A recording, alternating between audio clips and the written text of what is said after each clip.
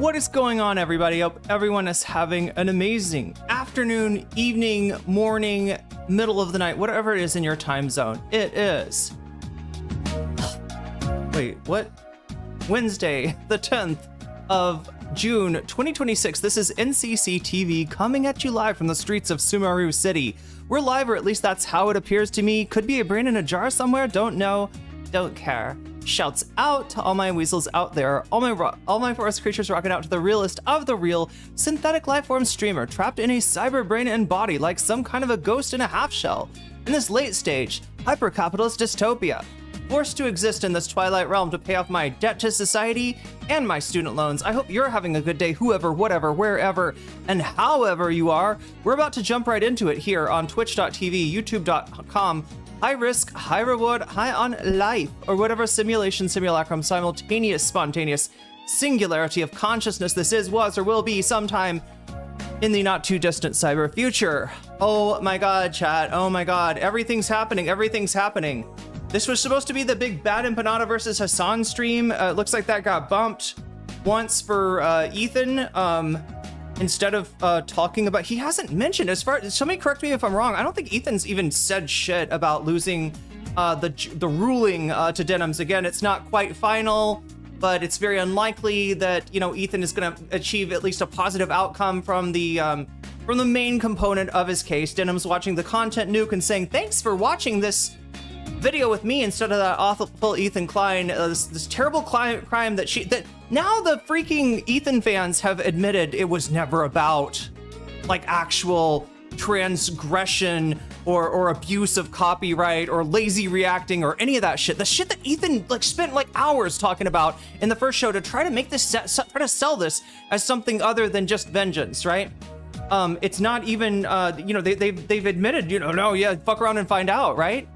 And now he sued iDubbbz, and they're trying to be like, well, actually, Canadian law says that you can't even transmit a slander.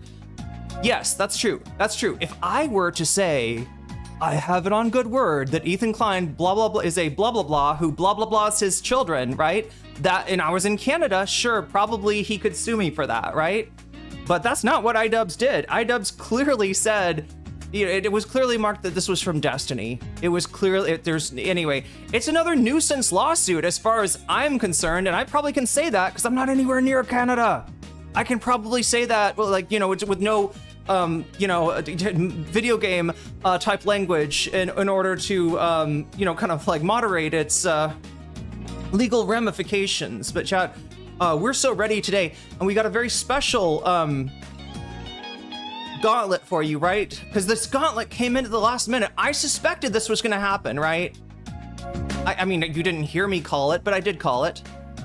I just wasn't on stream. Yeah, I've been dealing with immigration for the last couple of days. I still have to go and pick up my my passport and stuff, but everything is good on that front. Thank you everybody who supported me on that immigration thing. We got a decent amount of that cost unexpected because they didn't send me the customary WhatsApp message when they usually do. They kind of gave me like a week. They gave me 2 days to get the money to them. But yeah, I got the money to them, and it's starting to look like it's going to be okay. I still got that up there along with the Vietnam trip on Throne.com. If you want to help me out with either of those two things, I still need a little bit more to defray the cost entirely.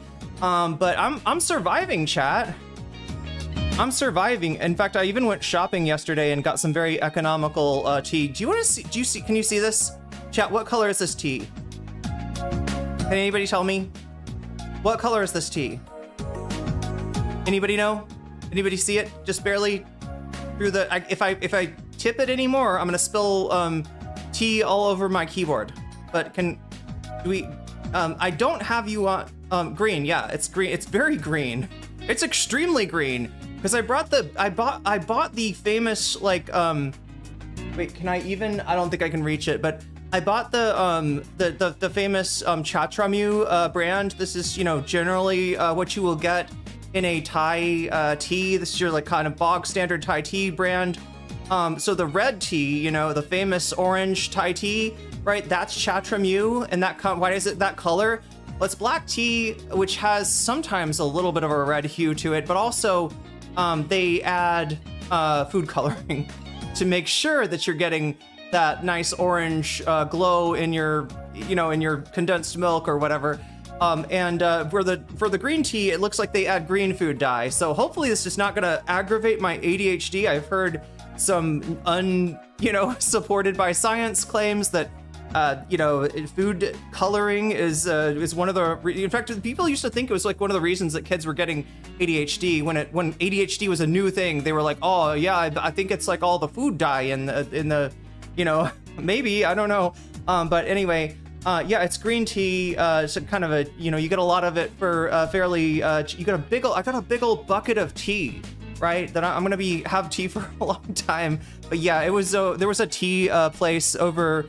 There was a grocery store over near the immigration place that I went to, because a lot of the grocery stores where I live, they're geared towards having a lot of like Western foods, and for that reason, you know, because their clientele, they're a little bit more expensive. So I went to more of an average bog standard Thai grocery store and stocked up on some tea and coffee while I could. But yeah, I'm back, and we're ready to rock. When I was gonna say black and green, yeah, it's really dark. The thing is, I think it's because my tea sock, like the last tea I made was like one of those red teas, right? The famous flavor of Chatramu, and then and it kind of combined. I don't know. I think that's what happened. I don't think that it's like. I mean, the idea with this tea though is if you're selling tea in a cart, this tea is, you know, when you hand it to the customer in a cup, it's gonna be like, you know, it's not like, because actual green tea, I don't know if people know this, the tea itself, a little bit brown, little bit like light brown, right? It's not really like it doesn't scream green tea, but this stuff does. This stuff definitely screams green tea, especially when it's mixed with I was afraid it was gonna get like it's almost got like a blue in it. I don't know, it's a very dark tea. Let me take a sip here. The orange tea is so good. I wouldn't care if they use more food dye than tea.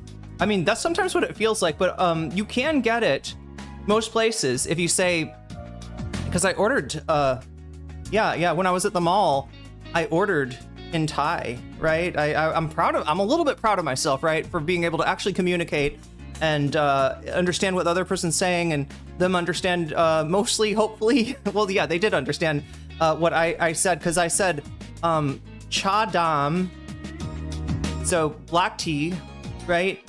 Cha dam manao, black tea, black lemon tea, or really black lime tea. Cha dam manao, mai sai nam tan ka. Remember that ka. The ka is important, because otherwise you're kind of like, you know, ordering people around. I say that ka. It's a little bit better. It's like a little bit nicer.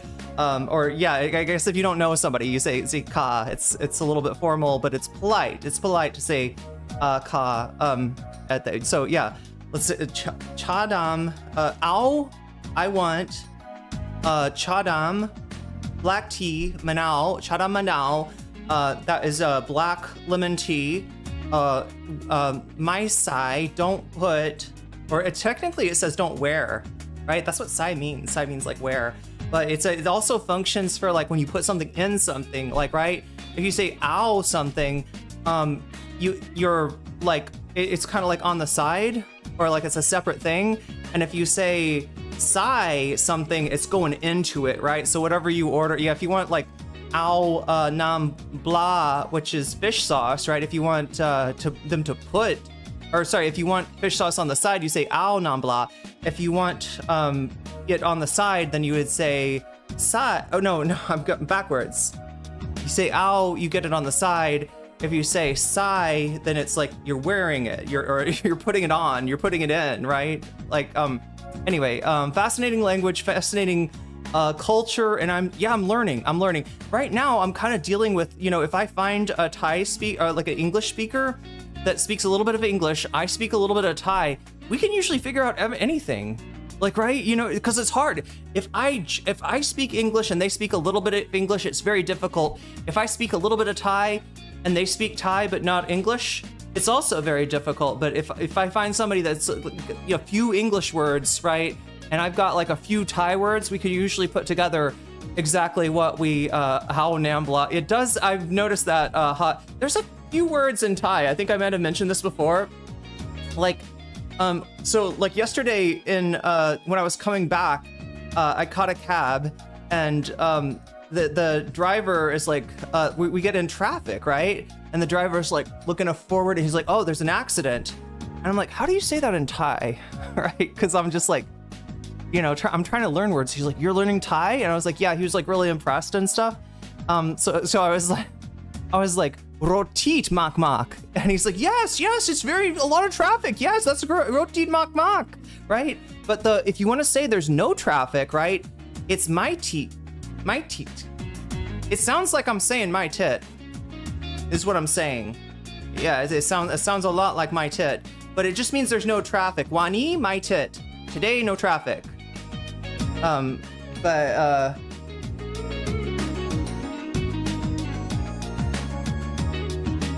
But yeah, no, I was able to communicate. I was able to order, you know, some food, and they understood me. They understood me exactly. Yeah. I ordered a tea as well, and got exactly what I wanted. So I think anyway, the tea place, the person knew a little bit more English. The sukiyaki place, I was lucky that like I don't know.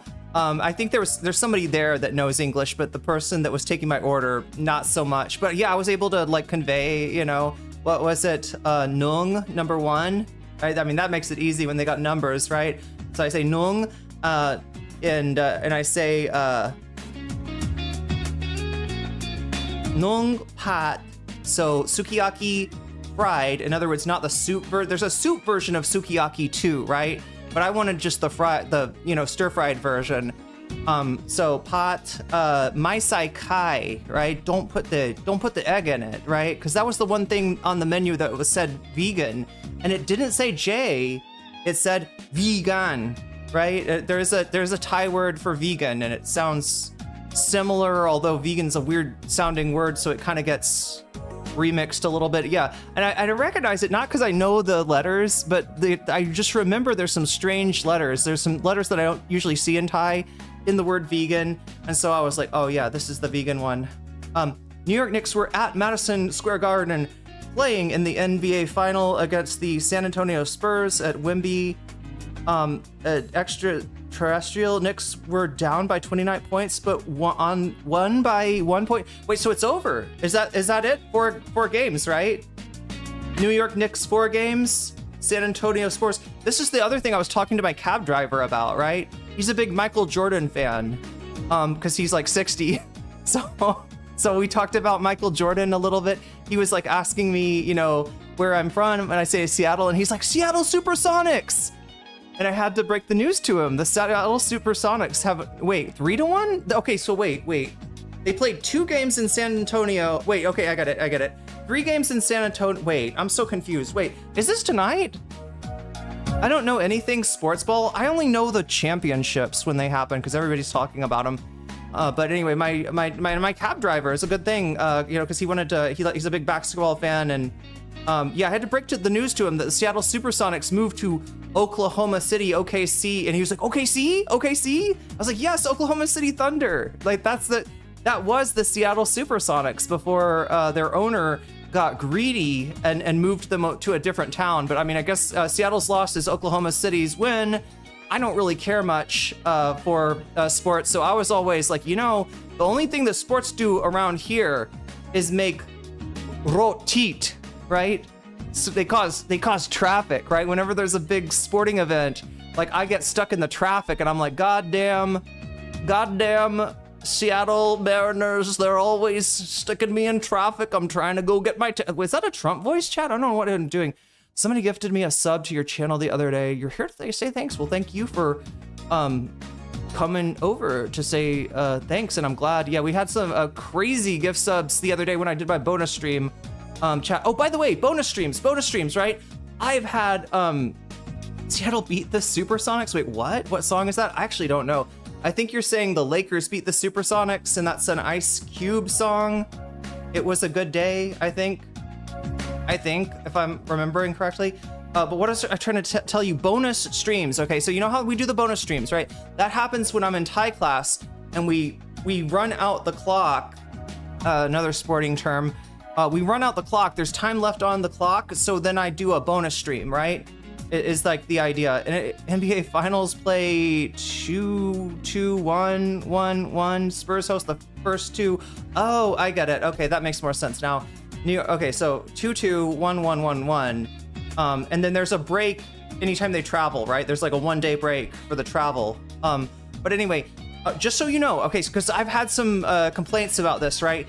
If you're in the regular stream and you're maybe even donating, maybe even making the number go higher, causing the bonus stream to happen, but then because the bonus stream happens if you're in the United States, kind of early in the morning, actually very, very early in the morning. If you're staying up late at night, you're probably not up early in the morning, right? And then when you go to watch it, because it's over by the time you actually get up, it is members only.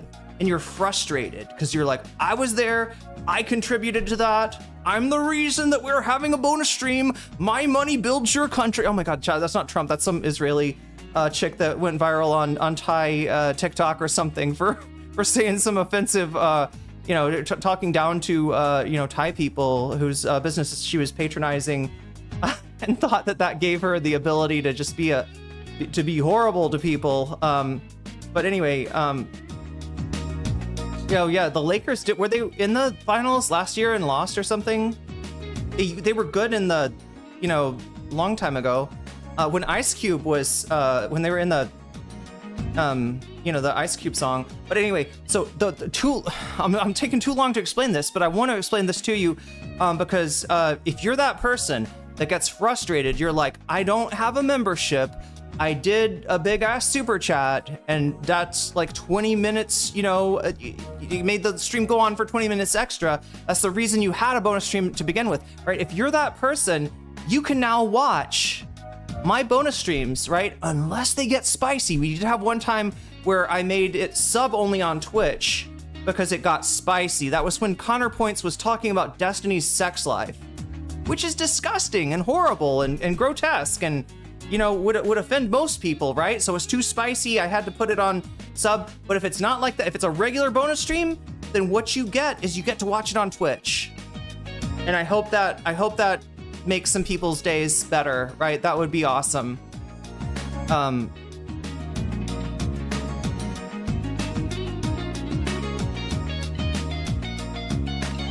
nerds on the internet figured out exactly the day that Ice Cube was talking about. Was it in fact a good day? What else could we correlate it with anyway?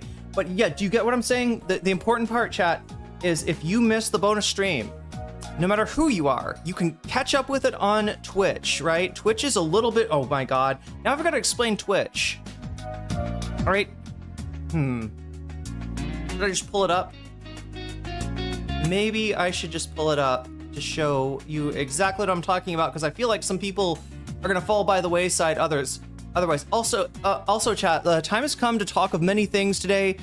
We got new Moist Critical, new Anthony Fantano, both talking about the Ethan Klein Denims situation. Then we're gonna talk about what Ethan is trying to distract us with, which is actually the Ethan Klein iDubbbz situation, which is, you know, iDubbbz, he's suing iDubbbz for something that Destiny did. We'll get into that in a second. What the fuck was I trying to do? Oh my God, chat, I got so distracted here. So utterly distracted. Twitch is a streaming service that lags on my computer and pisses me off. Actually, Joshua Keller, you won't have that problem. All right, you will not have that problem today. How do I know? Oh, not that one. Wait a minute. I gotta ask you something, chat. Hey, wait, just a second. Let me disable that, and then what is that? Disable that. What do you like better, this or this? Is this like a better? This? I didn't realize I have kind of like a up close, but I do. Which one is this? I should change the name of it. Can I rename this? Rename close up. Okay, that wasn't the one I was trying to hit though. Okay, it's now called close up. So, but yeah, I want to show you a little bit of how Twitch works, just in case any of you want to use this to watch the bonus stream. Like the bonus stream from 2 nights ago is up right now on Twitch. Let's see, twitch.tv.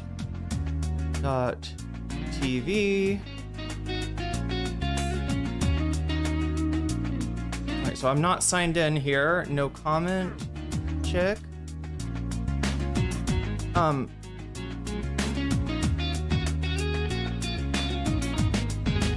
look at that. There I am. All right, let's, okay, yeah, I gotta mute myself. Yeah, let me show you exactly what you're gonna see. So yeah, again, like there's a lot I don't like about Twitch. There's a lot that I don't like about Twitch, but I did start off there. I do have people that watch me there every day, so we're gonna keep dual streaming. But let me show you right now. Oh my God, that's crazy. That looks crazy. All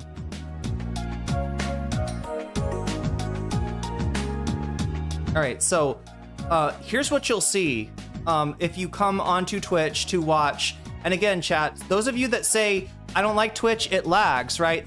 That's the live stream, okay? I don't know why the live stream would lag for you on Twitch, but not on YouTube. But if it does, you are not gonna have to worry about that, because instead what you're gonna be able to do is this.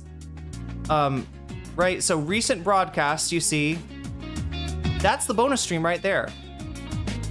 Right there. I usually put, it usually says bonus stream, but you know, if you know what the content is, this one is the LBC guy debating Hassan. So it is actually easier than I thought. I was thinking I was gonna have to show you like exactly how to get to it, because it's a little bit weird. We got like home, we got about, we got the clips, we got, which I hope some of you are clipping. I know Direful made a clip the other day. Yeah, clipping really helps me out. And now I think they automatically, I've heard they automatically subtitle your clips so it'll have the words. I don't know. I'm hoping that it's a good subtitle that, like, you know how the subtitles, like, they kind of bounce onto the screen, or that, like, as you're saying it's like, you know what I mean? There's like, you know what I mean? There's like the subtitles for like TikToks, you know, where the subtitle, the lettering is part of the entertainment, I guess. But anyway, yeah, you would just click here. That one's easy. You'd go to recent broadcasts, and if I'm on this one right now, and then the last one, like if there's a new video that happened since the bonus stream, then this one would be the bonus stream, right? Usually they're a little bit shorter too. That's another way to figure it out.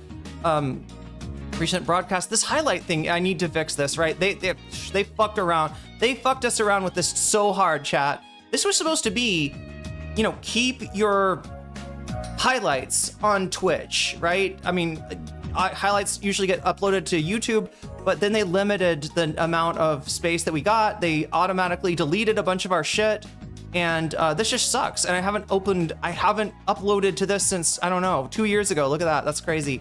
Drama, oh my God, aristocracy, Canada's most oppressed streamer. When did I stream? 2 years ago. Okay, that was a 2 year ago stream.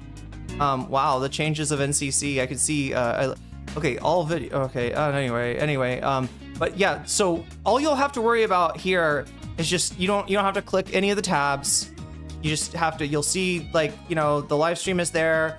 You'll scroll down right here, recent broadcasts. That's where you want to go, and you'll be able to find the bonus stream there. In fact, wait, no, I got to go into content to be able to change. In fact, I'm not logged in on here. But anyway, I just wanted to show people how that works. Shout out to accessibility. We love the disability community. Yeah, and let's hope also that the screen, captioning does not like change it so I'm like now saying a slur or something, because sometimes it misunderstands my words or everybody's words. I'm assuming everybody's words. Gotta change the title. What? Oh my God, that's crazy. Okay, Direful, yeah, thanks for reminding me. I should have noticed when, I should have noticed when I didn't have to put in a title that the title was gonna be, wait, oh, fuck. I don't know how I fucked that up. I actually don't know how I fucked that up. I think I just got distracted is what happened, but thank you for catching that, chat. If you notice, I get distracted a lot. An awful lot. All right, wait, I could swear that I put in, no.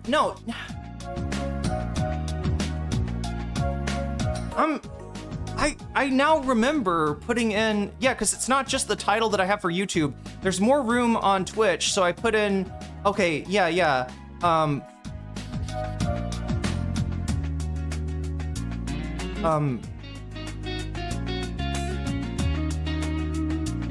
Moist Critical and Anthony Fantano.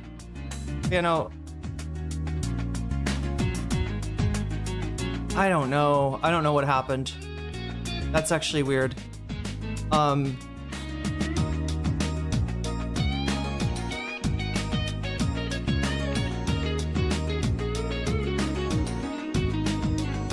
Oh, it's because somehow it let me do too many letters. That's what happened.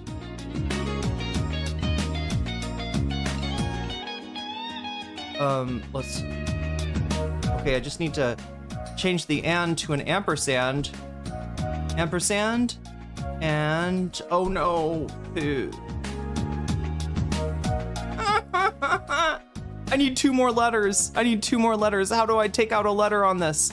Ethan sues iDubbbz to distract from his legal L to Denims. Did they shorten the maximum, like, characters? It's like Twitter, it's 140. Did they do that? Because for the longest time, they were just like, yeah, have a big, long stream title. In fact, you're actually incentivized to have a longer stream title. I just need 2 extra letters somehow. We're gonna just like shorten that right there. And yeah, just need ED, just dropped. There we go. That's what happened, chat. Now I understand. Yeah, I did put a new title in, but it was, it got dropped because like I was like 3 letters too many. That's an awesome thing. I love it when people program shit like that, right? You know, we could put something in here Like if they got like you know what we should do actually is make the software so that they can't type any more letters, right? On the Stream Elements end. We could do that. All right, you know, just be like, all right, that's your last letter, can't type anymore, gotta try to shorten it somehow, right? Let them know, right? Or the second option, right? You could say something like, you know, I don't know, your thing was like, a notification that is like, you can only use 140 characters now, but instead it's just like, no, we'll just let your stream title be your old stream title and you can figure that out on your own. That is what I hate about like that's the kind of playing Fallout New Vegas. Dead Money is the hardest DLC. Oh my God, I gotta get back to that. I think you can edit the CCs in the transcription if it's inaccurate. Hopefully so, yeah. I mean, you're a YouTube viewer, so I don't know but if you're on Twitch and maybe have experience with that, maybe you're right. I don't know anything about it, so I gotta go with people's, you know, I gotta go with other people's point of view on this, but I'm not gonna go with Destiny's point of view on the whole Ethan Klein thing. Destiny, you know, saying maliciously, I would say, right? Maliciously. No, in other words, Destiny knew that Ethan is not a PDF file and that he does not his kids, right? I'm pretty sure Destiny knows this. He said that he knew it, and he did it anyway. He maliciously poisoned Ethan's reputation, and Ethan just sat there in the cuck chair and said, "Thank you, sir, may I have another?" This is the scandal, chat, by the way, in case anybody tries to sell this to you different and say, well, actually, in Canada, well, actually, iDubbbz promoted the CPS? iDubbbz promoted the skulls being sent? No. Oh my God, chat. Is that a storm outside? Wait, no. Why can't I see the...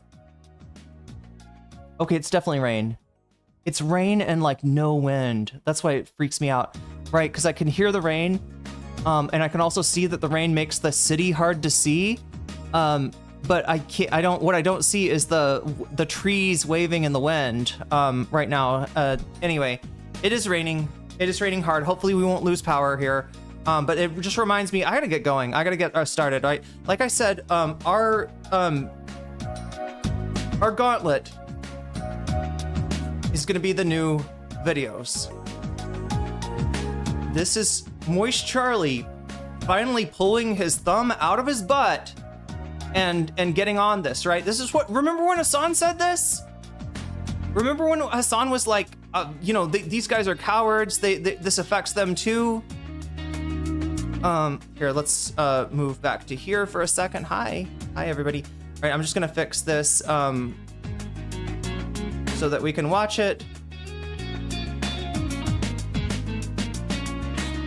Hassan Moist Critical. I always want to spell his name with a K. It's like when he did his... God, the first thing is a bad empanada tweet. Chat, that's on the bonus content, right? Oh my God, Queeman's posting a caning simulation. What it would be like if Pegasus got caned in Singapore. Let's hope that doesn't happen. Oh my God, why is this so hard to find? It's just like, I'm literally just looking for Hasanabi. Let's try Hasanabi Moist Critical. Okay, Hasanabi Moist Critical. Right, because I know that he made a tweet on this exact thing.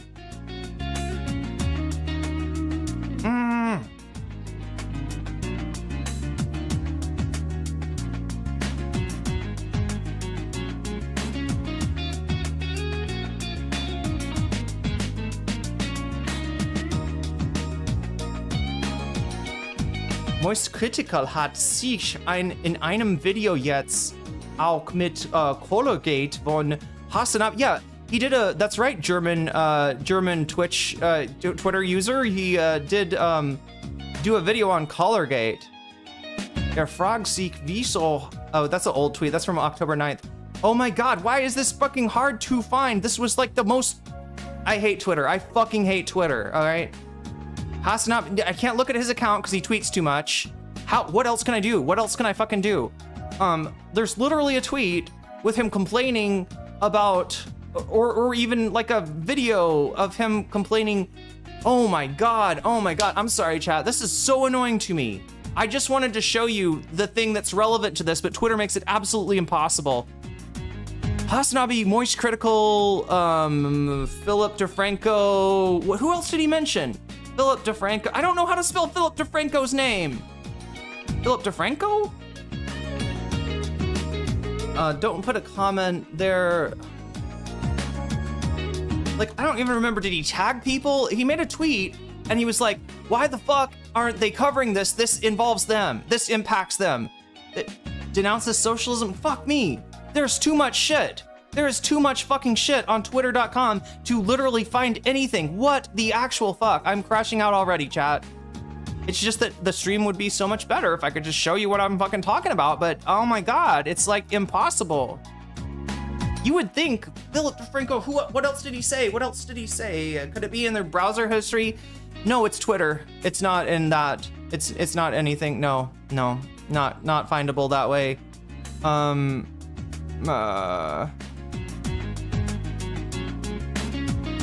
The only thing it could be in is on bookmarks if I was smart enough to bookmark it, but it's kind of like one of those things that I thought I would have. Like when you see it, it's everywhere. You know what I'm saying? Like the tweet is just like retweeted everywhere, right? And then 2 days pass and it's gone. And you try to like type in the things that were in the tweet and it's just like, rah, rah, rah. Do you want a tweet from 2050 to 2025 in German? Would you like that? Ja, ich liebe das. Das ist gut. Das ist sehr gut. Ja, das ist... Bitte. Yeah, like please give me the German tweet from 2025. That's exactly what I wanted. Okay, tentative ruling. No, it's gotta be after that. Oh my god. Okay, from @Hasanabi. Let's try one more way. From @Hasanabi. I don't even know if he said, like, Moist Critical, how do you spell it? And Philip DeFranco, he mentions a bunch of content creators that usually cover this kind of stuff and didn't because they're fucking gutless. And they know that they're if they say Ethan Klein is out of line, they're gonna have people, oh my god, this is just not gonna happen. It's just not gonna happen, is it? It's absolutely not gonna happen. Philip DeFranco and Alex Perlman crashed out earlier today. That's true, but I'm crashing out harder. So you know, stick by me. Anyway, chat, we're just gonna jump into the freaking, gotta change the, okay, we gotta, ja, Elon Musk is muy correct. Wait, we're speaking Spanish and German. How old is the tweet? Just a couple of days. It was like when all of the Denims stuff went down, like this weekend. That's when the tweet happened. The tweet happened this weekend. Hassan was like, you know, and I'm sorry, it's not a big deal. It's not actually a big deal. It's just like the kind of thing that, like, you know, would go great right in here. But we'll have to add it in post if there is any post, if I ever do another video, if I ever have time to do another video. God fucking damn it, chat. God fucking damn. Let's just get to the, oh my god. Let's get to the, shh.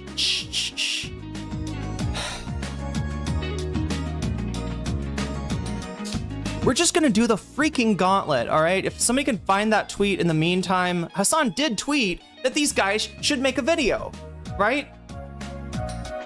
And that the only reason that they didn't do it is because they would have a little fight in their comment section where people were like, actually, Denims did CPS. Actually, you know, Hassan is bad. Like, there would be, you know.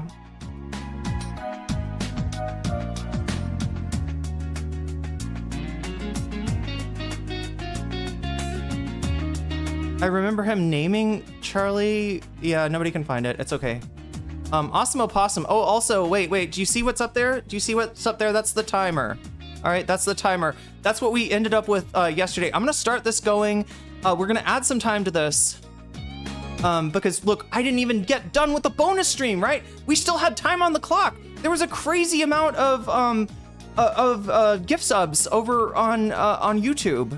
Sorry, on freaking Twitch. Chat, I'm so confused. I'm so pissed off. Let's just do the goddamn, let's do the goddamn gauntlet, okay?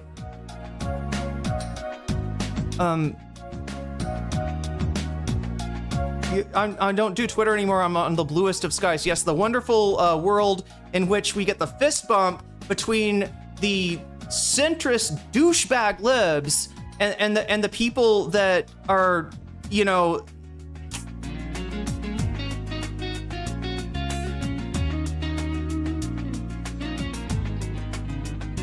Vox Populi indeed. Yeah, thank you, Awesome Opossum. I don't want to go off. But look, the annoying thing about Graham Plattner is, despite my misgivings about him, I can look above that and say, God damn, he's better than Mills, and he's better than Susan Collins, right? And yes, you know, people with a horrible like bio, you know, maybe you just shouldn't trust them as much. If there's another candidate that's saying the same shit as Graham Plattner, for fuck's sake, vote for that person.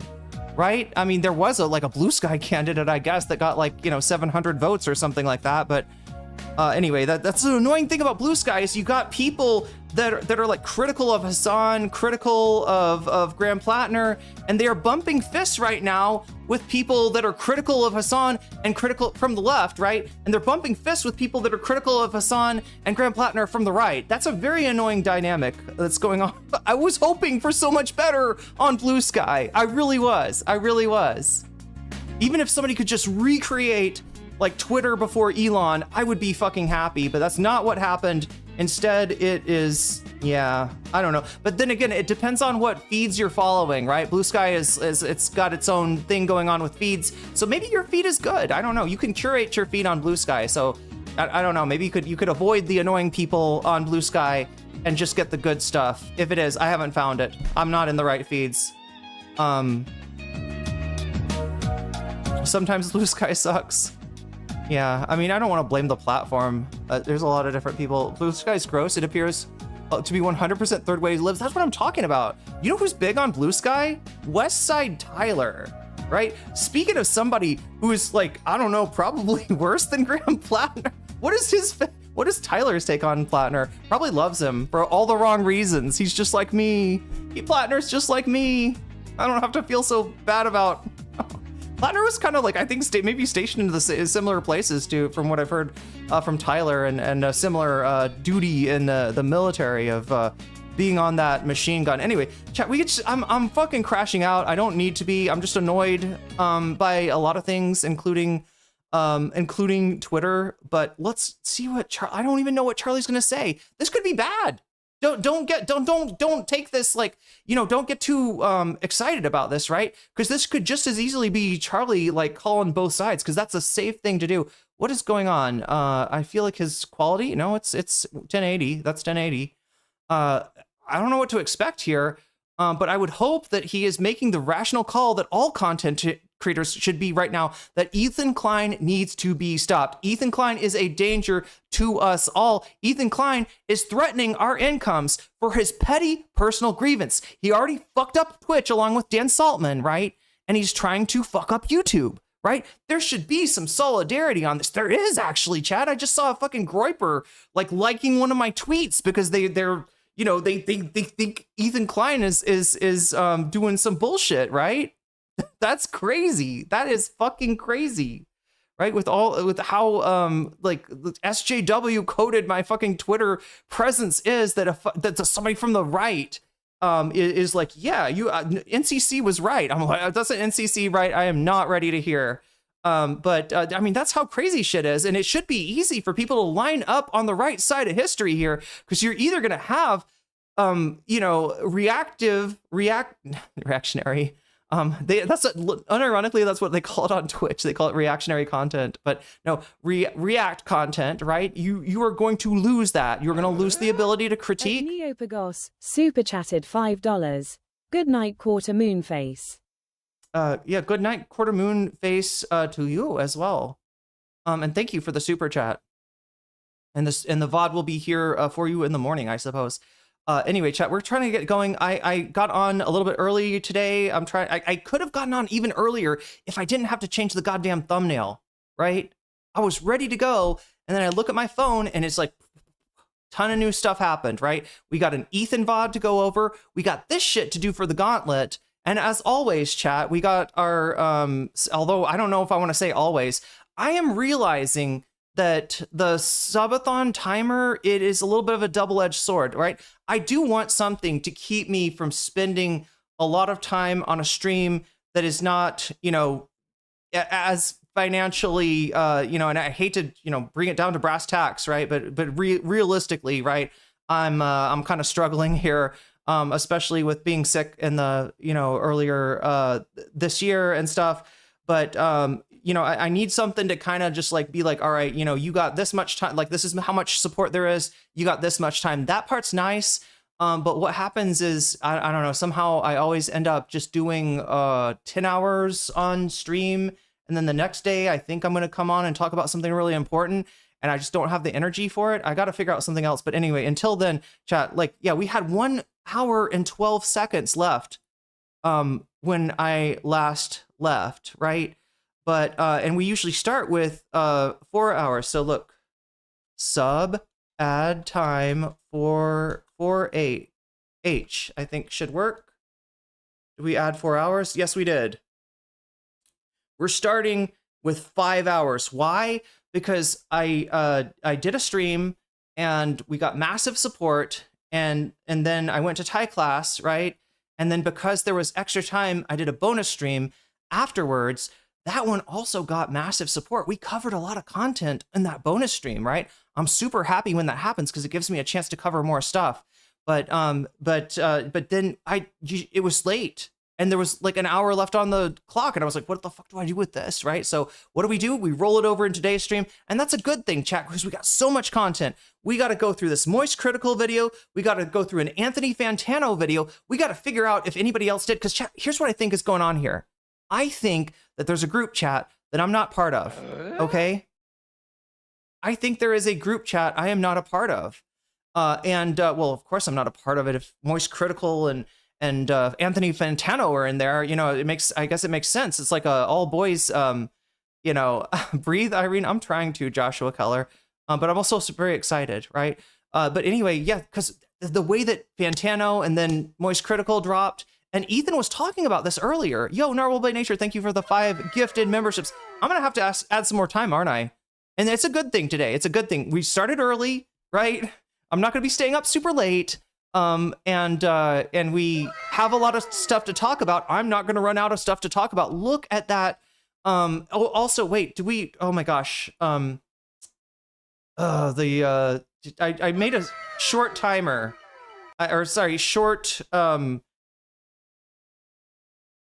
Okay, you're right, actually. You're right. Wait, breathe. Okay, let me try. Because when I'm quiet, I can hear the rain, and the rain is helping me.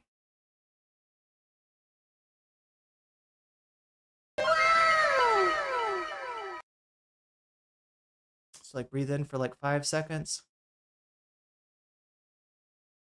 And then breathe out for 7 seconds.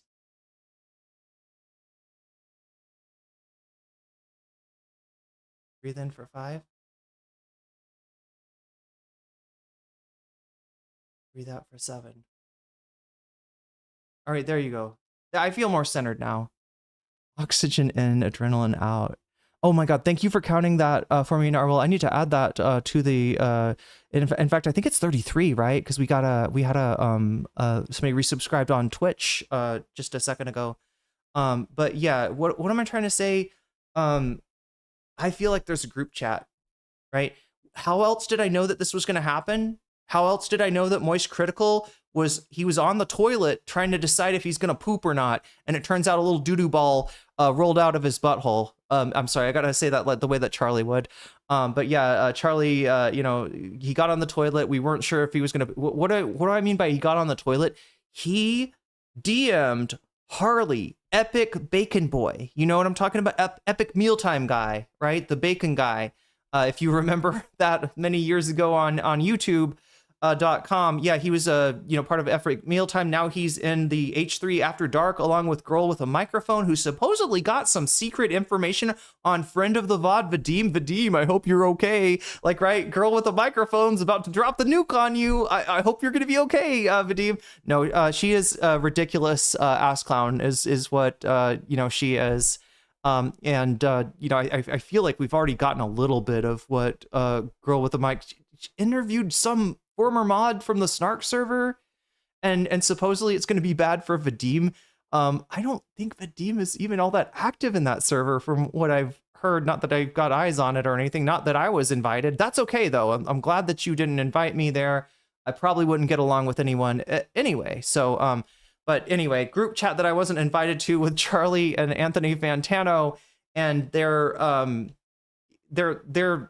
Charlie was DMing Harley to be like, what the fuck is going on there? I can't do his voice. I thought I had a Charlie. I don't have a Charlie in me, child. That's okay. Charlie was like DMing Harley from Epic Mealtime, who's with the H3 crew now, saying, what is going over? That's his contact, right? And he was like, this is not a good look. What are you doing over there? What's going on? What is Ethan doing?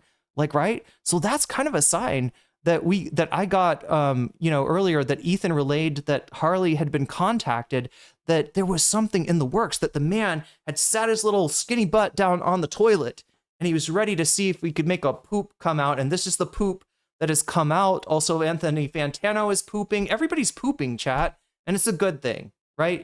That's a good thing. Anyway, speaking of that's a good thing, let me thank, Narwhal by Nature for the 5 gifted memberships. Let's see, it's right there. I'm somewhat more prepared today, chat.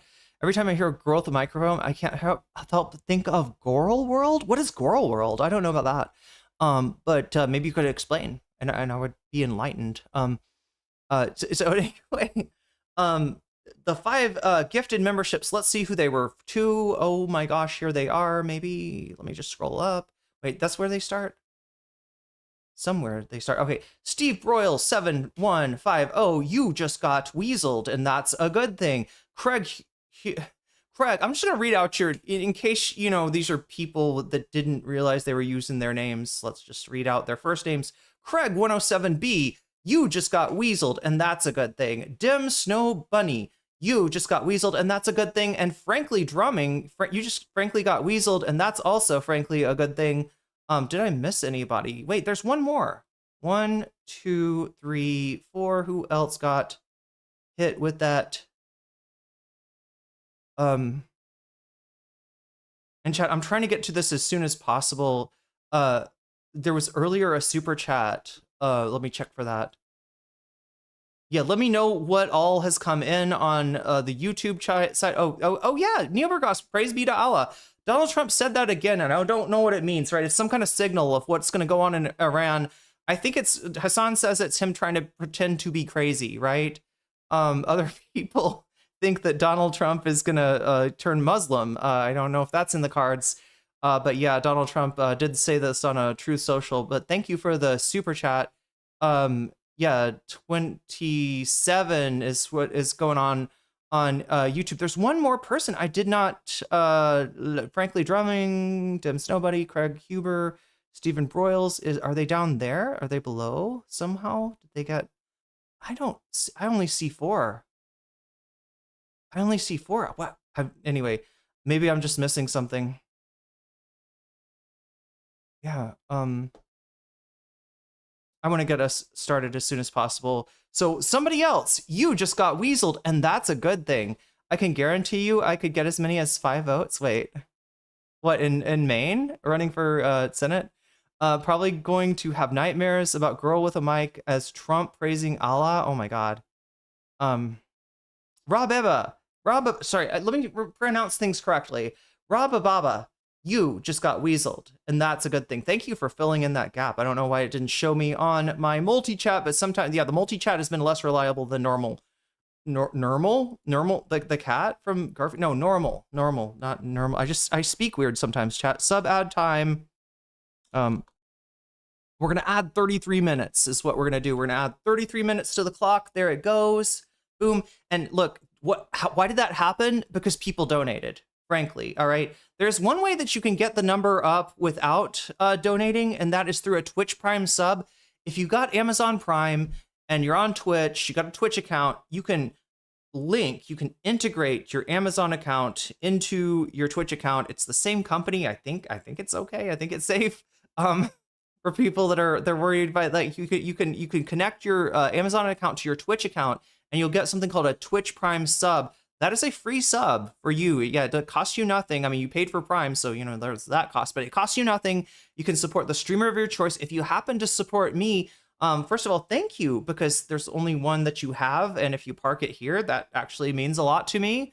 I get a little bit of money from that, even though it's free to you, and you take money away from a big evil corporation. You could probably guess which one, and you what else? You make the time go up, and you make it more fun, and you support your, you know, the stream. You support the Corporation for Public Bitching. Anyway, chat, we're gonna try to get to this as soon as I can. But yeah, just to clear up the mystery behind the subathon timer thing. Every time somebody donates, it's like you know, it's like a minute, virtually like a minute of extra time per dollar or something like that, I think is how it what it works out to. So if you support me through Super Chat, Super Sticker, if you get yourself a membership on YouTube, if you gift a membership on YouTube, that makes the time go up. Also making the time go up is supporting me on throne.com/nocommentchick, which I'm still trying to defray the cost for the unexpected immigration visit. There's me, not them visiting me, but me visiting them actually, and I didn't know that until 2 days before it was supposed to happen. You can do that on throne.com. I've also got a fund set up for the expensive plane ticket. Yeah, the jet fuel prices are up. It used to be really cheap to travel from Thailand to other places, but now not so much. But if you want to help me out with that, I got to go to Vietnam in September, because my educational visa will be up, and I'm going to have to apply for another educational visa over, you know, you can only do it like out of the country, I think. So if you want to help me out with that, that's there too. Also, supporting me on Twitch helps me out. Like I said, Twitch Prime sub works and is free. You can also get yourself a sub. It's $6. It's like twice as much as a YouTube membership, but people still like to get them because they get animated emotes. That's my going theory, chat, is people like the animated moving around emotes, including the new one, NoCom1, Hang Tight. Somebody type that into chat and find out what that's all about, right? That's a new emote, courtesy of emote artist extraordinaire Buffy Geek. And so, yeah, so you can get yourself a membership. It is $6. If that's like a little too rich for your blood, but you still want to be able to turn back time, that's one of the abilities that you get with a sub, and you still want to get all the emotes, that's something else you get with the sub. Just stick around and be active in chat, because honestly, that's the best way to receive a gifted sub. Those do happen from time to time on Twitch. It's very generous when somebody gives those out, but you're more likely to be the recipient of such a gift if you're active in chat. In other words, they're seeing that you're there in chat, and they're like, oh, that's a good person to gift a sub to, and they hit the button and you get a gift sub. So anyway, I think I've explained all of that. I think we're ready to go forward with this. Also, bonus content is over.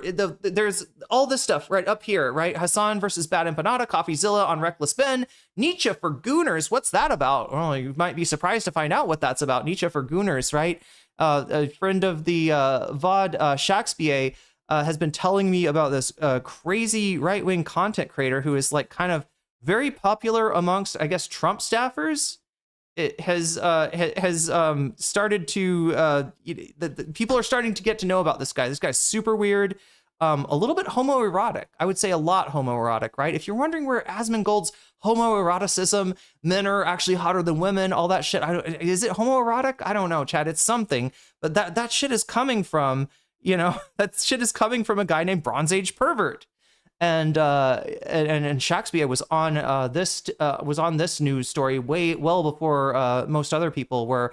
But yeah, that's it's Bronze Age Pervert, and I think they're covering some other similar manosphere. No, not even manosphere. What is this? It's like the intellectual, right? It's like if you go through a master's or a graduate program and you're still right wing, you're probably a fan of Bronze Age Pervert. It's like conservatism for non-dummies, I guess I would describe it. Although you could probably say that you can still be a well-educated person and a dummy at the same time. So anyway, yeah, Dark Enlightenment kind of shit. Yeah, exactly.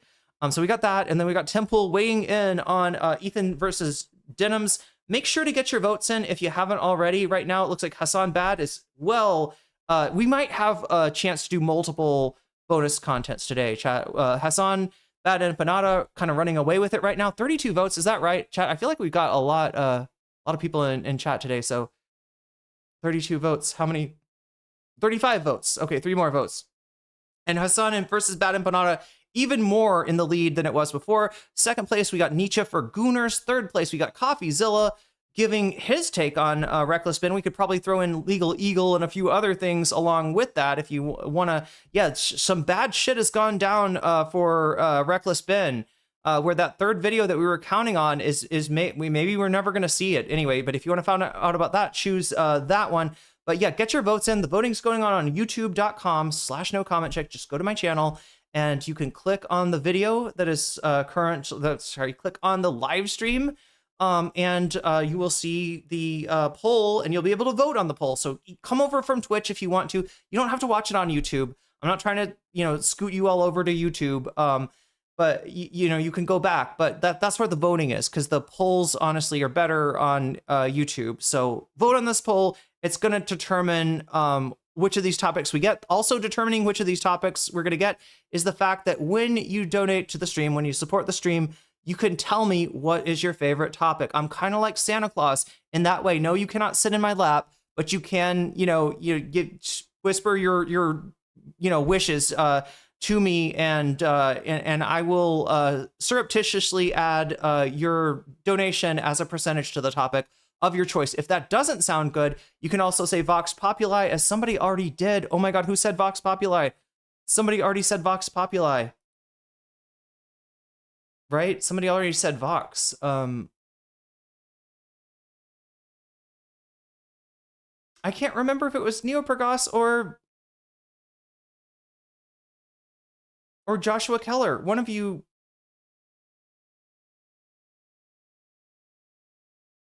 said Vox Populi. All right, maybe we can figure out who that was.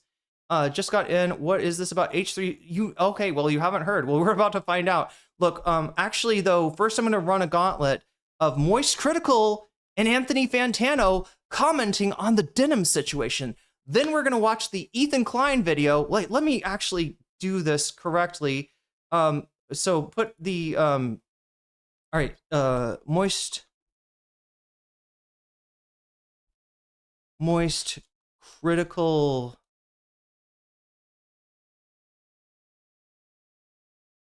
on Ethan Denims. There we go. So that's the first thing that we're watching.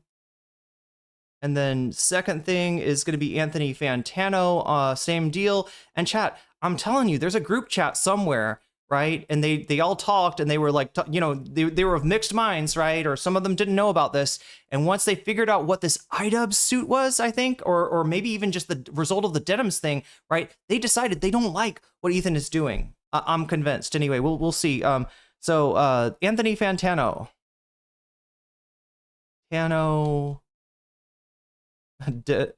Ethan / Denims.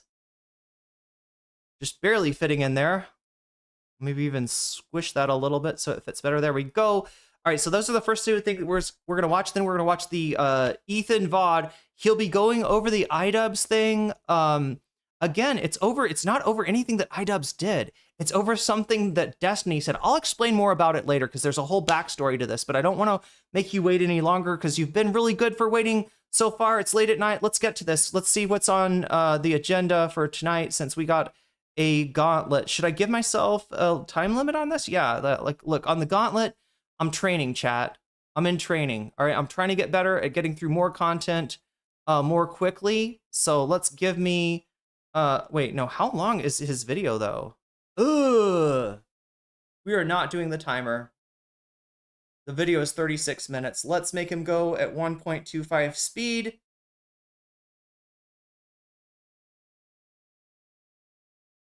So it's a little bit faster. Maybe I'll move him up to 1.5 if it's still too slow. But yeah, we gotta watch this. Then we gotta watch the Anthony Fantano video, and then we're gonna get into the Ethan Klein. That will explain what's going on with iDubbbz. And also, is it the dragon that's being sued? Like, I don't understand why they're suing. So iDubbbz has a friend who is a dragon and sometimes streams on Twitch. His name is the Scorched Legume, and he's British and he's wonderful. He's incredibly funny. But I feel like it feels kind of like iDubbbz is getting sued for something that the dragon did, which is really confusing me, chat. Really confusing me how Ethan would sue. But it's not even the dragon who did it. What the dragon did was say, "Oh, this quote from Destiny seems to be untrue. I certainly hope that Ethan Klein will address this tweet." It's not even a tweet, it's a DGG chat where Destiny is saying that Ethan, here, let me show you really quick. Destiny is saying, quick daily reminder that Ethan from H3H3 is likely a pedophilia, who I think that's the Latin term for it, who has I don't know what this word is, but something with an M that ends with a D, his own children, right? So damn, but that's not iDubbbz, that's not the dragon, that's Destiny. All iDubbbz did was say, I don't think this is true. So, for Destiny's big, case, his big defamation case against iDubbbz in Canada, I don't even know if this is going to fly by Canadian law. But again, these are probably nuisance suits. These are probably designed to just fuck with people and produce a chilling effect for anybody criticizing him. H3 versus iDubbbz defamation law. All right, let's see. I just heard about the H3 versus iDubbbz defamation lawsuit and spent the last 3 or so hours learning about it and getting into the nitty-gritty, figuring out all the bits and pieces and getting all the morsels of information I could find to really put the nipple clamps on it and figure out what is he all so the hoopla is. And it is a okay, there we go. The pugilistic legal paperwork has been filed against iDubbbz, so now they're gonna duke it out, not with knuckle sandwiches, but with extremely expensive litigation. Offer it before I even get into the spaghetti and meatballs of the actual story here. There is just something that pets my peeves. There is something that grinds my okay, I'm sorry, I told you wrong. This is H3 versus iDubbbz? This is my cheeks so much I can't resist yapping about it briefly. When I was in the trenches digging around for information about what all of this is about, I kept seeing people say that I refuse to cover these kind of things for a variety of different reasons. I'm ignoring it, this and that. I don't know how many more times I need to say this. I am just really not online that much these days. The only streams I watch are like the Summer Games Fest and like events like that, but I don't watch streams. I don't watch a lot of YouTube, and I don't go on Twitter, like, at all. I still have Twitter because I send and reply to DMs through there sometimes for like events, like Tyler One's League of Legends tournament. I heard from him on Twitter DM, so I have it for reasons like that. But I don't like doom scroll Twitter and see a bunch of things anymore. Look at the last tweet I made. So anyway, just some background on this. The reason that Charlie is taking a step back from content creation, I think it's because he got beaten by Sneeko, or at least people thought that Sneeko defeated him in an age of consent debate, right? With Charlie arguing to uphold the idea of age of consent, and Sneeko arguing that it's arbitrary and maybe unnecessary. And if we get these, children, frankly, married off sooner, there will be less sexual degeneracy, right? Okay. It kind of low-key sounds like you're, arguing for, because like really with the age of consent thing, right? Kids can do what, and will do, when they're in that exploratory self-discovery phase. They'll do, they're not going to have, you don't have to like tell them to have, a relationship or fall in love, or maybe even, flirt with the idea of getting married, right? But that is like, to, 15-year-olds to 17-year-olds, right? Whatever, like that, right? The age of consent is to protect like the 17-year-old from, let's say, like a 28, 35, 40-year-old that might, convince them that a relationship or even a sexual relationship with them is a good idea. And Sneeko just wants to throw that by the wayside. So I don't know how exactly Charlie lost the debate, but he was perceived to have lost the debate. And after that, he just kind of was like, I'm taking a step back from content. And I think this is a little bit of a excuse for him, right? The real reason that Charlie's reticent about, dipping his bunghole into this, river, the Styxian river of H3 versus Hassan, H3 versus Denims, and now H3 versus iDubbbz is because it's going to be controversial to his look. What this guy's always done is he split the difference, right? He tries to avoid political discussions. He tries to not have a take. Sometimes if like everybody is, on one side of an issue, you'll see him come out and have like what seems to be a political take. But other than that, you don't have it because he's got a lot of chuds in his audience and he's got a lot of non-chuds in his audience. He's got a lot of people who probably support Ethan in his audience, and he's probably got a lot of people who think Ethan is cringe in his audience, right? This is a cowardly move of a streamer that wants to have it all, that wants to make those big bucks that you get when you have a like polarized audience, when anybody can project whatever viewpoint onto you that they want, and they can think he's just like me, right? As soon as he says, actually, I'm not with this MAGA shit, which I'm guessing, hopefully he's not with that MAGA shit.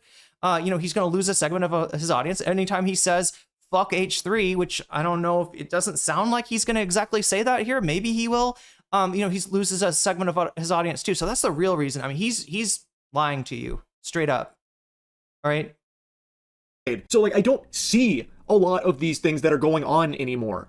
But for some reason, everyone jumps to, he must be ignoring it. He's got to be ignoring it. We can really tell a lot about this guy from the things he refuses. He's talking about the Hassan tweet. He's literally talking about the Hassan tweet. Has anybody found that yet?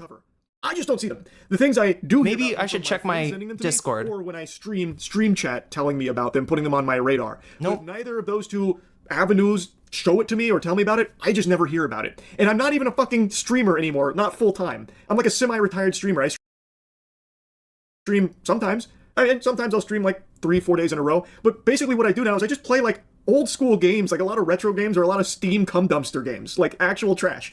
So like I'm not even really a streamer, so I don't even see a lot of that either. So like it's not me avoiding certain things for a nefarious reason. I just literally... You would think that this guy would want to protect his fucking income, all right? All he does, he may be a streamer part-time, all right? But all he does in his YouTube videos is comment on like, mainly YouTube drama. Don't try to tell me that you're tuned out of that, and especially don't try to tell me that you're tuned out of something that could actually have negative financial ramifications for you. Now, again, he's covering the iDubbbz thing. That's a little bit of a surprise for me, right? I saw this video and I don't know what it was titled at first, right? Maybe he'll get into the Denims thing, maybe not. It's definitely related, but it's I just don't trust this guy. I just don't trust this guy. I mean, I guess he thinks he's got to lie, but he's lying. He's lying to you.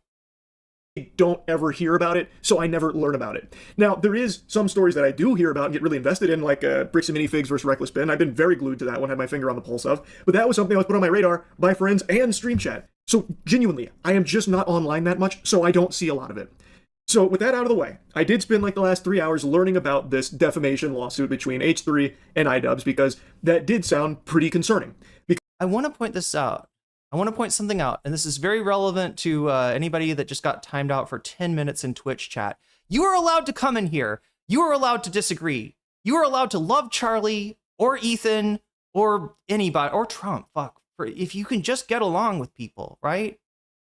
If you flame out with your first comment, then yeah, you would normally get banned. All right? I'm in a little bit of a generous mood today.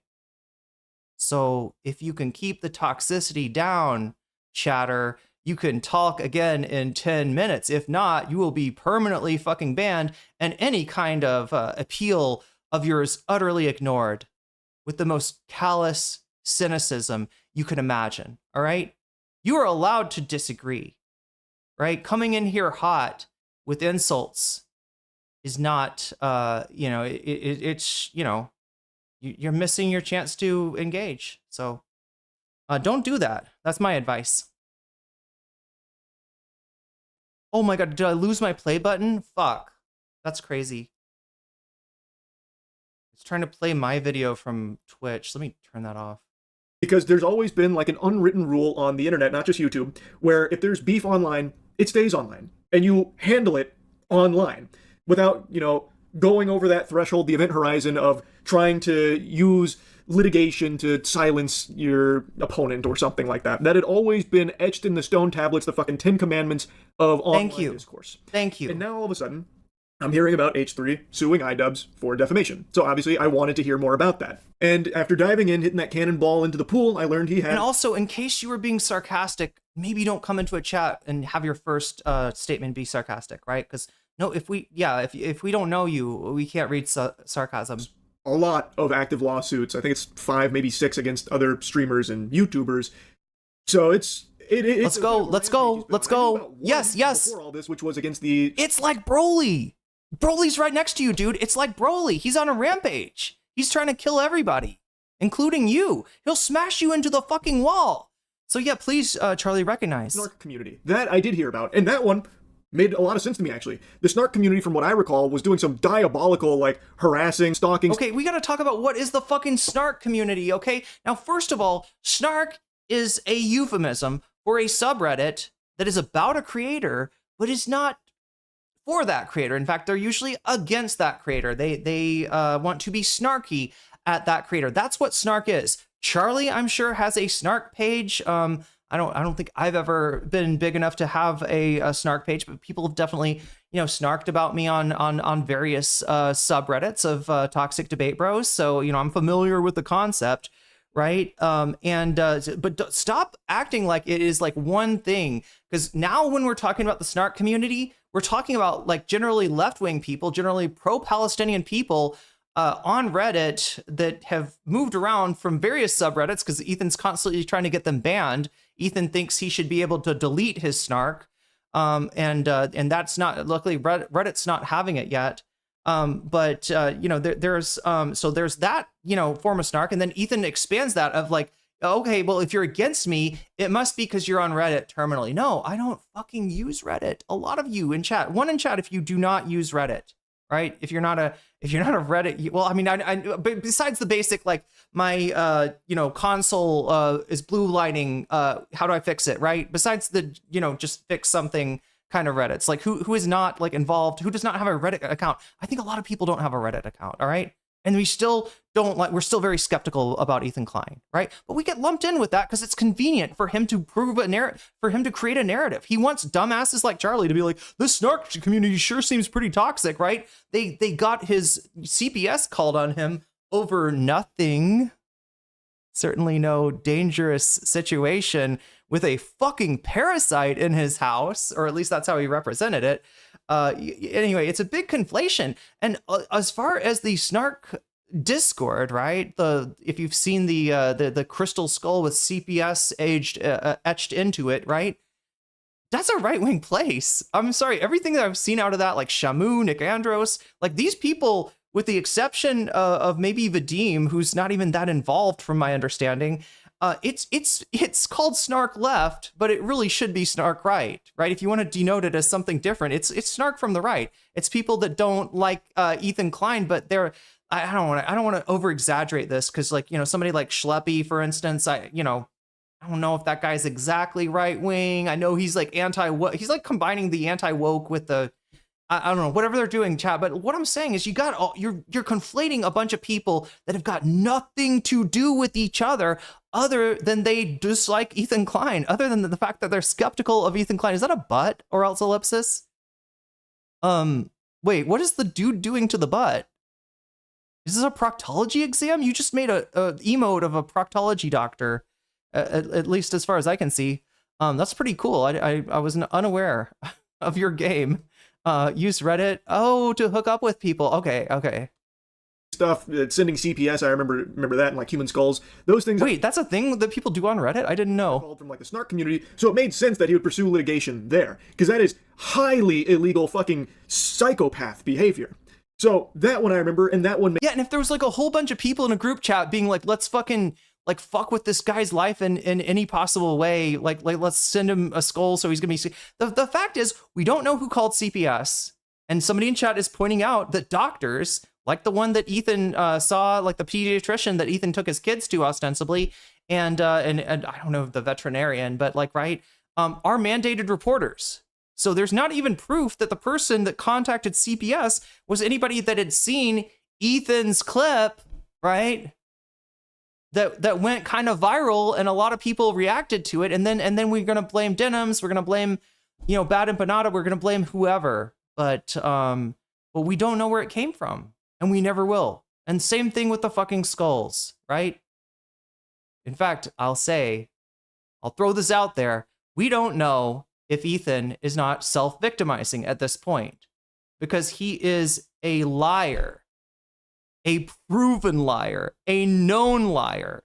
He is a malignant fucking narcissist, and it is very, also is kind of Israeli coded too. Ethan Israel Klein may have victimized himself, may have justly Smolletted, his own fucking family. But regardless of the fact, I think we can all agree that Ethan Klein is using his children as human shields at this point to justify his bad behavior, his psychotic shit, all that shit that Charlie just said about the snark community, right? It also describes Ethan Klein. And the only reason that his community allows him to do this is because they see him as this poor, aggrieved father whose children have been attacked, and now the gloves are off. You can do anything you want to. Okay, you guys are psychopaths. You guys are fucking psychopaths. That is a fuck. You're dumb and you're crazy and you're dangerous is what you are. Whole community. People say it is like, college age women who love Ethan because he is messy. That might have been true a few years ago. Let's be real. He's alienated that audience. Girly Pop Nation is dead. Okay, despite the clip of one such group of people watching this in their dorm room, that doesn't typify his community. Those kind of people don't go and dox people, right? It's a bunch of toxic ass DGGers and Asmongold fans, and people that don't even watch Ethan, people don't even like Ethan, because if you look at his numbers, chat, 17K today. Those are the numbers that Ethan did. 17K compared to 55K before the leftovers crash out, right? He used to be a huge YouTube podcaster. His audience has shrunk down so far that it's usually, I would say, more closer to 10K, which is respectable. I mean, those are good numbers. It's just like, it's a fifth of what he used to do, right? He's fallen way the fuck off. And the people that are on his side don't even like him, call him an arsler, but like hate Hassan and hate Denims and hate Frogan and iDubbbz even worse, right? And that's why he chooses, that's why the victims of his lawfare are who they are. Made sense to me. But when I was learning about these other ones, granted I haven't dove too deep into all of those because this is clearly a lot. I was mainly focused on the defamation one, but man, Ethan Klein has become like the Nintendo of YouTubers. He is extraordinarily litigious. Anyway, enough blabbering. Okay, so he's coming to the right conclusion about Ethan, despite being fooled by some of the slopaganda of this, singular toxic snark community that just like combines, a whole bunch of unrelated groups, right? He is a cow now. He needs to get a job from freaking Keemstar. What started this defamation lawsuit was this iDubbbz stream. Okay, this is my watermark for the stream. I don't want any of my content being stolen. Got another Kalshi ad? I'm sorry, Fazium. We're all getting Kalshi ads these days. Okay, so let me explain to you what's going on here, because this needs a little bit of background. I was going to give you this for the prelude to the Ethan H3 clip, which we do have one of those today too. But let me just explain to you, this is, okay, so I joked around before, why would iDubbbz get sued for the actions of the Scorched Legume, this dragon VTuber, right? He's got nothing to do with him. No, on the real, it's iDubbbz stream. He's doing a dragon VTuber. It's actually pretty funny. I wish that the stuff was not, paywalled, but I guess iDubbbz felt like he had to do this because while iDubbbz was streaming, Ethan Klein and the Girly Pop Nation, who is actually, a bunch of, I don't know, how do you describe DGG? They're like people who would be frat bros, but they got washed out of the frat in Pledge Week. Nobody at the frat wanted to hang around with these guys, right? They are fucking losers, all right? But they still got the kind of like frat boy toxicity and misogyny and all the rest of the shit. That's the Ethan audience. I mean, and again, a lot of those people don't even watch him. They just like support his every action because they think they love his based crash outs. But anyway, so Ethan was constantly reacting to iDubbbz's channel, which he claims, I don't know, had like an average of 70 people watching. It's a smaller stream. And the only way that iDubbbz thought he could get Ethan to fuck off is to put something on his stream that Ethan is trying to hide from his audience. And there it is, chat. Now, why is this bad? is it bad? Am I saying this is bad because I think that maybe Ethan actually is a pedophilio and maybe he does bad stuff to his children? No, I have no reason to fucking think that. All right, this is something that Destiny said when he was mad at Ethan. Right? The reason this is bad is because Ethan is a coward. He talks a big game. He says, if you come for the king, you better not miss. Right?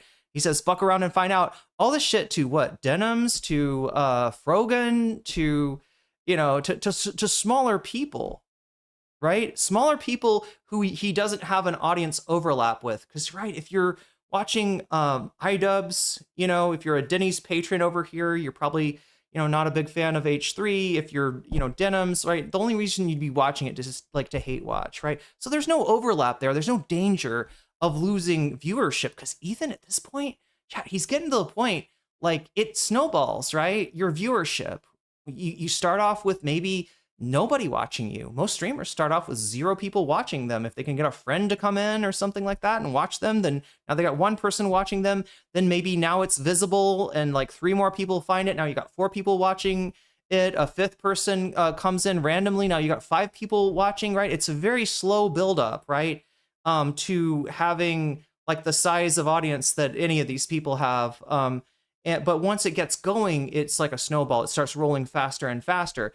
And I feel like we're seeing the reverse happening with Ethan. So as long as he stays above, I don't know, 10,000, right, chat, his snowball is not going to melt. But when it starts to go below that 10,000, we're in the real danger zone here. And if he alienates DGG by saying, fuck Destiny, he's a piece of shit, which is the appropriate response to that statement. All right, whether or not Destiny is serious about it, whether or not Destiny believes that, right? Destiny was not saying this as a joke to his friend Ethan Klein. Ha ha ha! You're a PDF file that, M-words his children. Destiny was saying this when he was mad at Ethan, when Ethan came after him. I don't even remember what this was about, right? But Ethan absolutely turned tail and ran away because he does not want that smoke. He cannot take that smoke. Yeah, 6 to 7 people. That's the prime audience size. It's okay. So I'm seeing more buttholes in chat. I want to say I don't agree with what's being said in this comment here, but I'm putting it on screen because I think it should. So be. The scandal, just to be really clear for anybody who's not getting this, the scandal is that Destiny cucked Ethan, and Ethan is sitting in that cuck chair, right? Destiny made Ethan his bitch. That's the scandal. This guy talks a big game, acts like he's a badass, fuck around and find out. Not when it comes to Destiny, not when it comes to Asmongold. That's the scandal, is that this guy is a fucking bully who loves to shit on small streamers, like I guess, iDubbbz's new stream. I guess iDubbbz would count as a small streamer. Loves to fucking harass the fuck out of them, ruin their lives. But when somebody comes around that could actually cut his audience, he is the little wimpy doge. He's no longer the roided out, big Chad doge. He becomes the wimpy little doge. You know the meme I'm talking about, right? That's the scandal. Ethan Klein, and I hate to use misogynist language, but I gotta communicate to you in a way that you'll understand. Ethan Klein's a pussy. He's a cry bully, right? That's the scandal. Be addressed because it's a big, bold accusation that's very fucked up. It is very fucked up. And it's despicable that he would think it's a good idea to post that there while knowingly aware that it's not true. So the message... That's crazy. Wait, Destiny or iDubbbz? I'm not even sure. I'm not even sure whether to be mad at Charlie here or not. Yeah, it's true for Destiny. For iDubbbz is just pointing out that Ethan is a bully. He's bullying him, and he's like, oh yeah, you're gonna bully me? How about say something about this guy that called you, maliciously? Look, if you say something about somebody like Destiny did, and it's not true, that is the very definition of malicious conduct. He didn't do this to rib Ethan or to tease Ethan. He did it to, when he was fighting with Ethan, right? And although, yeah, you could imagine maybe some DGGers are like, oh no, he's not serious about that. Like Ethan doesn't actually do that stuff. He put it out there and it goes out to a bigger audience, and anybody that sees that shit, if you don't know Ethan Klein, maybe that's the first thing you see about him. And that's like a very, big turnoff. So if you want to go after somebody for defamation, for slander, for harming your brand, for putting out these lies about you to an audience that knows nothing about you, You should be going for Destiny. He's not, because he's too much of a coward. Isn't Ian's. This comes from Destiny, and he found this screenshot, and he kept it on screen for a very long time. And he said he didn't agree with it, but thinks it needs to be addressed because it's so fucked up. Yeah. If you're gonna fucking come after Denims, Frogan, and iDubbbz, you gotta come after fucking Destiny. What's wrong? Where are you running, Destiny? Or where are you running, Ethan? That's what he's pointing out. It is a terrible stream. Just giving it to you real blunt, real raw. It is no good. And I'm no stranger to getting shit-talked by iDubbbz. He has said some very nasty, very untrue things about me on his broadcast. I have not heard. Anybody want to tell me what iDubbbz has said about Charlie? As well. But what is being reported in regards to this stream isn't exactly telling the whole story. Now, when I first heard of this lawsuit, I was reading a bunch about it, but I wanted more information, like, directly associated with it to make sure I wasn't getting, like, fraudulent or misleading shit fed to me. So I reached out to someone whom I know is on the H3 team. Harley Morenstein. And Ethan did hear about that. And Chad, that's not me guessing. I'm pretty sure it was Harley. Yep. Okay, so here's what happened. I mean, we're gonna watch this in a second. This is the one. iDubbbz situation. Yeah, this is today's. Ethan. Here, let me just see if I can take you to what Charlie is talking about. If we do have a transcript here.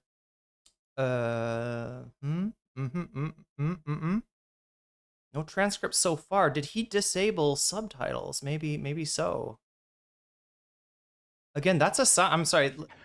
I gotta say. Well, let's see if our subtitles actually. Yeah, looks like they're not there. Yeah, there's no option for subtitles. So, I thought I could. We do have timestamps. We don't have subtitles. Chat. This tells me that Ethan Klein does not want people to check his facts. All right.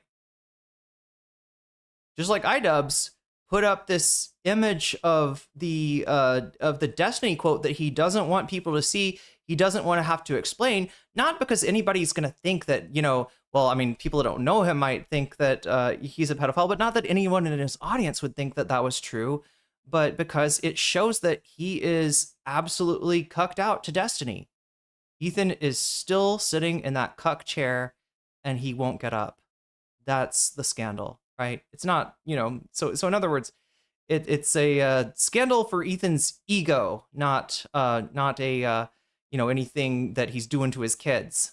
He'd talk directly about me on his show and challenge me on a few things, and I did eventually get to talk directly with Ethan, and I shared my full perspective on things and the problems I had around it and my concerns, and got his perspective on things to see if there's any misunderstandings and such. Ultimately, I don't think we fully saw eye to eye on this, which, that's going to happen. I fully understand that this is a very emotionally charged subject for... Also, a famous Mark Twain quote, what is it? It's hard to convince a person of the truth. Mark Twain. Hard to convince a person of the truth when his income depends on not knowing it. I'm butchering this quote. What is the actual quote? Difficult to get a... No, this is Upton Sinclair. Oh my god. Upton Sinclair's the guy that has all these quotes attributed to him that are not actually Upton Sinclair. Why did I think it was Mark Twain? Wait, not Mark Twain. Okay, this is a Mark Twain, or this is a Upton Sinclair quote. It looks like legitimately from a book called I, Candidate for Governor and How I Got Licked. Wow. Okay, Upton Sinclair, kind of spicy there. Anyway, licked is an old-fashioned term for getting beat, if for anybody who doesn't know that. Yeah, so it is difficult to get a man to understand something when his salary depends on him not understanding it. There we go. That's why you could not convince Harley. For him after everything. And again, Chad, I hate to say just trust me, bro, for the, that it's Harley, but yeah, you'll see what I mean when you watch the Ethan clip. Him and his family went through with snarkers in particular. I know that the CPS and the human skulls incident are like a legitimately traumatizing thing, like the fraudulent... We don't know anything about that event. And I wish I could say that Ethan Klein's not the kind of guy that would do that shit to himself, but I fucking can't. The motherfucker is right now using his children as human shields, right?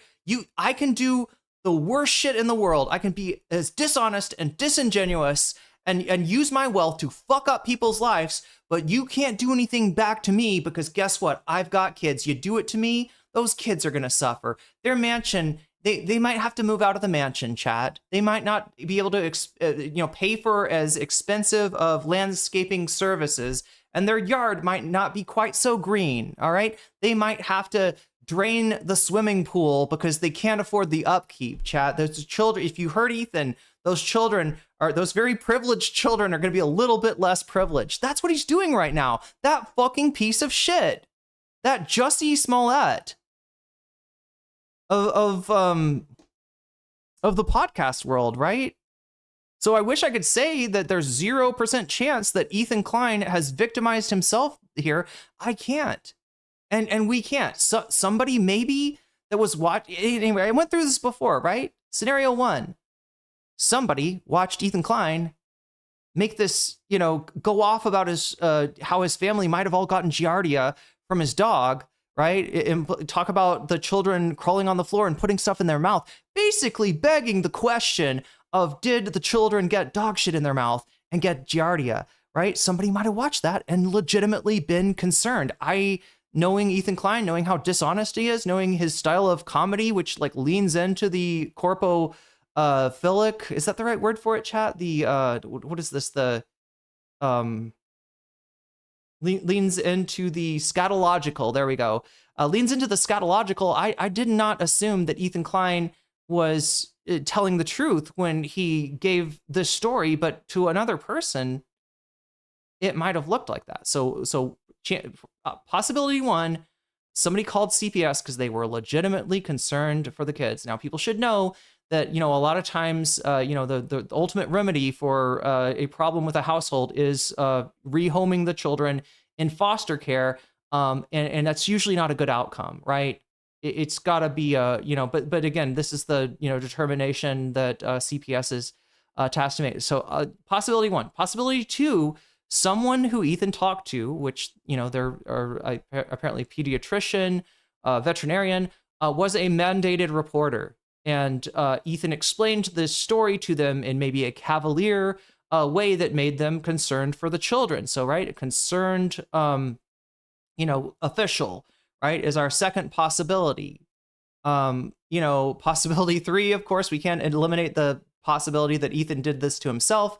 Possibility 4, it was somebody who was not concerned about the children, but saw this as a chance to, make trouble for Ethan Klein in much the same way as he's making trouble for other people. That's a possibility too. But the point of the matter, chat, is we got I just listed off 4 possibilities. There's probably actually more than 4 possibilities. And I don't think that there's any way to, deduce which one is correct. So, there might have, and also if it was one person that made this call, or maybe even more than one, person that made this call, that's them. All right.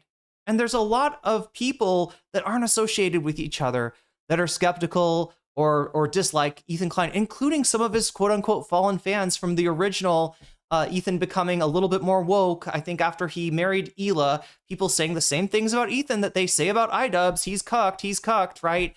He's doing it for this woman. This, our edgy boy streamer is gone now that he's married.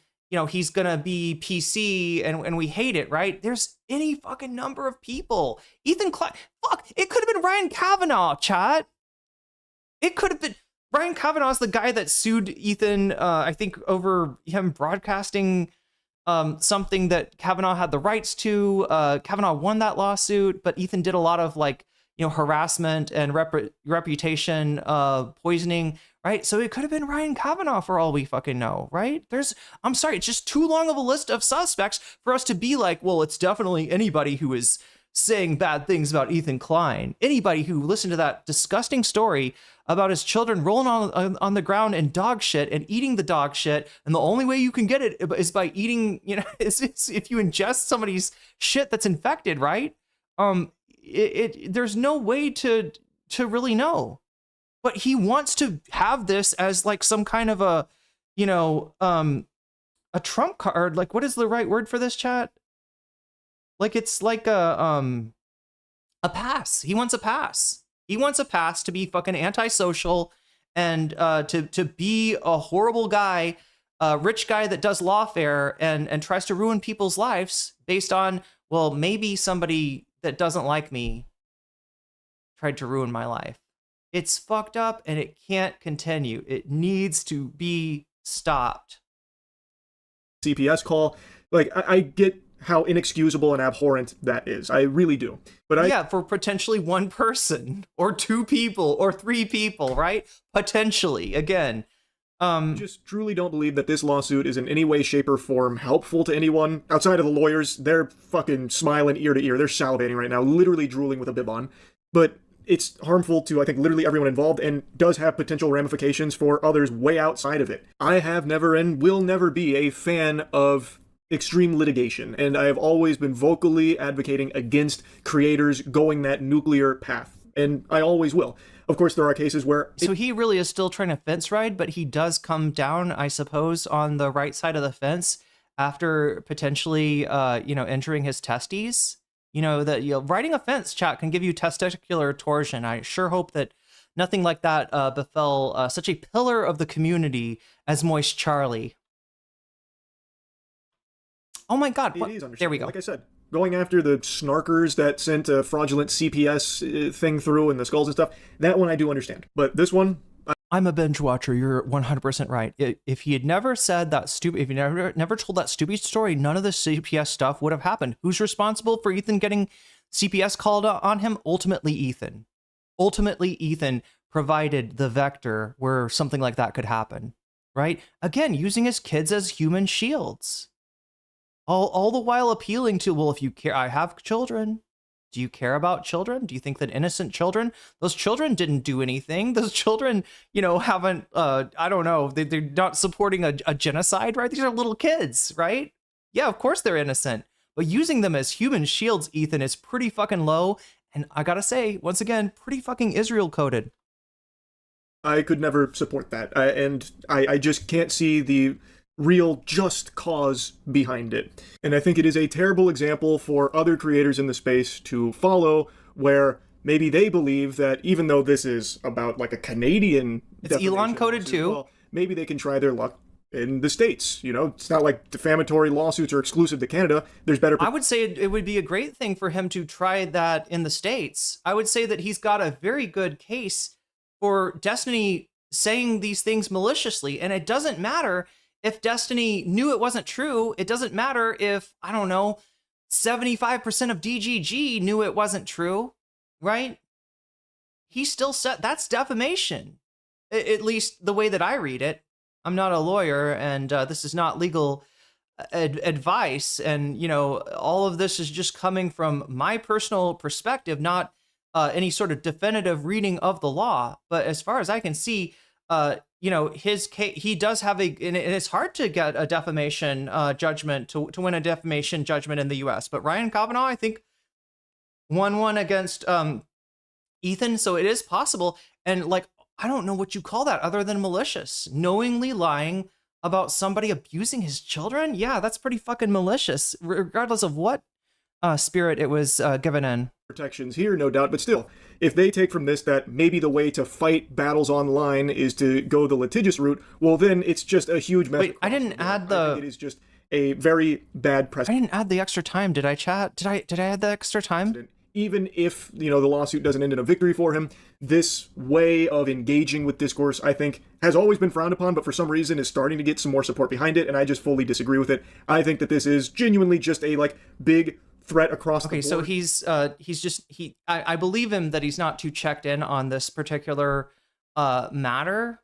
I do think the motivation for not talking about this was to, keep from having drop off on his community, the same way that Ethan doesn't want to criticize Destiny because he'll lose viewers potentially. He'll definitely lose supporters. Like the people that are doing toxic shit on his behalf are definitely DGGers. Charlie doesn't want to use any audience overlap that he might have with Ethan. So, I mean, I think that's, you know, kind of the motivation. He did come down on the right side of things nonetheless. Litigious route, well, then it's just a huge mess across the board. I think it is just a very bad precedent. Even if, you know, the lawsuit doesn't end in a victory for him, this way of engaging with discourse, I think, has always been frowned upon, but for some reason is starting to get some more support behind it, and I just fully... Okay, yeah, that's what part I'll disagree with and say that this shows that he's not lying when he says he's not clued into this. He maybe just lying about the reason that he hasn't been so interested in, because this is perfect. This is perfect Penguin Zero YouTube video fodder. This is just what he talks about on YouTube. It may not be what he streams about most of the time, but it is certainly in line with the kind of content that he covered. And I can only think of one reason he didn't do that is again, that there's going to be some people, and not just Ethan fans, either, you know, Destiny fans, Asmongold fans. Like, he's just got a whole mix, right? Of there's probably some NCC viewers in there too, right? And he doesn't want to lose any of those, just like Ethan didn't want to lose his Destiny Destiny overlap support. But yeah, I do believe him when he says that he's, I do believe that he's not clued into this because he thinks that it's getting more support. It's actually not. It got support for the longest time, chat. This idea of an aggrieved father who's been victimized. These people came after my kids. And if you just listen to that, it gets your blood boiling. You never actually look at the matter and do like a objective, you know, analysis of what's really going on. And you just like sympathize with like, well, I wouldn't like it if somebody came after my kids. I wouldn't like it if somebody sent me and my wife a skull. And you take the shit at face value, which is a mistake with Ethan Klein. Please never take anything that Ethan Klein says or does at face value unless he's like on a hot mic. Unless it's a fail button moment, then you can take it. Like, I mean, probably, unless he decides to use that too. I don't know. This guy's so disingenuous. I don't trust anything that he says. But again, Charlie's just not aware that, yeah, it was fairly high, like the support that he had with all this aggrievement and with all the people that hate iDubbbz and Frogan and you know, he's able to kind of bring people in on his side when they weren't on his side for the real reason that this whole fight started, which is not about a CPS or skulls. It's about Palestine, chat. Let's take this back to the original reason that Leftovers broke up. The reason that Ethan Klein went off on Hassan Piker and anyone associated with him for like 2 years without Hassan even responding while Hassan was still defending him, right? It's about Palestine, and it's about Ethan's inability to admit that what Israel is doing is not defensive, it's aggressive. And it's in line with what Israel has been doing since before the Nakba, right? It's in line with the strategy that they have used to, you know, steal even more land. Like, you know, from the 60 or before the 67 borders, from the UN borders to the 67 borders to, like, you know, it's just a constant, like, you know, it's settler colonialism. And that's what this all started out about. That was the thing that Ethan could not defend. The whole world turned against him on that. So he's got to make it about something else. No, it's not about Israel anymore. It's about my kids. You care about my kids? I got a little kid, little cute baby over here. Do you care about my kids? I got dogs too. Do you care about my dogs? Do you care about my family? Look at my crew. They're going to suffer, right? Ethan is using everybody as a fucking human shield, all right, to cover up for the fact that he was wrong, historically wrong about what was going on about Israel's response to October 7th. He was wrong. He refuses to admit it, and he's just changing the subject. And what are we doing here, chat?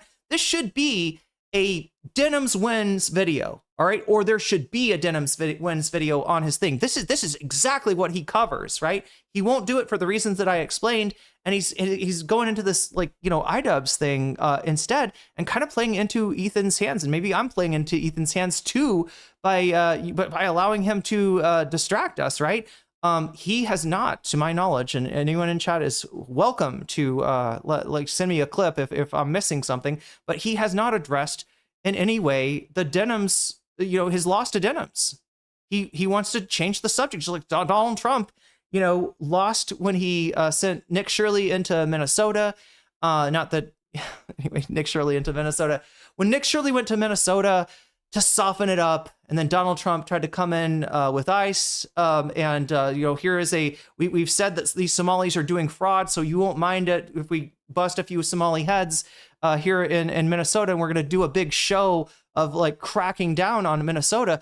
That didn't work for him. That didn't pay off for him. I mean, he did definitely crack down, and there's people dead from that crackdown, including people that died in ICE detention facilities. I don't want anybody to think I'm just talking about Alex Preddy and Renee Good. A ton of people died from Trump's action. But when that didn't work, right, when it became a bad story, a bad narrative for him, and it threatened to derail his mass deportations, like wet dream, what did he do? He I guess first it was Venezuela,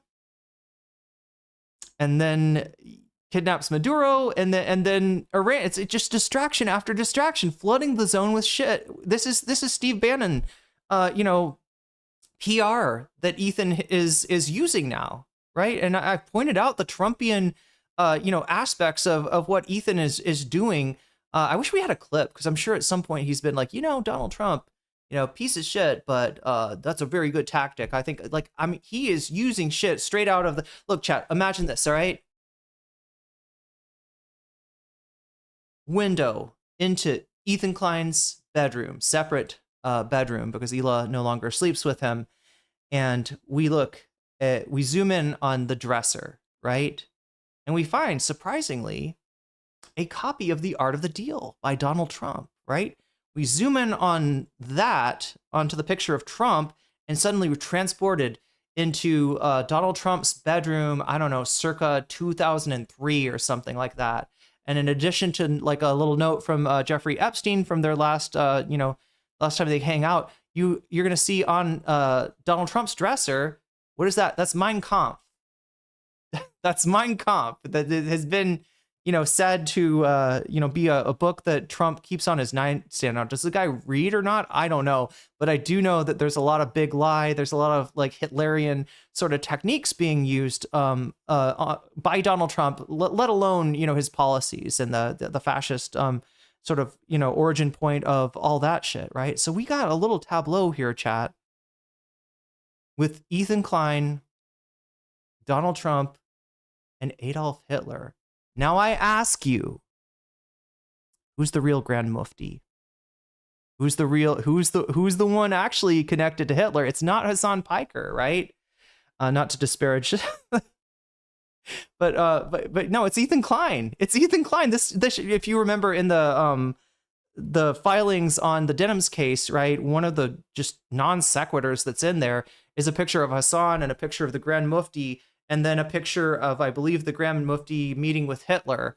And he tries to like sort of link that to Hassan. It's Ram, his lawyer, his West Bank lawyer, trying to say that basically Hassan is the Grand Mufti of this day. Hassan has spiritually met with Hitler. No, Ethan has spiritually communed with Der Fuhrer.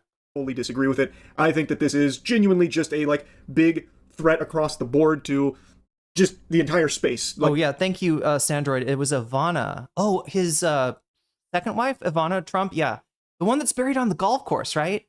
Mentioned he reads Mein Kampf in bed. So she actually said he read it. I'm a little surprised that he reads it. I don't even know if that guy can read, but yeah, she did say that he had it on his bed, his nightstand. If discourse becomes, fearful of like litigation flying back and forth, it's going to stifle a lot of voices and stifle some very like legitimate criticism down the line. It's just not something I want to see become commonplace. Now, I did also have a brief conversation. Again, based with iDubbbz about this as well, letting him know that this really is a horrible thing that he did to try and make his point. And he agreed. He said that it was a legitimately awful thing that he did to make that point, and that it was a genuine, sincere apology that he was issuing and how regretful he was. So yeah, Ethan's also going to say, you're going to see that iDubbbz didn't apologize. I remember seeing iDubbbz apologize, so I think, is there an audiobook? Yeah, maybe that's what he reads. The golf course is, recall reading an article mentioned it, that she mentioned, well, I think she also said that there was did he SA her? Is that something else that he said that I can't remember, was it Ivana that said that? in the case. Ethan has spiritually convened with the Raider of Ramallah. Yeah, we could call him the Reader of Ramallah. But yeah, thank you, Morbius, for that gift sub. Somebody's gotten Rob Shooter. You just got weaseled, and that's a good thing. Also, chat, if anybody can like help figure out, did I add the extra time? I think there's like what 33 minutes that I was supposed to add. Can somebody scroll up and see if there's a sub ad time? Well, I don't know if you see these, right? Twitch chat, do you see it when I type, like, I'm going to type sub ad time 3 minutes right now, and look at that. It goes from 4:37 to 4:40, and that's what happens anytime you support the stream in any possible way. I think I've mentioned all of those ways, but yes, gifting somebody a membership on YouTube is one of the ways. Basically, any way that you choose to support the stream, that's when you did add the extra time. Thank you. I'm going to need that extra time tonight. From it. So I did have a conversation with both sides of this to make sure I had like a full clear picture of where everything was and what this was all about. I don't know how it works in Canada, if the complaint is public or what. But if you look at it, he emphasized. I don't know if iDubbbz, I mean, maybe because he's just scared of the lawsuit, you know, iDubbbz is kind of like, he just doesn't want the smoke. He was trying to, yeah, basically kind of bend the knee to Ethan a little bit in order to avoid, you know, he just doesn't want the lawsuit. He doesn't want to have to hire a lawyer. He doesn't want to spend time in court, right? So, you know, he buckled pretty quickly on this, but my understanding of why iDubbbz was putting this up here is because Ethan was harassing him. Ethan was watching every single one of his streams and farming him for content. And he was like, all right, if you're going to farm me for content, here's something for you to farm, asshole. Destiny maliciously fucking lied about you. And you're worried about me. You know why? Because I can't hurt you the way that Destiny can. We don't have audience overlap. Destiny can cut your audience in half. I can't do that. Right? I think at this point, maybe, I doubt iDubbbz even said this to Charlie when they talked, because again, he just doesn't want any part of this. But it doesn't matter. Nothing will sate the vengeance of Ethan Klein here. Yeah, here we go, chat. We're already comparing Ethan Klein to Hitler, but by proxy, right? It's you know, you did extra. Yeah, I added the extra time. Good. Emphasizes throughout that he does think it's a serious accusation that needs to be investigated, and that he doesn't think it's a joke, right? Nope. He's fucking lying. Do you want to watch the clip? I think I've got it on my Twitter, chat. Oh, speaking of my Twitter, this will be a good little segue here. Yeah, don't click on Twitter. It makes you crash out. No, it's okay. I gotta find this. Wait, it's this one, right? Yeah, here it is. All right, so this is the relevant tweet. So just watch this. This is what we're talking about. Now, understand, this is edited. I don't even know. Goofs and Gaffs, probably somebody on our side.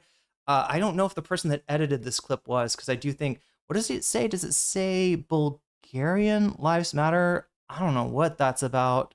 That seems like a bad joke. They are trying to sort of, you know, rub that in his face too. I don't know what the fuck that is. What is this?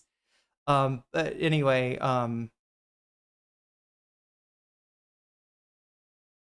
wait, maybe not. There's a Chad in the background. Wait, what the fuck is this even about? I don't even know what the fucking meme is. It seems to be his watermark or something.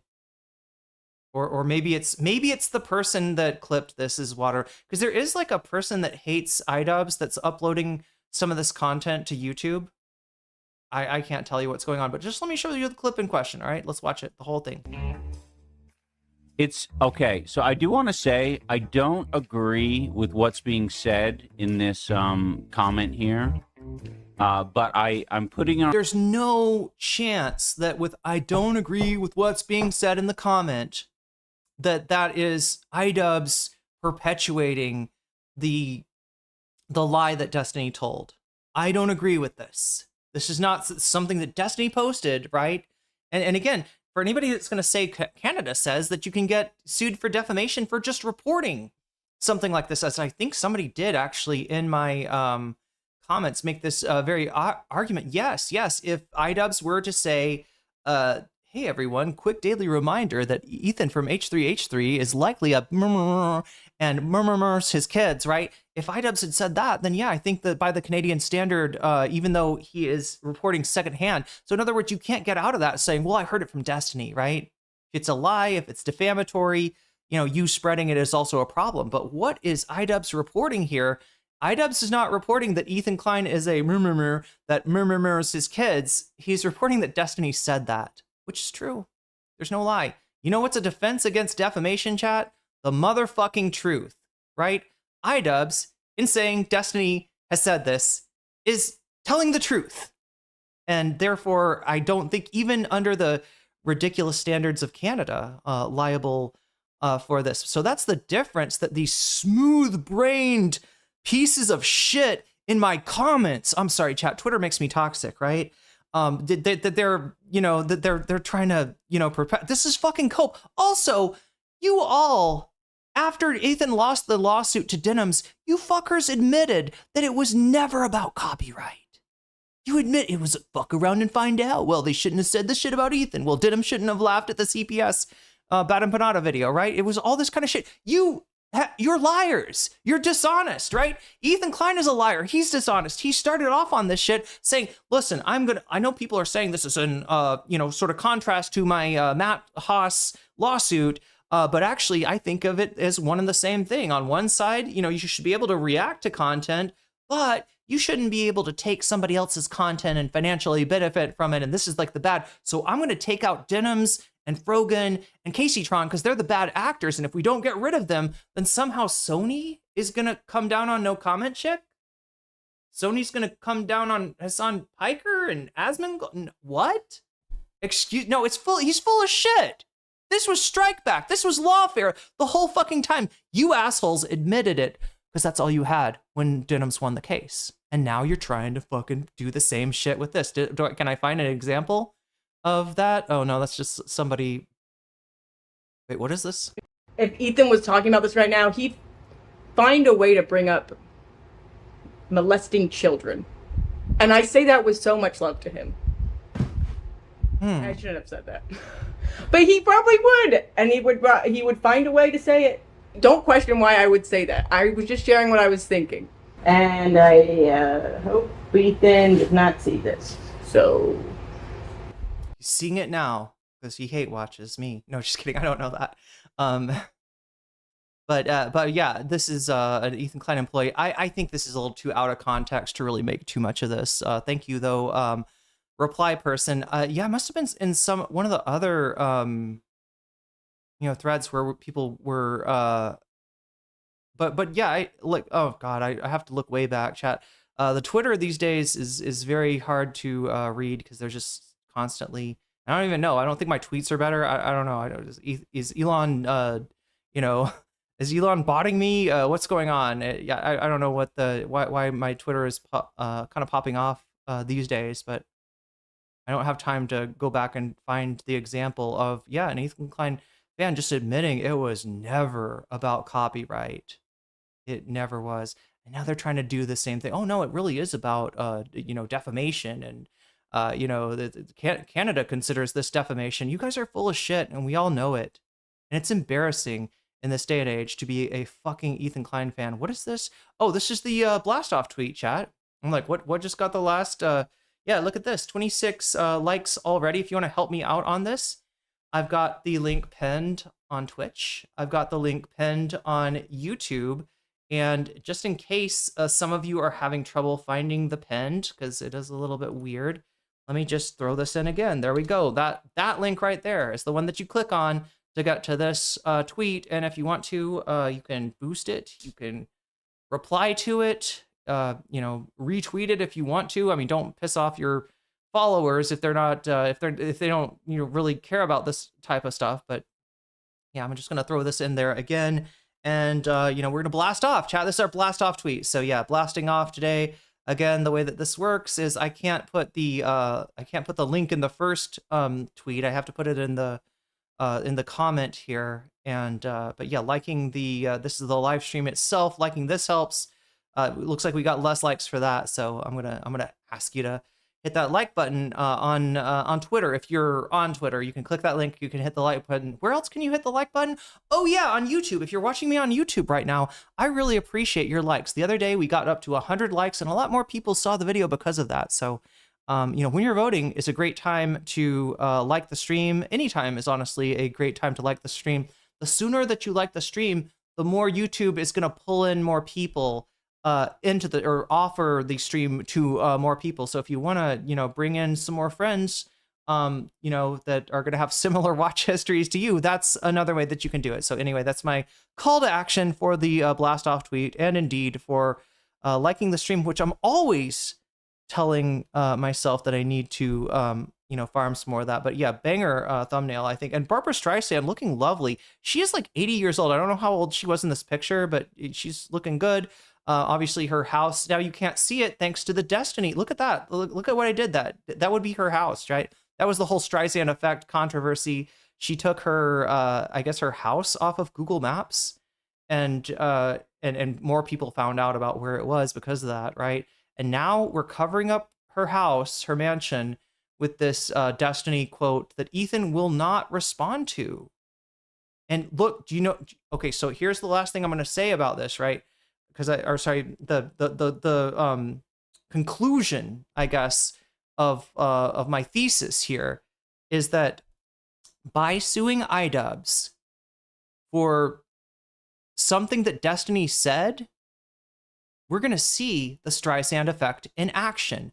More people are going to find out about this quote. And some of those people are not going to know who Destiny is. They're not going to know he's a liar. They're not going to know that this was said in a fit of anger, maliciously and untruthfully. And the fear that he has about, I don't know, people thinking that he does bad stuff to his children, which again, you know, we have no reason to think that, right? CPS did come out to his house and they determined it to be a fine place for children to live. So, you know, I don't see any evidence for him doing anything bad to those kids, but Destiny is just cavalier with this. More people are going to see this, right? And at best, Ethan, if you're lucky, they're going to find my content or somebody like my content, somebody who can explain what's actually going on. And they're going to understand this isn't Ethan doing bad stuff to his kids. This is Ethan being a cuck for Destiny. This is Ethan having so much smoke for small streamers, for people that can't hurt him, and no smoke for Asmongold, no smoke for Destiny. They're allowed to say whatever they want. Ethan will sit in that cuck chair like a good boy while they go to town. And then the town, by the town, I mean Ramallah. Anyway, chat, enough of that. Whoa. That's way too much. That's way too much. I didn't mean to do that. But again, chat, Twitter seems to provoke my toxic side, which most of you have not had the displeasure of experiencing. I apologize. Now, I know people are like, well, why don't you sue Destiny for saying it? Well, Destiny made it immediately. First of all, this is a comment from Destiny, like made in passing.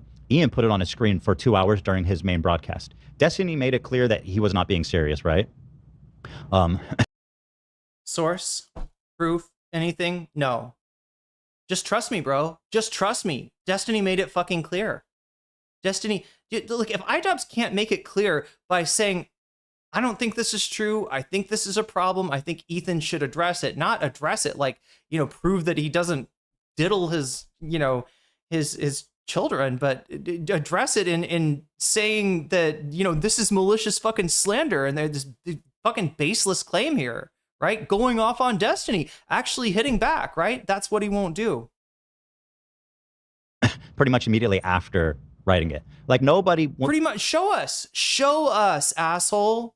Was like, yo, Destiny... We're not going to take your word for it, Ethan. You're a known liar. This claim that Ethan molested his children, oh shit. No, people knew that when Destiny said it was like, he was just being a dickhead. Or, I mean, he was being a giant fucking piece of shit, right? But I'm sorry, that's still fucking defamation. If you want to sue somebody, sue him. And yes, even in the US, right? Shit like this, what you just described to me was malicious defamation. That's part of the thing. If you know it not to be true, chat, again, a defamation case, it's a Sisyphean task, right? It's pushing a boulder up the hill. It's very difficult to prove in the US. Most defamation cases I don't think are successful. But if you've got the guy dead to rights on the fact that he knew it wasn't true, that doesn't count like in his favor, right? Oh, well, it's okay because he knew it wasn't true. No, that's malicious right there. That's one of the standards of a defamation lawsuit in the United States of America. But he immediately afterwards made it clear that he didn't actually think that. Prove it, asshole. Prove it. But Ian... Yeah, the H3 cuck chair. I'm sorry, chat. That was too much, wasn't it? That was too much. And just because you're showing what someone else said doesn't make it not defamation, because you're showing... Oh, yeah, that's right. If again, you're right, Ethan. If he were to repeat everything but the destiny, right? I'm sorry, on my screen, I'm covering up the destiny, right? If he was to just say quick daily reminder that Ethan, yeah, you're right, you would have him dead to rights if that was the case. That's not the case, right? He is reporting that somebody else said that. And chat, if you're not allowed to report that somebody else lied, then there can be no journalism in Canada, right? Somebody can call, the prime minister a pedophile, and they can't do anything. Nobody could debunk that, right? That's not. I'm sure that's not how journalism works in Canada. Canadians, back me up. Essentially, this accusation bare of context and also kind of saying that you think it's true, right? Now, after hearing Ethan explain that, did you get hoodwinked by this, Charlie? Because it's pretty obviously bullshit. I actually made the noble sacrifice of going back and watching the entire iDubbbz stream segment with this in it when he was talking about it. Wait, how did you get a hold of that, chat? How did anybody know how he got a hold of that? Is that uploaded somewhere? The only way I know he could get that maybe is by I think you have to. I think it's paywalled content on iDubbbz's Twitch stream, if I'm not mistaken. Right, so I don't know. Maybe he paid. Maybe he got a membership and put a little money in iDubbbz's pocket. I don't know. I don't know where you get that, because I've been looking for the entire clip. We have never watched the whole thing. Epstein and Diddy Saltman have Ethan Yahoo's balls in a tight grip. Yeah, a tight grip in their mouth. Boy, howdy. I'm not a hero. It was brave, but I don't need your flowers. That was agonizing. It was heinous, even. It was brutal. This whole segment where he was talking about that, I think, was really, really rough. But I don't recall at any point throughout it him actually trying to argue that it's a legitimate thing or trying to convince his audience that it's real. So I know one of the big things is that it came from iDubbbz, who Sorry, what was heinous about it then? His humor? I think that the dragon is actually funnier than iDubbbz. Chat, to be real, okay, I'm aware of iDubbbz because he's, a huge figure in YouTube history. His content cops were kind of like a institution back in the day. But I have never really enjoyed or vibed with iDubbbz's content. The dragon was the first thing that I've seen from maybe the content nuke, right? Was all right, but like, in terms of like iDubbbz content, I think the dragon was the first thing that I've actually thought, hey, this guy's kind of funny, because people love this guy. He was really popular. He was popular for being funny, but I haven't really, I don't know, I don't think it was heinous. I think the dragon is kind of like a nice chap. He's a nice fellow, right? He's a friendly, respectful fellow that's not trying to promote any sort of slander or libel to anyone. He's just concerned that, how could Destiny say this obvious lie and Ethan not respond? That was the point. Okay? You got so much smoke for everybody else. How about Destiny? Nothing. He's afraid of Destiny. Actually met Ethan and his family. So there's like this air of credibility around him saying something like this, but that's just not true. He's not even trying to say anything about it is credible, even outright says that it's not, that he doesn't agree with it. So he's not trying to present it as a real argument based on, He's trying to get Ethan to fuck off and start farming him for content is what he's doing, right? And this is a great strategy. Same thing with Anissa. The second that Anissa started to clap back at Diorio stopped reacting to Anissa. That was another vector of harassment being sent to iDubbbz and Anissa, and they took everybody's shit for a long time. Anissa claps back, and Nick Diorio is just like, well, I guess this is I'm not really going to engage with this anymore, because again, just like Ethan, he is a absolute coward. He is a crybaby, And he's Ethan Sweeper. That's what he's been doing, right? And it's starting to catch on in the commentary community that this guy that people used to respect is just using Ethan Klein for a fucking meal ticket, and is absolutely servicing him as a virtual PR. Anyway, wait. God, there's a tweet relevant to this too, and I need to update this tweet too. Sorry, chat. I'm not just trying to get you all to follow me on Twitter, although you probably should, especially if you're toxic like me. No, you shouldn't be toxic like me. That's a bad thing. We're looking for bookmarks. Oh my God, there's gonna be so many bookmarks. I bookmark way too much stuff and never the right stuff.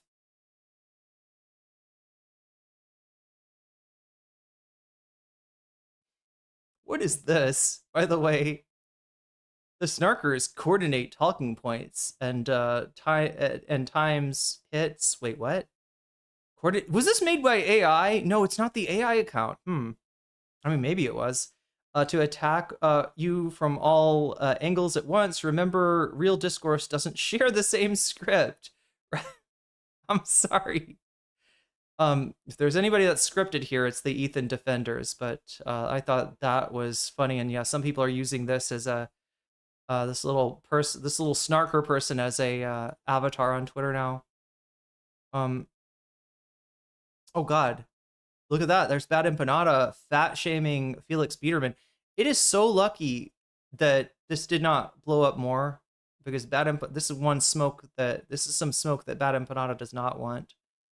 Anyway. Oh my God, I'm gonna have to go way back, aren't I? Ugh. This is him saying, there's some 15, 16-year-old chicks out there that are hot as F.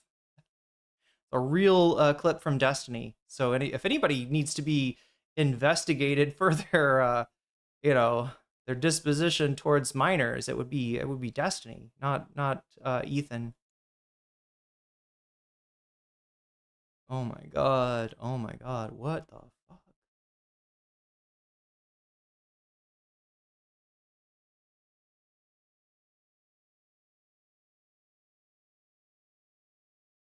More Destiny. God damn, it's going to take forever to get to this, but I know what I'm looking for.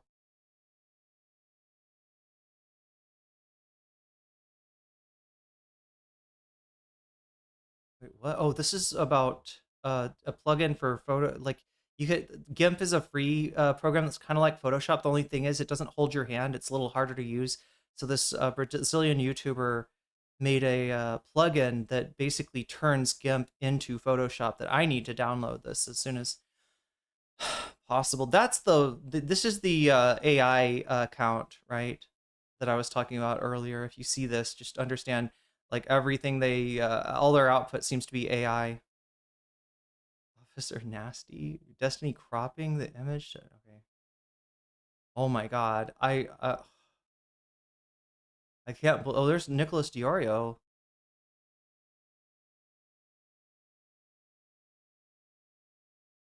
We're going for a Nicholas Diorio tweet, Chad. I just like. I'll show you in a sec. Oh, that's Keffels. What? Oh my God, we never watched these. There's Keffels clips, Chad. Apparently Keffels is still around and is blonde. There we go. It took way too much. Okay, so this is the tweet, right? And I made this tweet on Nick's Go Live notification. Occasionally, a particularly skittish Remorio fish will attach itself to the shark's penis for better grip, and in order to avoid the rapacious snapping the snapping jaws of the rapacious Anissa Jomakuda, right? This was when Diorio started to just like not respond to her roasting his ass, right? And I mean, I could probably update it. It's more than just it's Queeman, it's a lot of people that Diorio is running from these days. But yeah, I see the little shark on the PP holding on for dear life as the Jomakuda comes in for a hapless snack. That is what I posted, and look at this. The post was deleted by the post author. Now, it's pretty close to after I posted it. Kind of seems like he just didn't want people to see this. But there it is. That is what Nicholas Diorio has been doing for Ethan Klein. any of his experiences knowing Ethan and his family. Also, I will say that I think Ethan Klein is terrified of this guy. So it's just kind of like legit. It's There it is. That's it. That's exactly it. The iDubbbz Dragon has it right. The burnt, the toasted, what is it? The scorched legume. it is, to me, it's super funny that he has so much smoke for everyone that he thinks he can bully, but the person that he's fucking terrified, he just keeps very over. I didn't even have access to this chat. This is exactly what I said, and I've never seen this clip. The whole overtly running explanation. And it's like, yeah. Now, while Ethan is 100% correct that iDubbbz says that this is a big allegation that Ethan should be addressing, he's not doing it earnestly, or at least I don't think he was. It's actually really kind of hard to tell. The whole segment was fucking awful, and the point he was trying to make was really dog shittily done. But what he's trying to say is that clip right there at the end, where Destiny said this extremely outrageous, outlandish, disgusting thing about Ethan, and yet Ethan doesn't have smoke for him, but he does for the other people that he's gone after through lawsuits. Chat, he got there. He got there. He got there. He finally got there. He finally got there. I'm pretty sure that's the point he was trying to make by putting that on screen. Like, look, Destiny has said something absolutely despicable, yet you don't have that same energy for him as you do for the others. Unless I've blanked out and like erased moments from my memory from this segment, I don't recall him saying that this is like a serious thing he believes in and is presenting it as such. Like about Ethan is this, and this. Yeah, no, he quite the opposite. Quite the opposite. Real allegation that really has a lot of water to it. Now, this doesn't change the fact that what iDubbbz did here is completely awful. To try and make this Gotta get back up on that fence. point using that The kind. balls have not been tortured yet. Enough, chat. Charlie's got to get back on that fence and really do some damage to his undercarriage here. Of comment with something as monstrously evil That fence pole is gonna go someplace the sun doesn't shine. as that is just so fucking low. It is. But I don't believe it's how Ethan is necessarily explaining it to everyone, where iDubbbz Okay, so we have correctly identified that Ethan Klein is dishonest. Good job, Charlie. is really, believing You're not completely worthless after all. in this. iDubbbz You're a coward. You're absolutely bitch made by the same people that Ethan is bitch made about, right? You're afraid of taking a side on this, but yeah, with a copious amount of fence sitting, Charlie does eventually. What is this, like the Gyro Zapelli thing, chat? This is like the tennis match when the ball is on the ball lands on the net, and then it's like whatever side does it fall on. came over to my house. He met my family. Now he's going out there saying these things. It is extremely scummy because he did meet his kids and everything. And now he's putting a comment out there like that. That is very scummy. But he's not using it to try and make this claim that Ethan is those things. He's trying to use that to show that Destiny has said something so fucking terrible, yet you are not approaching him with the same energy you have everybody else. He's using it to show that Ethan's lawsuits are done disingenuously. That any sort of virtue that Ethan attempts to signal is a lie, right? And he will. He absolutely puffed himself up about these, Denims, Frogan, and Casey-tron being like, I'm doing it for the internet. If we take out these bad actors, then Sony is going to be like, oh, look at that. The YouTube is policing itself. We were going to come down on you with a bunch of lawsuits, but it looks like now we're not, because this Ethan guy, he took care of business. YouTube is policing itself. Good job. Right? It's a stretch. I think most of his fans probably knew that it was. All they're on about is fuck around and find out. All they're on about is like, well, you put Ethan Klein's kids in danger. I mean, it's That is the point he was trying to make, I think, throughout that segment, at least from everything that I saw when watching it. Granted, it was very hard to sit through, but I'm pretty sure that's what he was trying to get at with that there. But I think that was a terrible way of going about it. Now, Ethan also addresses why he's not suing Destiny as well, and he's saying because Destiny cleared up that he wasn't being serious right away. I don't understand that. I'm not going to lie. That's not making sense to me. Can't wrap my noodle around it. It's not computing. I think it is a very yeah. You'd have to show proof for that, wouldn't you? disgusting statement.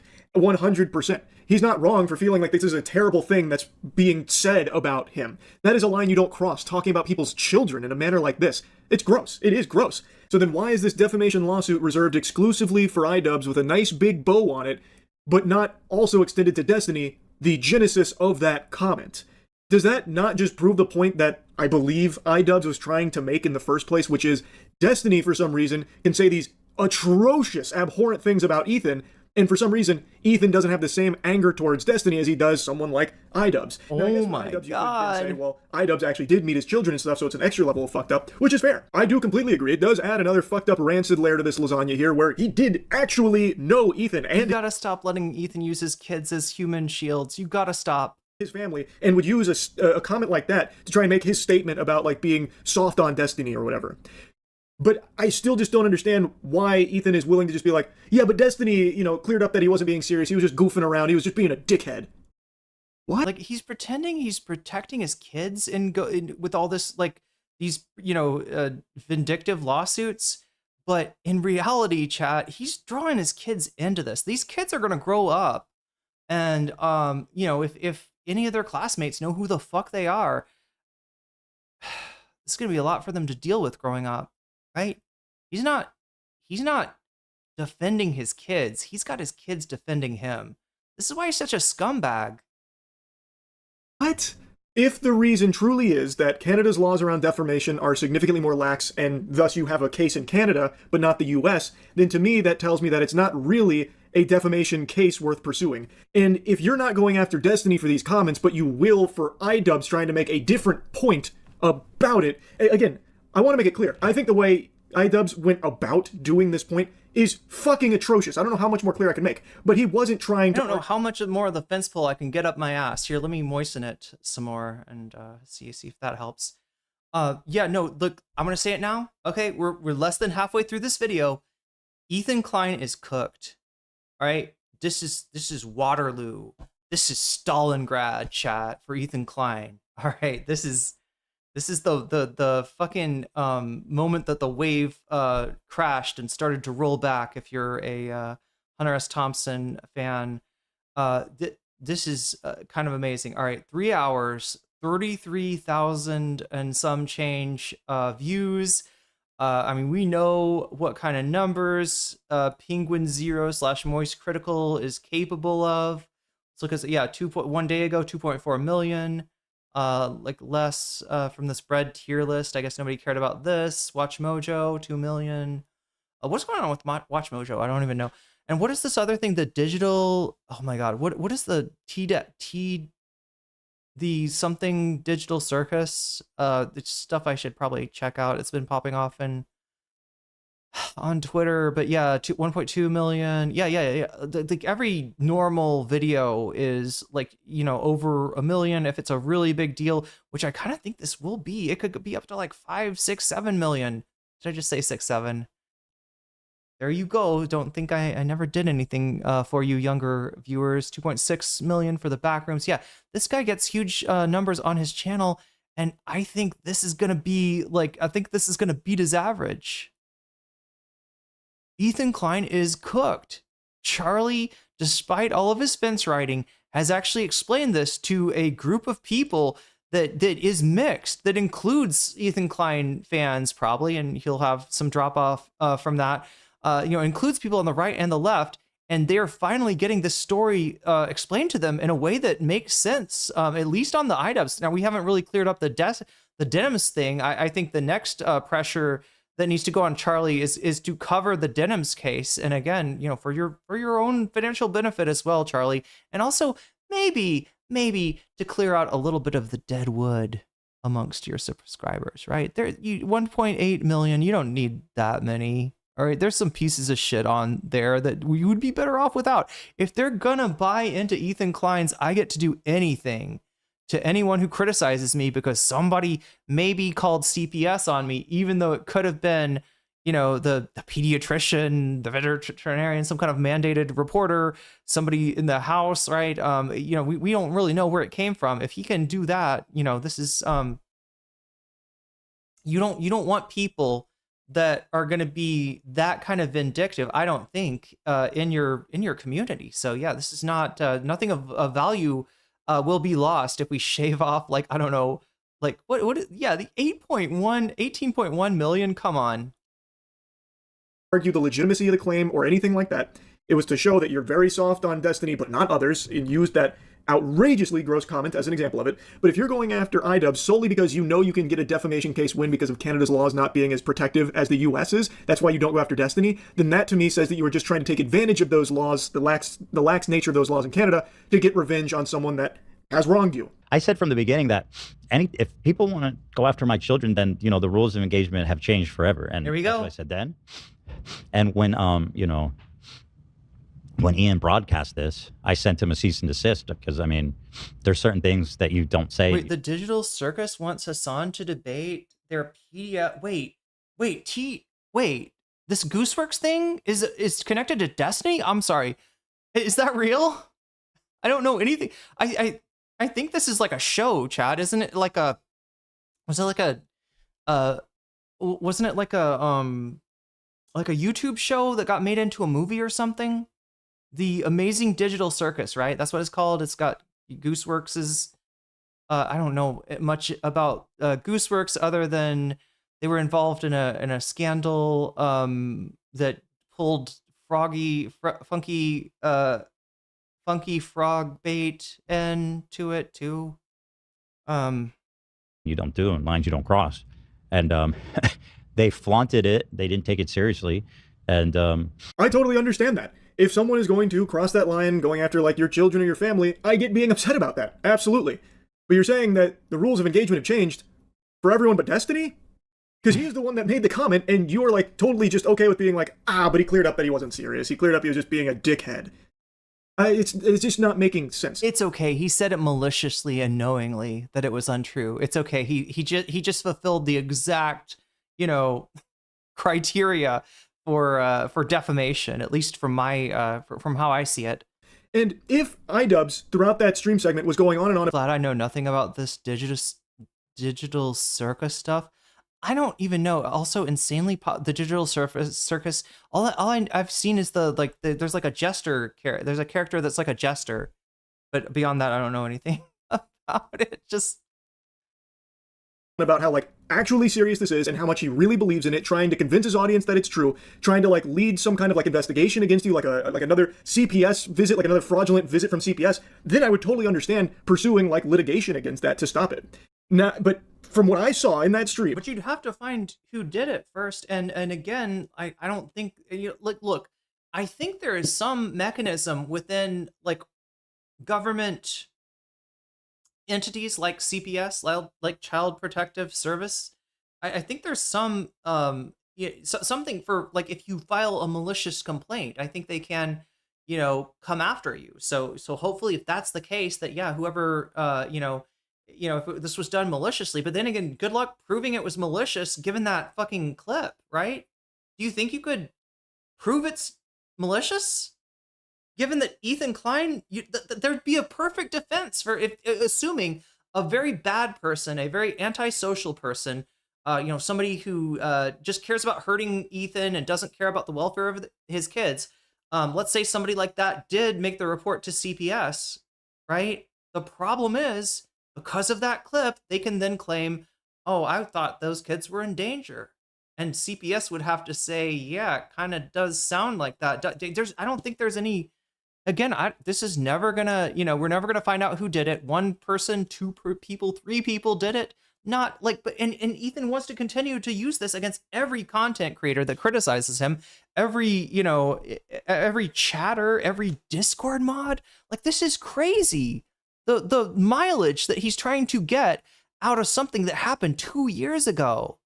Using this as a full pass for all the antisocial behavior that he has low-key always wanted to do, because Ethan is a fucked up guy.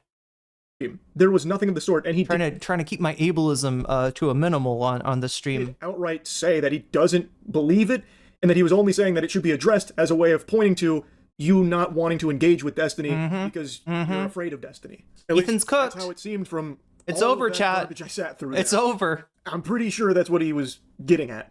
You were waiting for a content nuke, Ethan. It looks like Moist Critical has just dropped the content nuke, despite him, being an absolute fence sitter and a coward in his own right. He is at least getting to the truth here, some of the truth. Now he does mention a cease and desist here, which they did send a cease and desist to iDubbbz, and it does seem like iDubbbz was fucking filled with jubilation upon receiving it. I've seen a couple of clips where he was like really nonchalant about it, almost seemed kind of happy about it. That's not what? Okay, this part I don't know. No, wait, what? I thought he basically apologized for it. I mean, Charlie said he said that this was a bad thing. He wished he hadn't done it. I thought he was scared. Like, I mean, did Charlie see another clip? Anybody want to, like, am I missing something? Was there something where iDubbbz was like, yeah, come on, Ethan, fuck around and find out. I'll see you in court, right? I don't think that was it. My understanding is iDubbbz does not want to be involved in this, does not want money taken out of his pocket by a lawyer, right? Wants to keep his money for doing his little, sitting around the house and watching squirrels thing, whatever the fuck iDubbbz and Anissa, do these days, right? He wants to, like, he doesn't want to have to go to court. He doesn't want the, I don't think he wants any part of this. What is Charlie talking about? Maybe he thought it'd be like a big boom of exposure. Lil Sandino, my wife warned me about Ethan when he started Leftovers with Hassan because of how he treated Trish. Yeah, and again, this is Ethan's MO, right? And it's diminishing returns, right? He really increased, I guess, his viewership with the drama that he engaged in with Trish, but it has not worked out for him on Hassan. I qualify the especially cursed period of Ethan's existence online was the post-nuke apocalypse. Wait, sorry, is that attached to another comment maybe that you said? Okay, yeah, you got some comments here. Also, insanely, I need to get that thing where Hassan is, people are like, pull up my logs, and I like read the whole thing out. Also, insanely, okay, that's about the TADC.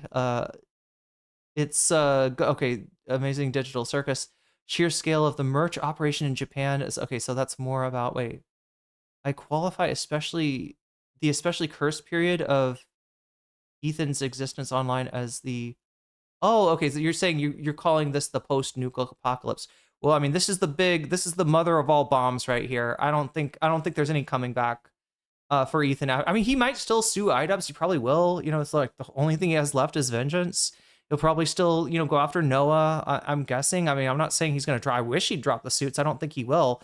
But as far as because let me explain to you how this game works, all right? I'm a random small streamer chick, okay? If I get in a fight with another streamer, let's say Dylan Burns, and Dylan goes to, Twitter or Reddit or, is able to sort of, he has bigger reach than me, right? Then like imagine me, I'm down here, people who watch me, trust me, they believe me. But when Dylan relays his version of events to a larger audience, I'm kind of cooked, right? There's not a lot of ways to come back from, I know we did come back miraculously, but usually there's not a lot of ways to come back from that, right? Because think of this as like, I'm in this little area here and all around me, I'm only able to reach these people, right? Dylan's able to reach people that are like all around me. So now I've got anywhere I go, there's like hostility here, hostility there. People think I'm a really bad person. They think that I don't know what, made fun of Dylan's, attempt on his existence. Obviously I never did, I never would, but it doesn't fucking matter when somebody with bigger reach than you can, and like Charlie is infinitely bigger than Dylan, than Hassan, than Ethan, than any of these people. Like Charlie, 18.1 million. I mean, I'm sure some of those subs are dead, but yeah, there's no way. Ethan is surrounded, chat, by people who now perceive him as a liar, which is true, right? I think he's cooked. Fantano too. Fantano's huge, isn't he? We'll look at his video in a second. That's second up, and then after that, we're about like halfway through Moist Charlie's video here. Then we're gonna watch Anthony Fantano give his take, which I think is a little bit less fence righty from what I can see. Hopefully more related to Denims. That's what I thought this was gonna be. And again, I'd love to see Charlie follow up with a video talking about the Denims thing, because I think that's a huge deal as well. I mean, obviously, pernicious defamation suits are a concern when it comes to wealthy YouTubers trying to silence dissent, trying to have a chilling effect. But I think that the copyright thing is a lot more worrisome to all of us, right? So I would hope that he'd come back and, you know, look into the Denims story, give even a fence writing kind of explanation of that. But I think that Ethan is cooked here. There's no place for him to go. Like the only thing he could, like, I don't know, if he was a right winger, right? Then maybe if he got Elon Musk to retweet him, maybe that's bigger than Charlie. Like, you know what I'm saying? I'm trying to think. AOC? Is Ethan friends with AOC? Is it? I don't even know if AOC has got bigger reach than. I don't think there's any place for him to go. I don't know how he comes, you know, back from this. Just how spectacularly the nuke backfired on him after spending the entire Christmas vacation. He was a labor of love. He does it for the love of the game, chat. Vacation from HC, filming himself instead of spending time with. I know if you cared about your kids, you'd think maybe less of the content nuki and more of the, you know, more of the, you know, playing with your kids, right? They're you know, not going to be this young forever, and you know, you're going to miss out time that you can never replace, right? I mean, it's, you know, you love your kids no matter what age they are, but they're especially you know, they're never going to be cute little you know, cute little babies again, and him, you know, missing this time with them is somewhat tragic. Exposure or something. I really don't know who would celebrate something like that, but yeah, it seemed like he wasn't taking it seriously, and he did eventually come out and say like he really regrets doing this segment and like how bad it was, and that he did make like an apology for doing it. Yeah, he made an apology, probably to get Ethan off of his ass, to maybe give Ethan a little something, right? To say, okay, that's a W, so maybe don't sue me now. But he also said, I feel like I rolled in the mud, you know. I feel like I got down to Ethan's level. That was what iDubbbz. That's where the self-crit comes in, right? iDubbbz does not want to lower himself to Destiny's or Ethan's level. And I think he feels like he kind of did. Any sort of, you know, real regret that he has is probably coming from that, rather than, you know, feeling bad for Ethan or anything like that. Yeah, and his lawyer's advice, no doubt.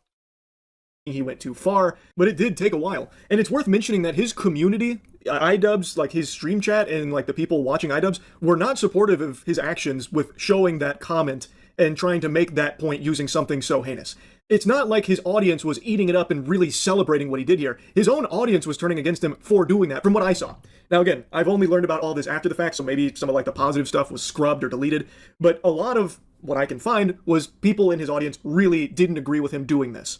I don't see how you can say that I'm not justified when somebody's who's your former friend who's been to your house and met your children is broadcasting this as a silly, it's just silly. Ethan needs to address this little minor claim that he molested his own children and he's a pedophile. Is that fun? You need to address why you let Destiny push you around like this. That's what you need to address. Funny? I don't know. Is that a joke? Is that for? Also, if you're watching me on Twitch, could you please type 1 in chat right now? I'm a little bit concerned that our the people it's late at night, so this sometimes happens just from people becoming dream characters. This is what happens when you get a little sleepy and you're not typing in chat. Okay, so there are people. I'm just making sure. Yeah, everybody, 1 in chat if you're you know, I mean, if you're lurking or you're cutting wood or doing some other task that you can't get to it. I understand. I just want to get as many people as are watching me on Twitch right now to type 1 in chat. Okay, I'm just making sure because like the numbers looked a little high for the amount of chatter there was, and I get that it's late at night and stuff. I just want to make sure I'm not being you know, botted now. There is a thing that Twitch has. If you feel like, you know, you got bots in your chat, you can cap it. You can cap your numbers, and but it looks like maybe we don't have to do that. You just got here. Yeah, it looks like we're I'm seeing people, actual people in Twitch chat. I just want to make sure we're not getting like botted or something. Free speech? I don't think so. Then the other thing I hear is like, this is a grave threat against free speech. No, it's not. Defamation laws exist in every major Western country, because you can't just say people. Defamation laws definitely get abused in a lot of major countries, right? The United States is kind of an exception. Molested their children. That's not free speech. That's not. Dude, that's really funny, Tanky Gooner. You're a bot. Oh yeah. Protected speech. A tanky bot. Good thing iDubbbz didn't. That would be the Well, yeah, canonically, I do control the tankies. So this was said by a VTuber, I believe, told me that I had the ability to summon tanky mobs of, legions, I suppose, of tankies. comment that was left by someone else.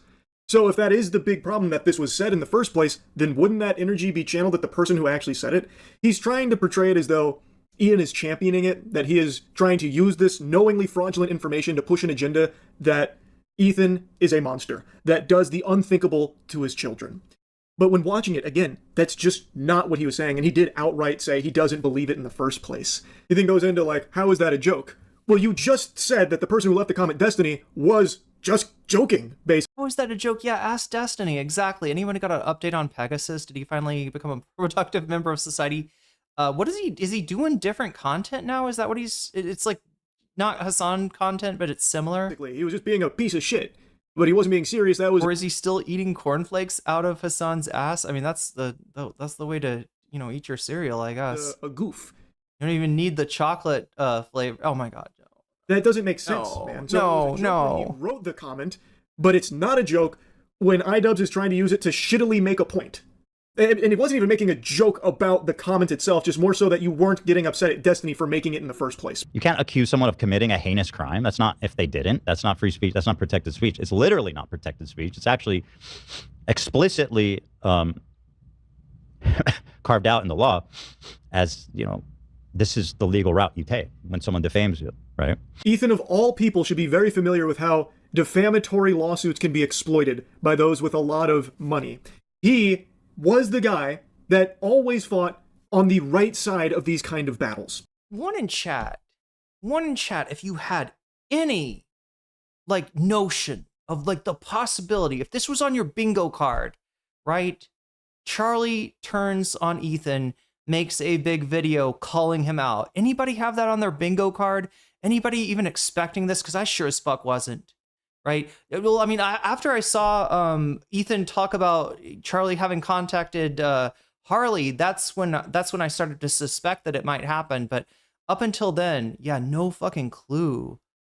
Schluppy is covering. Who's the Schluppy person? Is this like a friend of the Quaimon, the Pokemon, the Pokemon femboy, Quaimon? Oh no, sorry, it's not a Poke. That's like Final Fantasy, right? Is Quemon like a Final Fantasy stand or something with the chocobos and stuff? But yeah, I always hear those names mentioned together. I'm not too sure about who these people are, but interesting that they're covering the More Pegasus thing. I'll show you More Pegasus' channel in a second. It looks like he's covering, I don't know, women that he hates. I think that's the pivot. No more Hassan. And there's also a video saying the end of an era, because he's made literally 300 plus videos on Hassan at this point. And it's the Girly Pop Tanky Consortium. There we go. In this case, I really think he's lost his way in that regard. What he is describing here is not even what iDubbbz did. He's talking about, you can't make these comments. That's not free speech. Destiny made the comment, man. Literally. And yet you're not going after him. You've already excused. Yeah, I feel bad about having called Quemon I think I said chop femboy or something. I don't know. I feel like I feel like some people are gonna interpret that as in a transphobic way. It's not what I was trying to say, Chad. I wasn't talking about bottom surgery or anything like that. As far as I know, Quemon is cis and stuff, and I'm not trying to make fun of people's looks or I don't put a lot. I'm not in any kind of makeup right now. I have no products in my hair. I'm the last person that should be making statements like that. So I do earnestly feel bad about it, and I do earnestly hope that maybe he can hit up former friends like Larix and Boblax to maybe give some tips and stuff like that. I think I mean, you'd have to apologize to them first for the content maybe that you've made out of their own gender expression. And again, yeah, Boblax has done some fuck shit. I'm not trying to sweep for that by any means, but I'm pretty sure people were talking about Boblax's gender identity rather than the the DMCA abuse that Boblax did back in the day. But yeah, I mean, you could get some good tips from those two. I think that's a good starting point for equipment. And again, I'm not trying to, chastise anyone on their journey of self-discovery. So sorry if that came off transphobic.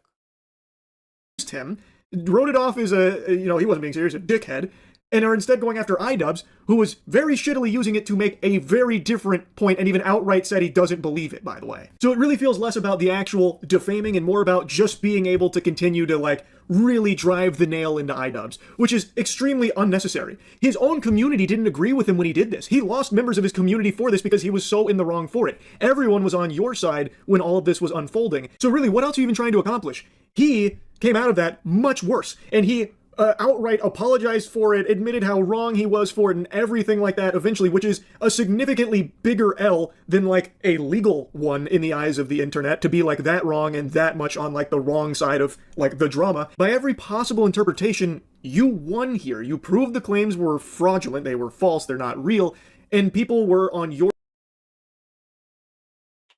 Look.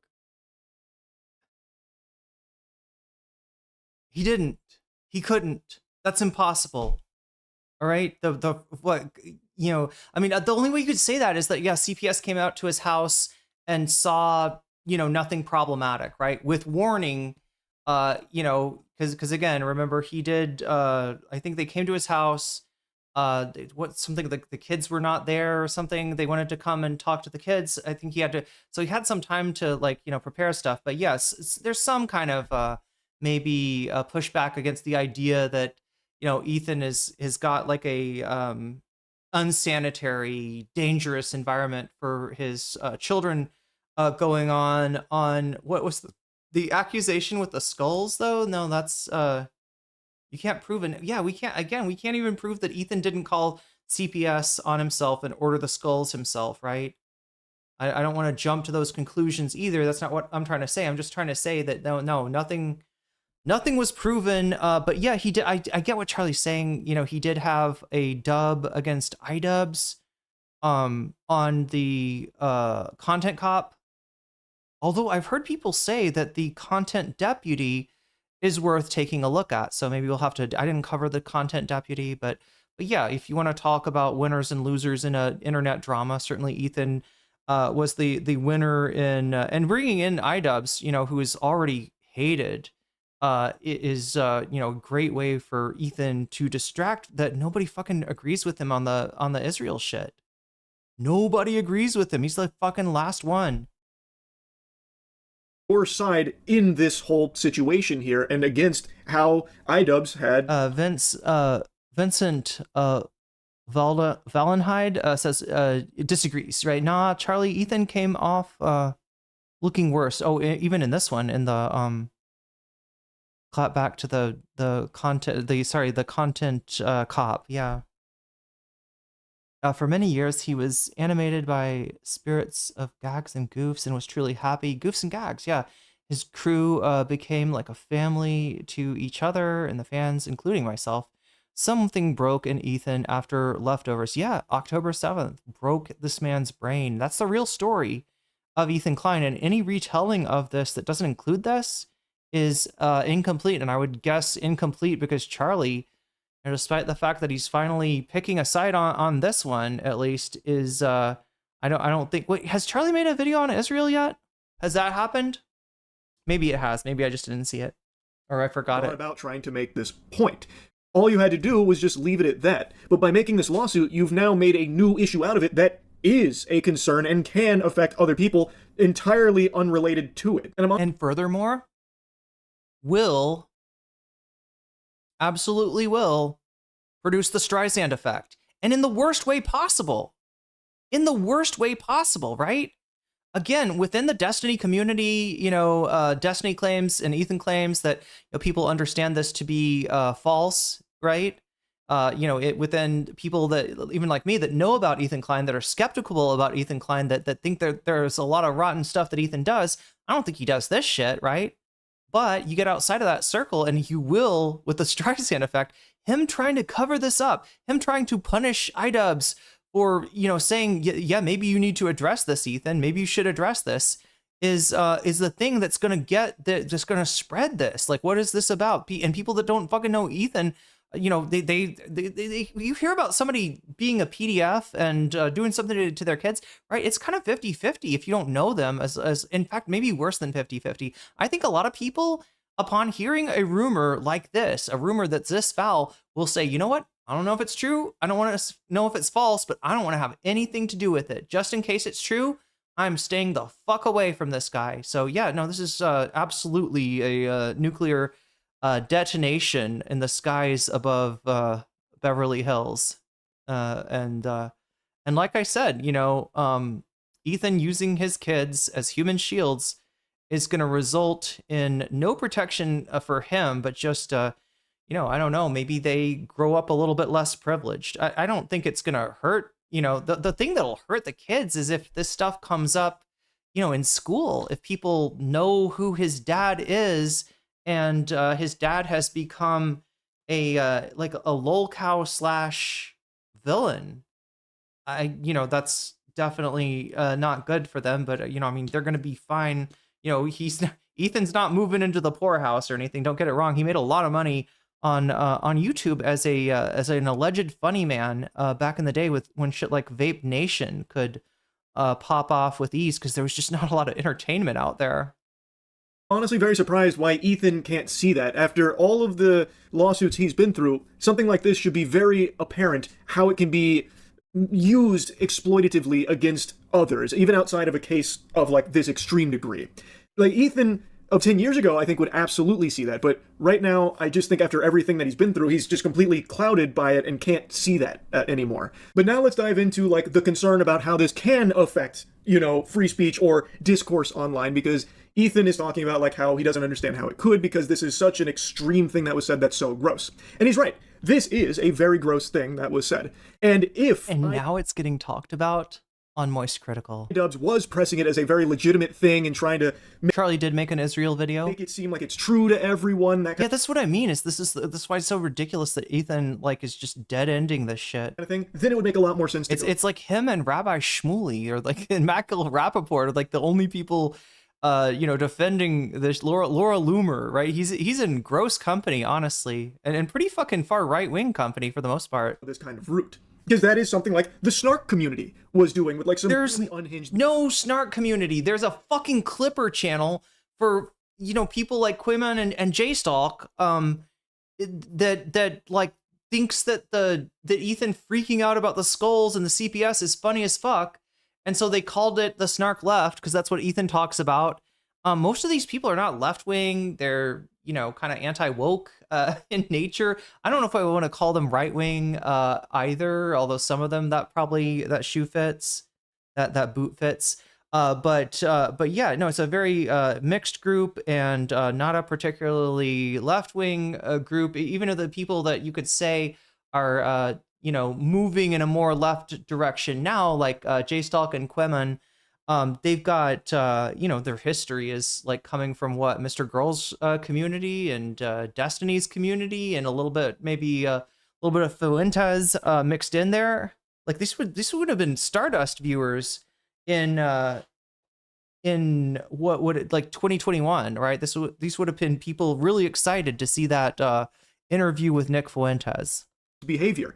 So like that would make sense to me, but that's not what happened here. And the reason why this is concerning is because let's say Ethan does win this lawsuit here, that then opens the door for other people to come in with less extreme shit. In fact, I think Queeman even, you know, recently did a video showing Stardust versus Keffels and being like, this is the Stardust we love, right? I mean, I don't know if he said that he loves. He didn't say anything. He wasn't being creepy towards Stardust, chat. We'll leave the creepy towards Stardust to Ico rules, right? Yeah, there we go. What the fuck was that about? Like, yes, in this look, if you know, you know. I'm not going to take time out to explain it, but it is very over the top and gross. But defamatory statements. I always feel bad for saying that she's too stoned to, you know, back in the day, I said that she was too stoned to smoke. People were like, you hate stoners? You hate... No, I enjoy the marriage Ouija. You know, I enjoy that stuff. I just, you know, there's a limit, right? I wouldn't be able to, if I, you know, if I completely, you know, smoked like a blunt to myself, chat, I wouldn't be much use in analyzing any of these this content, and at the time, that's kind of where Aiko was. Maybe it's that. Maybe it's a substance thing that was going on. I still don't understand why use the thought experiment of Chud Logic violating Stardust, but there we have it, chat. I haven't talked to her in forever. So yeah, like I've been nice to her. I think I've apologized for saying she's too stoned to stream, and she still hates my guts. I think I hit a nerve, okay, or something. Aren't just this extreme level defamatory statement. I don't know if I want to defend that fucking shit about yeah, like, and I don't like Stardust either, right? I mean, I've got reason to, Stardust is everything I've ever seen from Stardust is scummy as fuck, but goddamn, she does not deserve to be used as a thought experiment for SA. Statements are very wide reaching. And this being something you can point to, like, okay, so it worked for Ethan, it can probably work for me against this guy who said this thing that actually damaged my brand. In Ethan's case, I think it'd be very hard to even prove damages in the first place. I don't know if that's something that's... But it is kind of funny because, if you go back, Aiko would not defend me for some stuff that I was accused of that wasn't problematic. And now it's like, even though I'm trying to be, nice and everything and, I don't know, apologize if I went too far. Aiko is at this point somebody I would not defend for very justifiable reasons. So enjoy your cancellation. All right. Required by like Canadian law. I have no fucking clue at all. I know they don't have the same level of free speech protections or anything like that. So maybe that's not even a requirement or whatever. But I think it would be a... And maybe next time don't trust the Zionist in your DMs. Herculean task to prove that H3 had suffered like a reputational hit or a loss of revenue or a brand tanking because of iDubbbz stream here.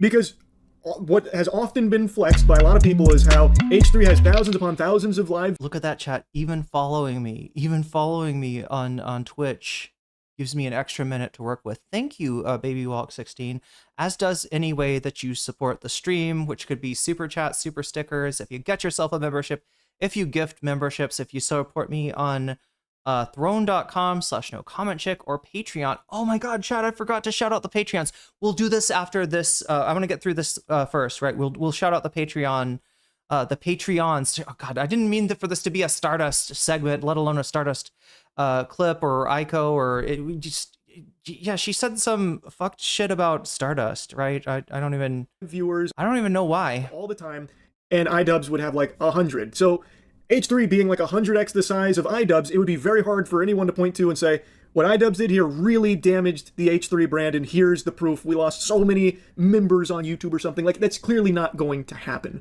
But someone else absolutely could. Like, something that a lot of people talk about online, like commentary YouTubers, I suppose will stay in that realm, is scammers. So why couldn't a scammer then utilize this same play?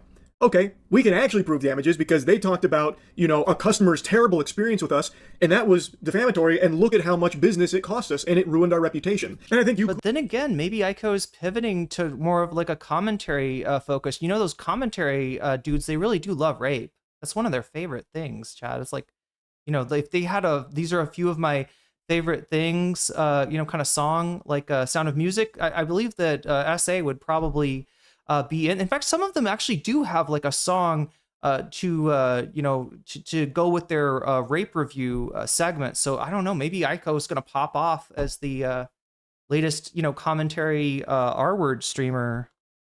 Could possibly point to Ethan's lawsuit here should he win as evidence, like, look, he got a defamatory ruling in his favor after suing iDubbbz for something someone else said, so we are going to be suing this YouTuber for what this customer said that they talked about in their content that ruined our brand or took away some business. Okay, we got to get through this. Videos, I gotta lock in from others, whether it's individuals or something else. So if you can sue for a reason like this, oh my god, 9 minutes left. It does open up to exploitation from some bad actors. So yeah, while it is kind of extreme, yeah, absolutely, it shows any fucking rich asshole that they can silence dissent, at least on YouTube, with a similar lawsuit. What has happened here between iDubbbz and H3, I think you could very easily look at it. I need some context. I cannot explain the commentary community. Obviously, there's commentary streamers that aren't toxic, but with a Chud Logic, Nick Diorio, those kind of it's a segment, right?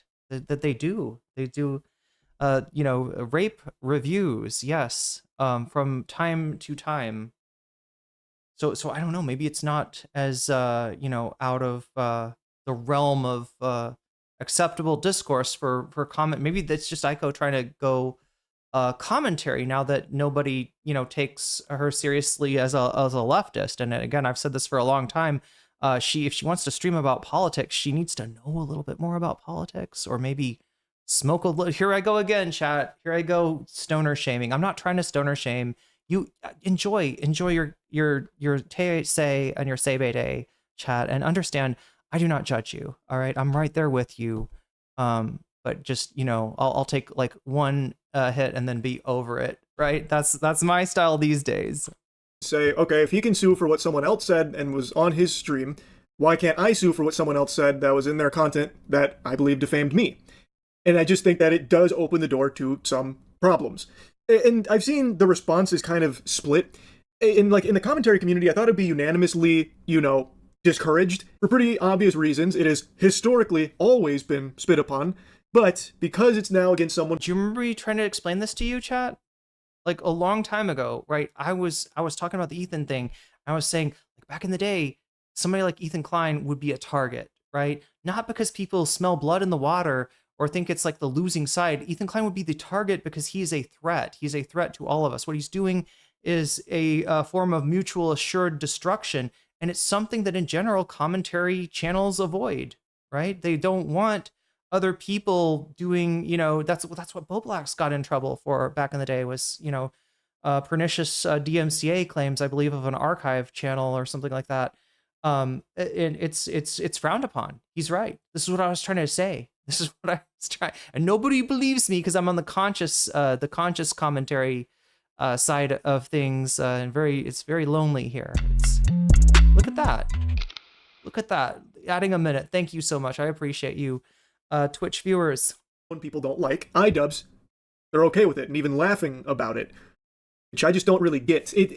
I don't know how the lesson hasn't been learned that when something gets used against someone you don't like, it doesn't mean it's only ever going to be used against people you don't like. Once that can of worms is open, it becomes the Wild West, and it can be a problem for everybody. Like, making an exception, like, yeah, ooh, not good. I've always been really against YouTubers filing, you know, litigation against other content creators, but since it's iDubbbz, I'll be okay with it. Which I think is some pretty silly shit. I think the internet, in its first go around with this topic, pinned the tail on the donkey. I think they were correct with the take on this topic. Wait, Death Size who? You're one of the few channels that don't outright bar him from being directly named Ethan? That being extremely litigious and going after other content creators and such with defamatory lawsuits and such is just not very good. It's the same tactics that have been used from some extremely shady companies in the past against people online, and it's just a Can you please say bricks and many figs? Not even long ago, right? Like right now, it is the same shit that Bricks and Minifigs is doing. That's why I thought it was ironic for Reckless Ben to be on Ethan's show. Not that I'm blaming him or anything like that. I mean, he's just trying to get the word out. But I don't know. Hassan was gonna have him on, and I don't know if this will happen. I appreciate. Wait, among my followed streams. Wait, are you talking about Ethan Klein though? Tactic that. Like people ban Ethan's name from being said directly? To unanimously leave a sour taste in the mouth of just normal people online. But now in this case, because it's against someone they don't like, they're willing to be all right with it and turn the other cheek to it. And I don't think that's right. Again, if iDubbbz truly was spreading maliciously fraudulent information of this disgusting stuff that was made in this comment and saying like, this is real, this is true, this is awful. Yeah, if he was going off of Destiny's comment and saying, wow, I mean, Destiny knows Ethan pretty well, I don't think he'd make this comment. You know, like if he was trying to hype it up, especially if it was clear that he knew it wasn't true. Listen, look at what's happening, look what he's done, that kind of thing. I would really understand it more then, because then that is very different than just normal internet beef. That is psychopath evil shit. But from what I've seen in that stream, that's not what was happening. So I really don't understand this perspective from commentary channels to treat this like it's just some kind of hoot and holler and goofy thing, you know, let's celebrate it, point and laugh, when I think it's pretty easy to see how this could potentially be used as ammunition in some less than savory lawsuits going forward. I'm going to take this opportunity to pee. I'm going to leave you in the capable hands of Irene. If I can scroll down and find where she is.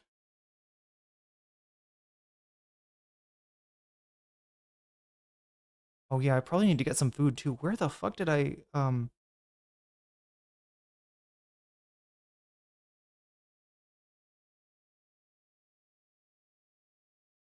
at this? I can find Kaya. Easier. Oh my god. Kaya could be your companion. How about that, chat? I can't find Irene right now. No, we gotta find. We gotta figure out what I did with this. There, right there. All right, I'll be back in a second. All right, I'm gonna listen to this on my phone. So if I miss anything out, if I miss anything, I will comment on it when I get back. Specifically in Canada, it would obviously be like for Canadian YouTubers, but even still, it's probably best not to just have more ammunition for some bad actors to be able to exploit legally. Like, I just don't understand why, because it's happening to iDubbbz, everyone's willing to just, like, forget about the last, like, fucking 15 years of everyone knowing that this kind of thing isn't really good. So yeah, I've been yapping about this for a minute now, but I do cover these, like, YouTuber, streamer lawsuits that occasionally pop up, the ones that I'm aware of, at least, and this one was very surprising to see. Now, like I said, I did have a conversation with both iDubbbz and Ethan, and at the end of the conversation with Ethan, he wanted to prepare a statement because I wasn't shy about letting him know that the exact way I've talked to him in our conversation would be how I'm going to talk about it publicly. And since I've made it clear I'm not in the business of just leaking private text messages, he wanted to prepare something that I would share. And I've done this in the past, like sharing statements from the people that I cover in stories, so I'll do the same here as well. He said, when CPS was called on his family a year ago, the rules of engagement had completely changed. A snark community fabricated a lie that his children were crawling around in dog shit and eating it. An agent came to my home at 8 a.m. to look through my home and interview my children against their will. Investigation is now over, was determined to be unfounded. After this, he could no longer tolerate attacks on his children or attempts to break up his family. Ian was a friend of his for many years. He has been to his house, met his children. When he displayed a message on screen for over an hour stating that he's a pedophile that molests his children, carried a lot more weight than when Destiny said it. Destiny said it in a Discord chat in passing that was on screen for a few seconds. He'd never met or spoken with Destiny, and Destiny's never been to his house or met his children, has zero credibility on the issue, and made it clear that in passing chat message was never meant to be taken seriously. Ian, on the other hand, does know his family, has been to his home, and has met his children, and the fact that he exploited that closeness to forward such a heinous, unforgivable accusation forced him into action. To make matters worse, Ian has supported the call to CPS in his content deputy and openly associates with, spends time in, and celebrates the snark community from which the original CPS call came from. He believes it was Ian's intention to cause harm to his family, as he knew CPS had already visited the home and still decided to rebroadcast the accusations for over an hour on stream.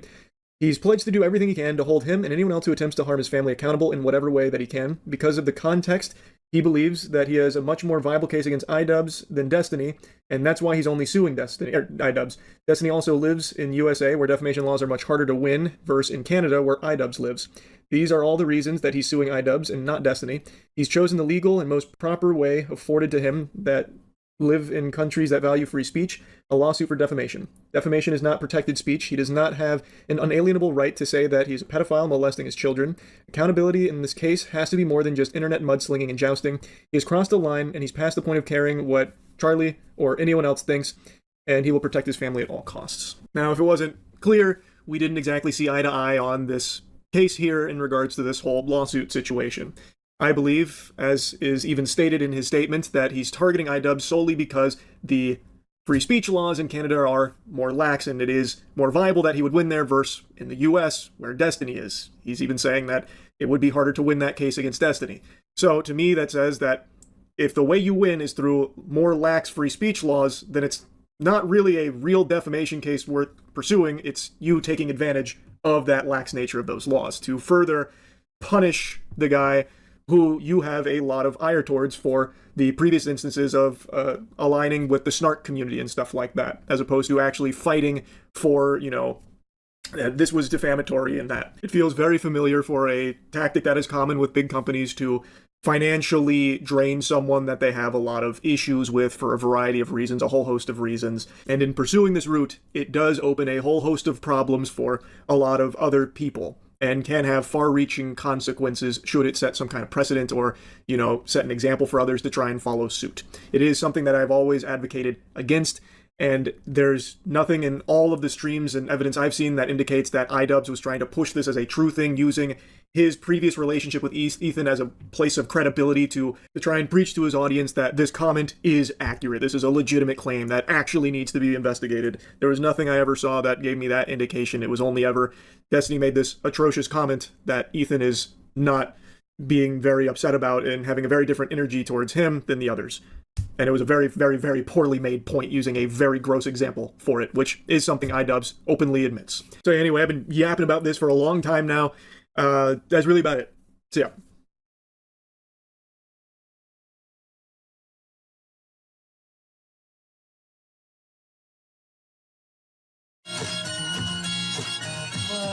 Do it all with No. ad-free listening, song downloads, and more. Oh my fuck. What the fuck? Okay, I underestimated the amount of time left. What would it have played into? Oh, wait, do I know this track? I think I just haven't heard the remix. Anyway, chat, we're gonna be playing this game again on Friday. Oh yeah, I should mention that. All right, anyway, I thought I was gonna... What have I got? Okay, so what did I successfully do? I got, my tea, my extremely green tea. Again, they do this in Thailand sometimes, right? With Thai tea, it gets a little red food coloring in it, so it pops when you mix it with condensed milk. For green tea, it gets some green food coloring. Again, sometimes people serve this with milk, but just, so the glass looks like, I don't know, people would rather drink, green tea is naturally brown, but yeah, they put food coloring in it. Okay, so yeah, good time for me to do some things that we do a little what do you call it, like housekeeping? It's not housekeeping, it's house work. No, it's house music. No, house, what are we doing? What do they say, chat? Like the house home, I can't remember what is the phrase that content creators use to be like, we're gonna take care of a little business here. I can't think of it, chat. But anyway, the business I need to take care of first of all and foremost is shouting out my Patreons, because I appreciate my Patreons, right? Especially this last month. Patreons, do you know this? I would have been, I don't know, like overdrawn on my bank account. I would have been like unable to eat for a few days without your support, right? It really came in handy this time, and also everybody that supported me over on Throne as well. But yeah, if you support me on Patreon, I give you a shout out at the beginning and end of every stream. We didn't really hit the beginning this time, but let's go ahead and shout you out anyway, since I forgot to do it. Shouts out to Neo Pragash, shouts out to JMB, shouts out to Emily French, shouts out to Big Al of the Cake Mix, shouts out to Direful, shouts out to Joel Siverud, shouts out to Sarah, shouts out to Izzy Mandius, shouts out to Steven Sayer, shouts out to Animus, shouts out to Infallible Fowl, shouts out to Oral Ellipsis, shouts out to Nadia Yvette, shouts out to Choki, shouts out to Moe Noip, shouts out to Temporal Insanity, shouts out to Buffy Geek, and a fancy shout out to Rachel K, to Omega Star, and Crystal Saphira, and Zarazerix. And if you sign up for my Patreon, you will also get a shout out. I need to bring all the bonus content over there too. I just haven't had a chance to download and upload and do all that shit. Last but not least, shouts out to Irene Geller. Well, thank you. Yeah, we're gonna get back to Ethan. We're gonna watch we got the Anthony Fantano video coming up next. Let's actually change these now. And then I'll check the poll. Anthony Fantano on Ethan/Denims. That's next. Oh my gosh, shrink this down. How did that get so... Because his name is long. And then after that, so coming up, we got Anthony Fantano on Ethan and Denims, on the Ethan and Denims situation. At least I think that's what it is. Like, I thought the Moist Critical thing was going to be about Ethan and Denims, but yeah, the next one is going to be Ethan announces iDubbbz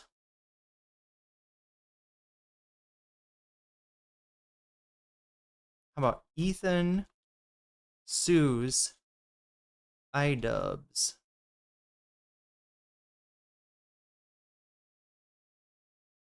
Officially. There we go. Perfect. Perfect. All right. That's what we'll call that. So, yeah, that's what we have coming up after we check in with the busiest music nerd in the world. Is that what we call Anthony Fantano? Okay, so yeah, like I said, let me check the poll. Why is the poll important? Because the poll is going to be part of what determines what we watch after I'm through all of the Ethan, Denims, iDubbbz, all that nonsense, right? We're going to have some extra time. Possibly. Wait, let me check and see. Like, it says I have 38 people voting, but that's what I had last time, chat, when I checked way earlier in the stream, like 2 or 3 hours earlier. Okay, it has changed. It has changed. All right, so now we have 71 votes. Make sure to jump over to youtube.com/nocommentchick and vote on this. If you haven't already, all you got to do is click on my, or, get to, search my name, find my channel, click on it, and then you'll be able to click on the live stream, and that's where you vote. I would love to have the vote up on Twitch too. Unfortunately, Twitch's polls, the maximum is like 30 minutes, and we got to have longer than that, right? Because I want to be able to poll you for longer than that. That came out wrong. Anyway, chat, we got the Hassan versus Bad Empanada, right? This has been brewing for a while. Bad Empanada's been picking at Hassan. He did clap back this week, and we're gonna take a look at that, as well as my own interactions, I guess, with Bad Empanada. Yeah, I had to finally say something because it got ridiculous. It got really ridiculous, right? That's in first place, and then we got a 3-way tie for second place, right? Literally, CoffeeZilla on Reckless Ben, Nietzsche for Gooners, and Tim Pool weighs in on Ethan Denims. That's right, Tim Pool made a video too.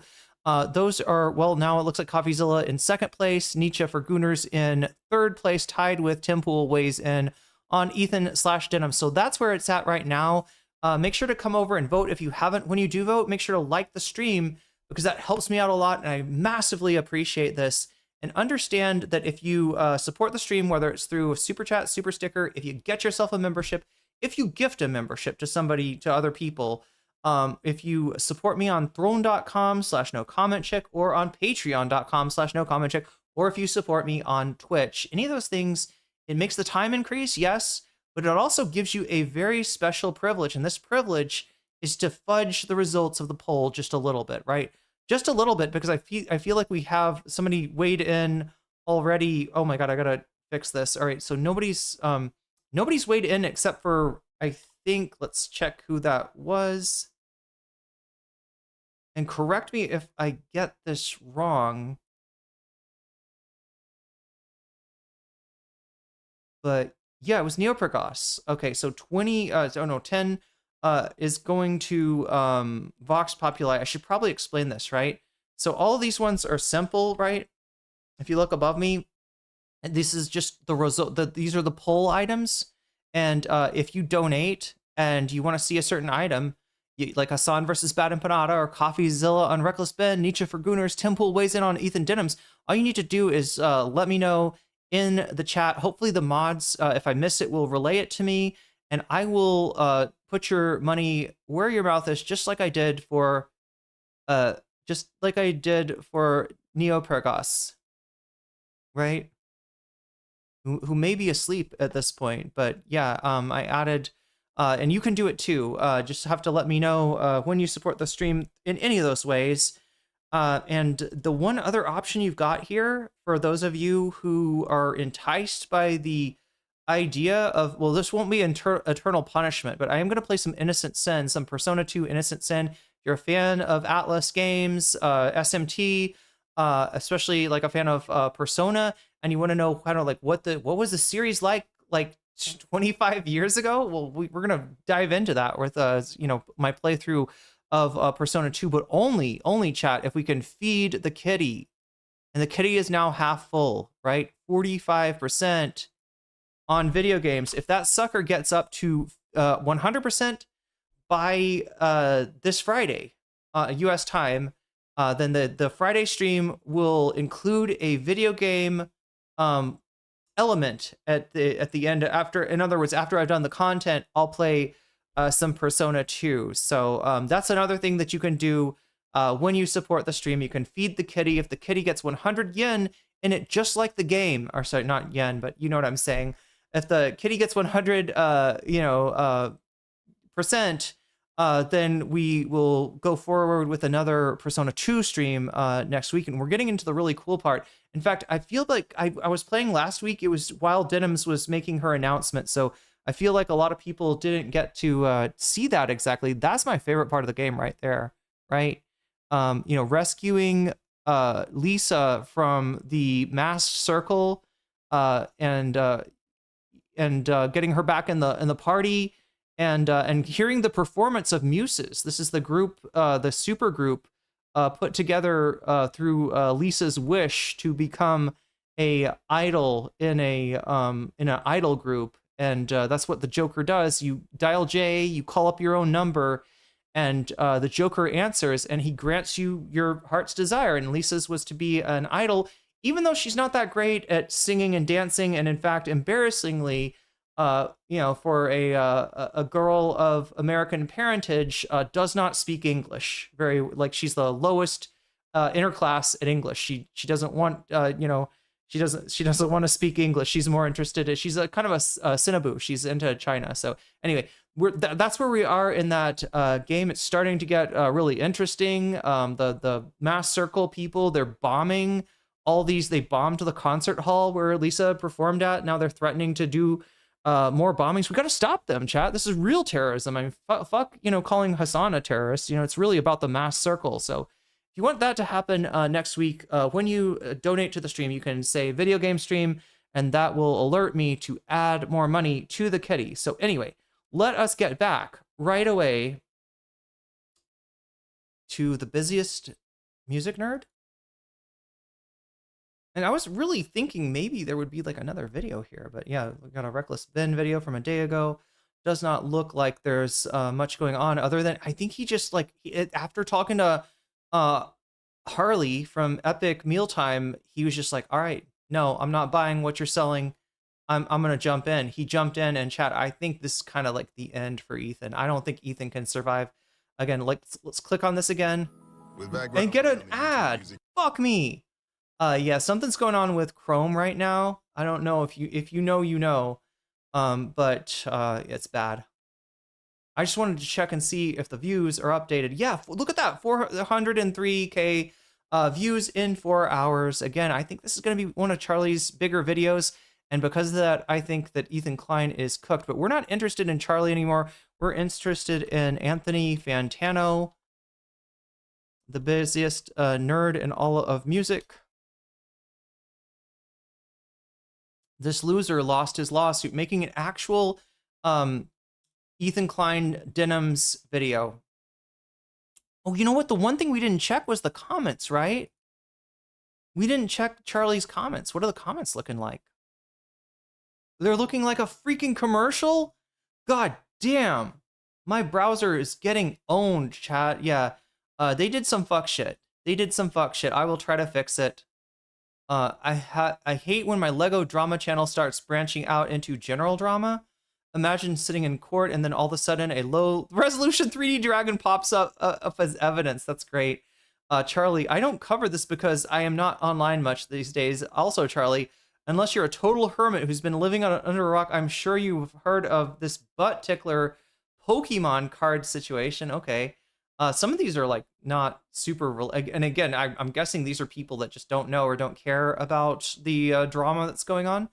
Then we got this next one. I'm not online much these days. Next video. So I'm sure you're aware of the Roblox 6-7 tycoon situation. Imagine being in a coma since 2016 and you wake up to this. Yeah, there'd be a lot to explain until y'all remember when the stuff would result in diss tracks. If Ethan rapped, it would probably make us all cringe. Imagine being a judge having to sit through the video with the evidence of a grown man voicing a dragon. Hey, I'm not seeing a lot of these guys are fence sitting. These are not comments really on either side. Just what you want, man. This is your journal. Just do what you want. Okay, do your journal. He's saying like, don't worry about the things you're worried about, Charlie. Just post. Charlie isn't talking about my aunt getting arrested for drunk and disorderly. He's definitely talking about, wait, what? Okay, based on the Hassan. And he didn't even mention it was Hassan that was the one. And I can't find, nobody sent me that link. Usually, somebody in chat is helpful. Not so much this time on finding the Hassan tweet relevant. But then again, how many of you are even on Twitter that much? I don't know. Should we check? Should we check and see how many of you are even on Twitter anymore?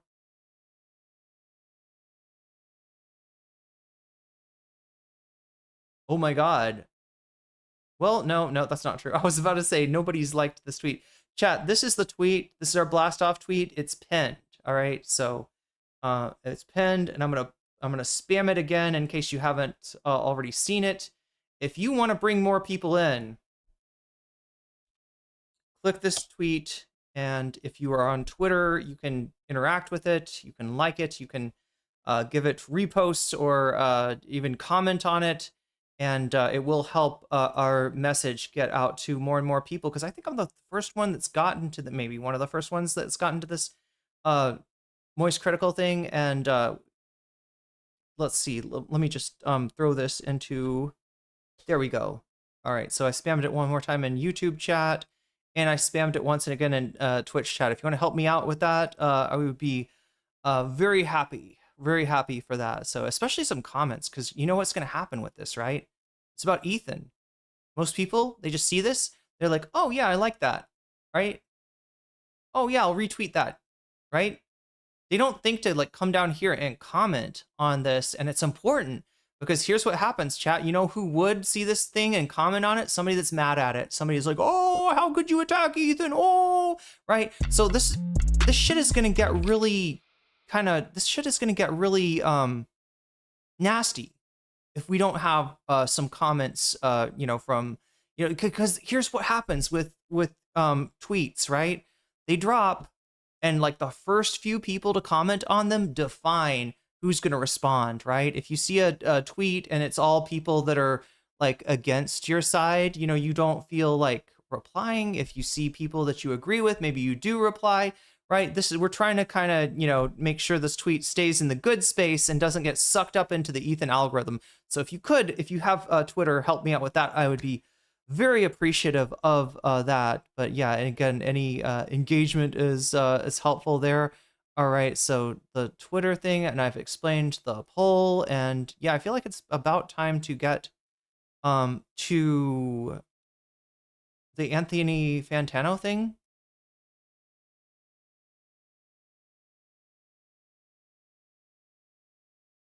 Here it is. And another commercial. God damn. God damn, chat. Google Chrome is cooked. That I'm a hypocrite for suing for copyright infringement. I just have this to say. I don't care. What I do hope, though, is that you'll support their crowdfunding efforts to defend themselves. Because let's face it, I want to make sure there's money left over for me when I win my lawsuits. I don't really want to say too much here because I truly don't have to say too much. And I don't like to spend, a whole lot of time on the internet directly going at, in a very dramatic way, other creators. It's like the purpose of my platform for the most part, even though I do like to kind of shit on right wingers and, total pieces of garbage on the internet who I think make the music community worse. When it comes to like the broad content creator sphere, unless somebody's like, just being completely wrong-headed about some music or talking about me or just being like a real fucking idiot, I like to keep mostly quiet and just like kind of chill. And I don't pay attention to a whole lot of streamers to begin with, across the board. But I feel like what just happened here needs to be discussed because it's a very broad issue that affects all content creation across the internet. But what seems to have happened, thankfully, is Denims. I stream, but I don't consider myself like a hardcore streamer. But I'll say fellow streamer Denims just got a tentative ruling in the lawsuit leveled against her by Ethan Klein of the H3H3 podcast. Now, I don't want to spend, this little rant here and this talk. Anybody want to throw out? Like I said earlier, I think there's a group chat. I think I'm not in it. I think that Charlie and Anthony are. And I'm just putting it out there for you on Twitch and on YouTube. Who else do you think is in this group chat, right? Who else do you think I should look for a video on, or a video of, right? Who else do you think might have made a video on this? Ironic that Moist Critical is anti-Ethan. I know, right? iDubbbz was being sued, but was pro-Ethan when he was suing women. Wait, was he? Did he cover that? Did he cover the Denims? Yeah, Hassan's been, I can't, nobody's found the tweet for me yet. I couldn't find the tweet, but yeah, Hassan did tweet out that it's, and he also said it on stream, that he finds it kind of cowardly that even though this involves their livelihood, right? Their ability, all of our ability to react to content. He was a little disappointed there weren't more people, making videos now that the decision has dropped, right? Including maybe even some people that covered it before. It was like, well, fuck around and find out. You shouldn't go after a guy's kids or some shit like that as their excuse for like, yeah, Ethan's allowed to, or even thought that the lawsuit, had a lot of merit and that it was somehow about copyright and not about vengeance. But who else anybody in chat want to hazard a guess who else might be in this group chat? Like who would, if there's a group chat with Charlie and Anthony in it, who else is in there?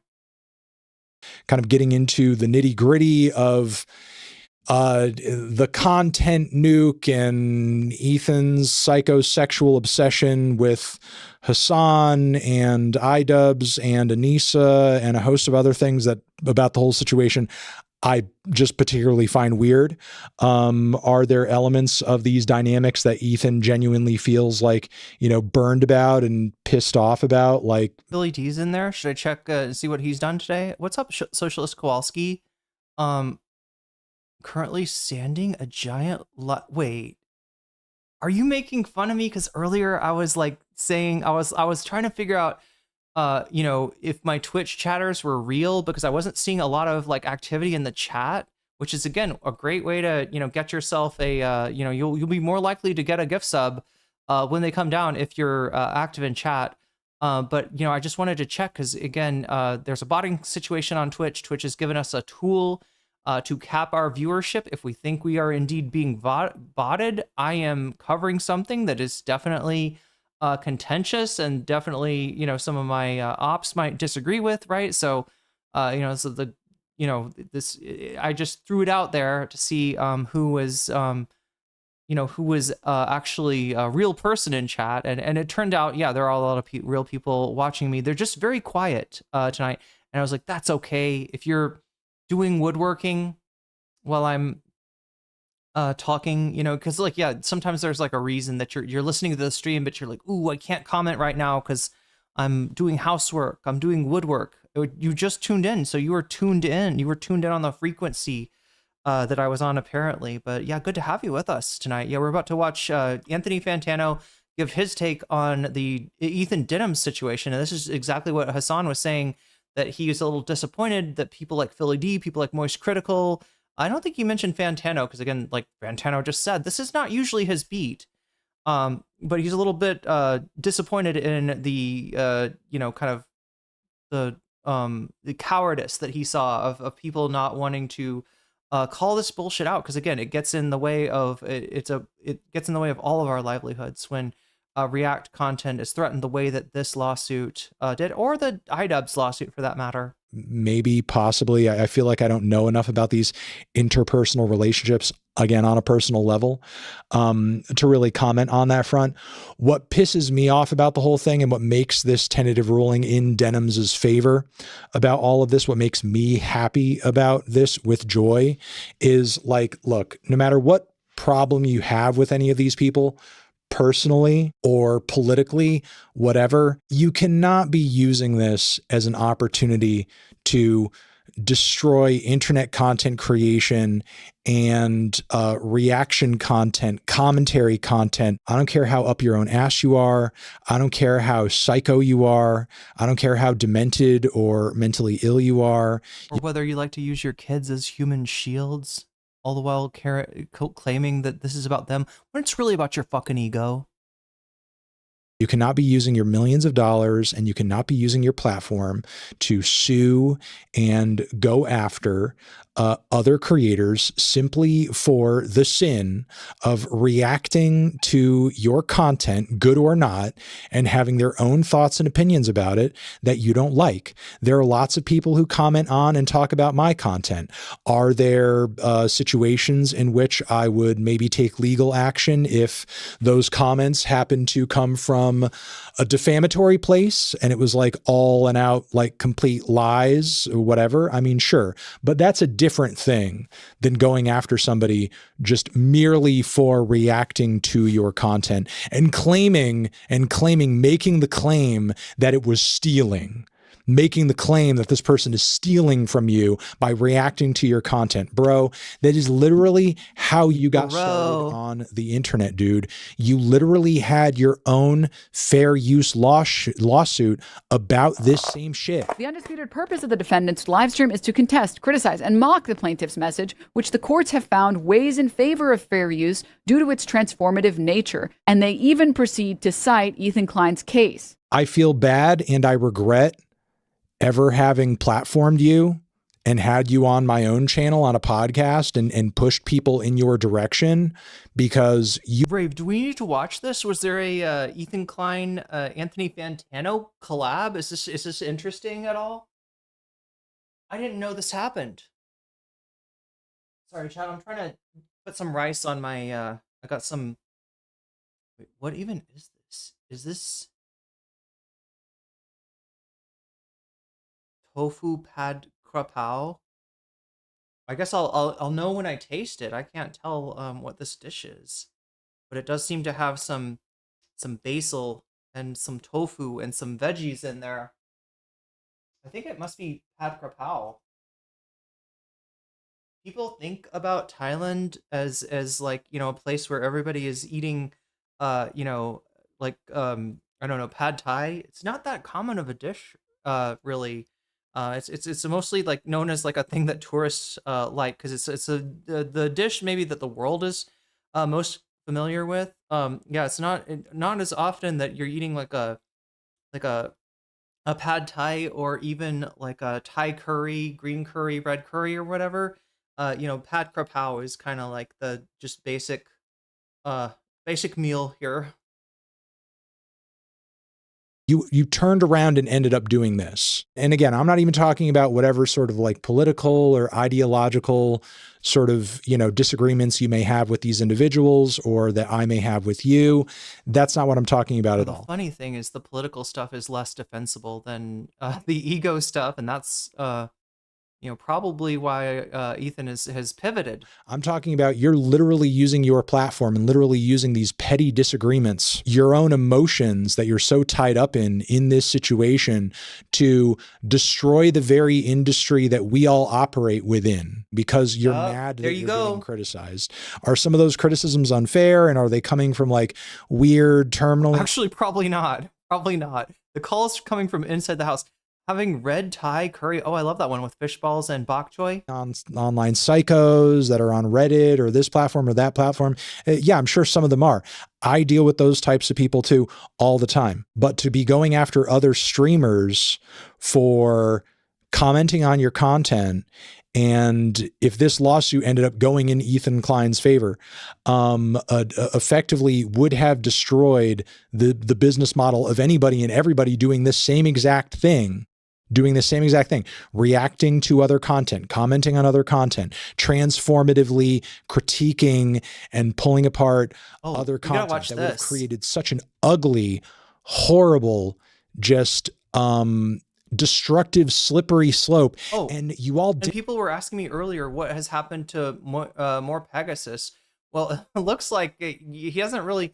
Wait, this is the channel that has all the Hassan. Because I think it's more Pegasus because there's another Pegasus channel, and this is like the spillover channel. I don't what does Pegasus usually do? Video game stuff, maybe? I don't even know.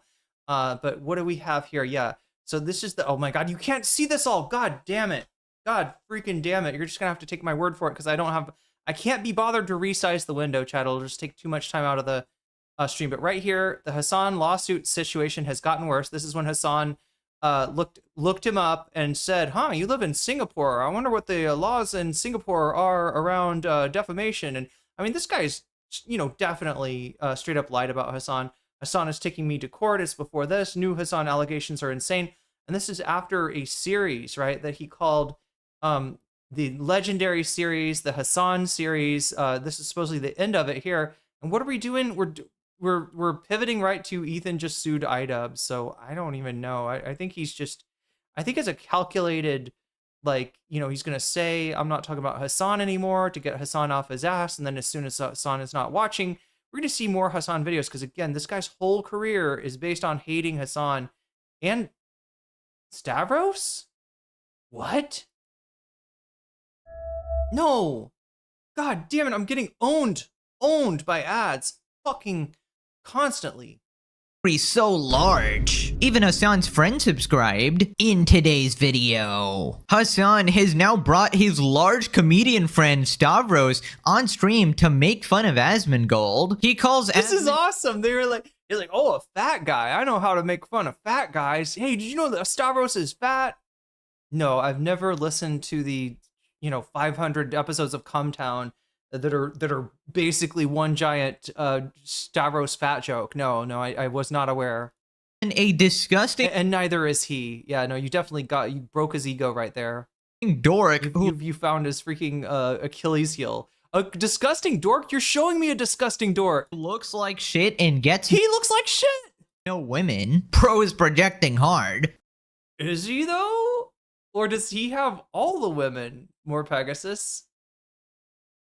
Anyway, he actually made a video on Stavros. That is how, Hassan focused his content really is. Let's finish Anthony Fantano. You did it over some bullshit. You did it over some stupid, mindless, petty, emotional, moronic bullshit. Is literally all you did it for. You didn't do it for any other reason other than some petty, stupid bullshit. And I'm glad that Denims had it rule in her favor. Not only because, I like and respect Denims as a streamer, but this would have been bad for everybody making content on the internet if this had ruled in Ethan's favor. So I'm just coming on here and just celebrating this W, not for anyone's sake other than all of us, because if you like this stream, if you like the content of any person on the internet where they are reacting to a video or talking about somebody else's video or talking about some other piece of content somebody made and incorporated clips or incorporated a snippet here, a section there, or, reacting to a full video on a stream, it would have been fucking donezo. It would have been donezo. Oh my God. It would have set legal precedent that would have allowed any other content creator to go after a streamer, go after a YouTuber monetarily, have this video, that video, this other thing pulled down, taken down. And look, we're already dealing with a litany of that every week when it comes to movies and music and these massive corporations that throw their weight around online and make it difficult to pull apart any content coming out of the mainstream these days. We don't need to be doing it from content creator to content creator. It's complete bullshit. So, look.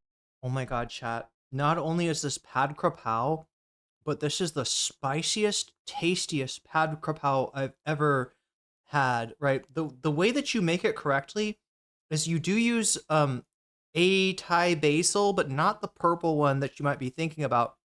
There's another kind of basil called holy basil. That is, I think it's in a lot of Indian food too, but you use holy basil if you really want to do it right. And I don't know how to describe, how Dr. Pepper is effervescent, or Mr. Pibb, there's this kind of, you feel like there's bubbles, scrubbing bubbles on your tongue or something like that. It's effervescent like that. And then you combine that with these bird's eye chilies, and it is, wow. Like, it's kicking my ass. It's very hot. Look, if you consume any content like this, you enjoy any content like this, you need to be aware of this lawsuit. You need to be aware of this ruling, and you need to be sharing it, and you need to be like celebrating it, because we really did genuinely like, I mean, I feel like if you had two brain cells to rub together and, you know, you already saw sort of like previous, you know, sort of like rulings in regards to fair use law, like as long as Denims was willing to sort of like put up the legal fight, chances were it wasn't going to go in Ethan's favor. But there were two other people who we pressured here legally who were not able to withstand the prolonged fees and all of that shit, who, you know, I feel very bad and I feel very sorry for. Ethan was happy to sort of like harass legally out of house and home almost, because it became so expensive to continue fighting him with lawyers. And I've been in this situation recently too. I mean, you know, not over a, you know, copyright thing, you know, with that douchebag Ronnie Radke. Who? I spent tens of thousands. Wait, who's this guy? Wait, I feel like I should know who this is.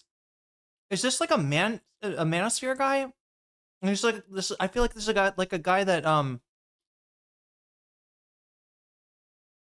isn't he kind of like giving advice to guys on how to get girls kind of deal? Is like what do you call those guys? Oh my god, what the fuck is the name for this? God damn it! It's like there was a community. What is it called? Pickup artists. Yeah.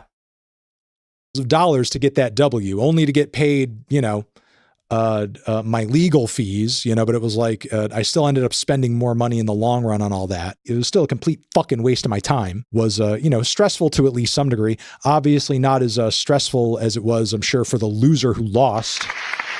So, I mean, I've been in these situations before, and I know how scary and weird and freaky it can be to have like a complete psychopath and weirdo going after you with like these seedy, shitty, no moral having, garbage, ambulance chasing, shithead lawyer freaks who will literally agree to do anything so long as you pay them to do it. I know that feeling, and it's not very good. And I absolutely, you know, commend Denims for, you know, putting up the legal fight that she needed to in order to get this ruling, and get this to where it needed to be, because, you know, Denims deserves really, truly like some accolades for doing this, because, you know, her withstanding this and bringing it to this point and defending herself inadvertently, you know, secondarily is really like a public service to all of this, because had this ruling gone. He's an old emo singer. What was his band called? Anybody know? Ronnie Radke. If he's who I'm thinking of, yeah. He was like a singer, and then he started doing like, I think, pickup artist shit, right? I think he's like a pickup artist scammer, or at least that's what it looked like to me. Not that I'm accusing him of doing anything illegal, right?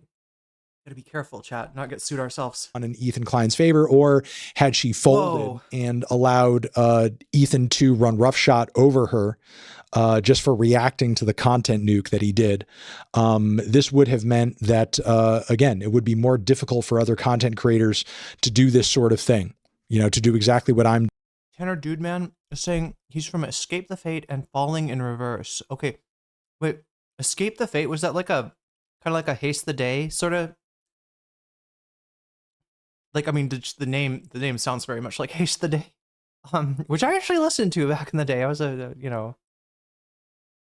Wait, what did Haste the Day have? Like, long way down, I don't think I'll get. Anyway, Escape the Fate might be totally different. The just name reminds me of Haste the Day. You could see I was into more mainstream shit. And Falling in Reverse. This guy killed a man? But doesn't he do, I feel like I've seen him do like pickup artist kind of stuff. Doesn't he have like a camp that he brings guys to? He's like, here's how you kiss a woman properly, or here's how he doesn't kiss, he like teaches them pickup artist skills. to do exactly the sort of content that I'm sure you guys react to other creators do on the internet. Other creators doing, whether wait, chat, was that Sunny Day Real Estate that's saying long way down? No, it was Haste the Day, right? About politics, whether they're talking about movies, whether they're talking about whatever piece of content they're pulling apart or commentating on. Yeah, poor Casey Tron had to do a hostage video apology toward Ethan like she was being held at gunpoint on the internet, which is fucking crazy. Yeah, shout out to the Anthony Fantano in San Diego. Yeah, no. Yeah, that was definitely the Goo Goo Dolls. H3 weaponizing the copyright system because of political reasons is fucking pathetic. Again, we came so close to like shit being completely burned to the ground because this moron had to take something that is so vital to all of our content and burn it all down and essentially say like, well, I'm taking my ball and going home because you know how Donald Trump and I guess Netanyahu too, like generally will, they'll kind of make the case against Iran by saying, look, they're developing nuclear weapons. And these are the kind of guys that will blow up the whole world if they're losing, right? In reality, Donald Trump is somebody who should be a lot more worried about blowing up the world if he perceives himself to be losing, right? But this is that's what Ethan's doing, right? He lost the PR war. People sided with Hassan and against him, and certainly against Israel, and he couldn't take it. So he's got to try to use his money to like leverage that L into a W. And again, what he did to Twitch was an adpocalypse, which harms the ability of small content creators, especially political content creators on Twitch, to make a living. And this very much would have been a similar, I mean, not exactly an adpocalypse, but produced a chilling effect on YouTube. Because you made a piece of content talking about my content that I don't like. Fuck you. Again, shout out to Denims, and I'm glad that it blew up in Ethan's face and that everybody got to witness it. And really, 15K likes and 600 retweets on this is shockingly low. Like, there should be way more people openly celebrating this because we really truly did just like dodge a fucking bullet. And the precedent that Ethan's last... We dodged a nuke. Alpha Lemur, hopefully he'll keep on doing this and be poor soon. Here's my hope, all right? Somebody rich. Ryan Kavanaugh? No, Ryan Kavanaugh's kind of a piece of shit too, right? But somebody rich needs to just clean this guy out. Seriously. He wants to play this game? He should win stupid prizes in court, all right? Fuck him. Lawsuit along... fair use lines. I know I'm counting on the wealthy to come and save us, or and like that's generally not a good bet. Just want to see Ethan poor. Yeah, I mean, I would like to see him not impoverished, because that's not going to happen. The way that courts they're not going to like kick his kids out of. They're not going to kick him out of house or anything like that. But I just want him not to have the spare income to be able to do these bullshit lawsuits.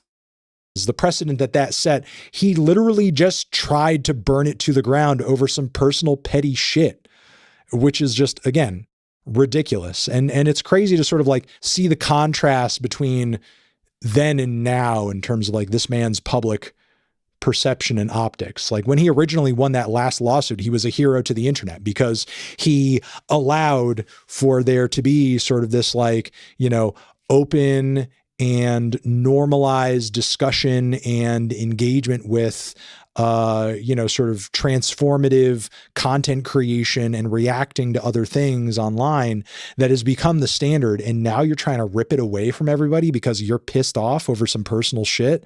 I'm sorry, but it's just stupid as fuck. So shout out to Denims. If you are, still on the Bird app, as satanic and as awful as it is, I do recommend that you go on here and give her some congratulations and share this if you can, because I yeah, absolutely. Because just what I was talking about in terms of YouTube, right? What the reason I like people, commenting on my post, even even the blast off tweet, right? Which is I know like that's mostly just for like liking it and trying to get it out to more people. But like honestly, the way this shit works is like the first people to post comments, that's gonna kind of define the tenor of the comments. Because if like I don't know, 5 Ethan fans come in here and call me a snark grifter or something like that, then all the people that would have left a comment on it are like, I don't know if I want to jump into that toxic comment section. So yeah, it really does define that. And same thing for Denims, right? If you want to help Denims out,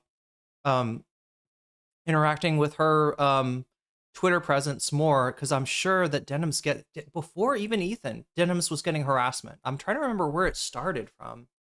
Anybody remember what was the offending clip that made Denims viral in a way where her hate following kind of outstripped her people that liked her sort of following? That's like a dangerous situation to get into. It is tough to get out of. It's hard to motivate yourself to want to continue in a situation like that. So, you know, props to Denims for sticking to it through that, and also through this Ethan bullshit lawsuit, which again, I mean, Anthony's acting like he had no case. From what I understand, chat, though, there's not a lot of precedent set in copyright law. That's the reason why they kept on going back to Ethan's case again and again, for in the judgment, right? But if he had gotten a different judge, different judges kind of interpret the same four factors of fair use. They sort of weigh stuff differently. So, you know, I didn't think it was secure, assured at all that Denims would win this case, but luckily she did. She had faith. She I think rolled the dice, and the dice came up favorable. So yeah, give Denims some love on twitter.com if you're still on that hell site. Anybody remember what was the first? Because it usually like Kira Chats, right? Said something about something like calling the chatters brokies or something when she wasn't getting donos, and then that clip got Moist Charlie actually I think was a big propagator of the Kira Chats thing, and then ever after that, like Kira's had a much bigger like hate following than a like following. But I don't remember what it was with Denims exactly. It might have just been being favorable to Hassan. I mean, something like that will get you a lot of hate. Okay, so what do we got? The loser lost it, and we're done with this. All right. Oh my God, chat. Do you know what that means? I could be nice to you. 3 days in a row, Ethan. I could be nice to you and give you some Adam McIntyre at this point, but unfortunately, chat. Wait, that's Tim Pool. Okay, that's the bonus content. No, this is what we're gonna have to get through now. So let me change everything on the screen. And if I don't do this, chat, like if I've got old topics still up and I just haven't, because I'm supposed to be Ethan sues iDubbbz officially. I'm supposed to be changing this stuff over.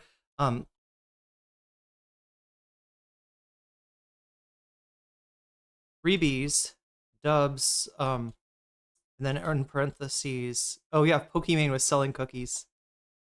Well, Pokimane was a pretty big streamer before that. I don't know if Pokimane actually got to the point where there's like more haters than wait, what the fuck, chat? Are we? Oh, sorry, I saw that 0 ahead of the 2, and I thought we were down to like less than an hour. We got 2 minutes and 2 minutes. What am I saying? 2 hours and 36 minutes, 22 seconds left on the stream. Remember, this number goes up every time you do a super chat, super sticker. If you get yourself a membership, if you gift a membership, if you support me on Throne or on Patreon or on Twitch, right? Any of those things makes this number go up. It also gives you the ability to kind of monkey with the poll just a little. That sounds weird. Monkey with the poll sounds like a masturbatory euphemism. That's definitely not what I am trying to imply here.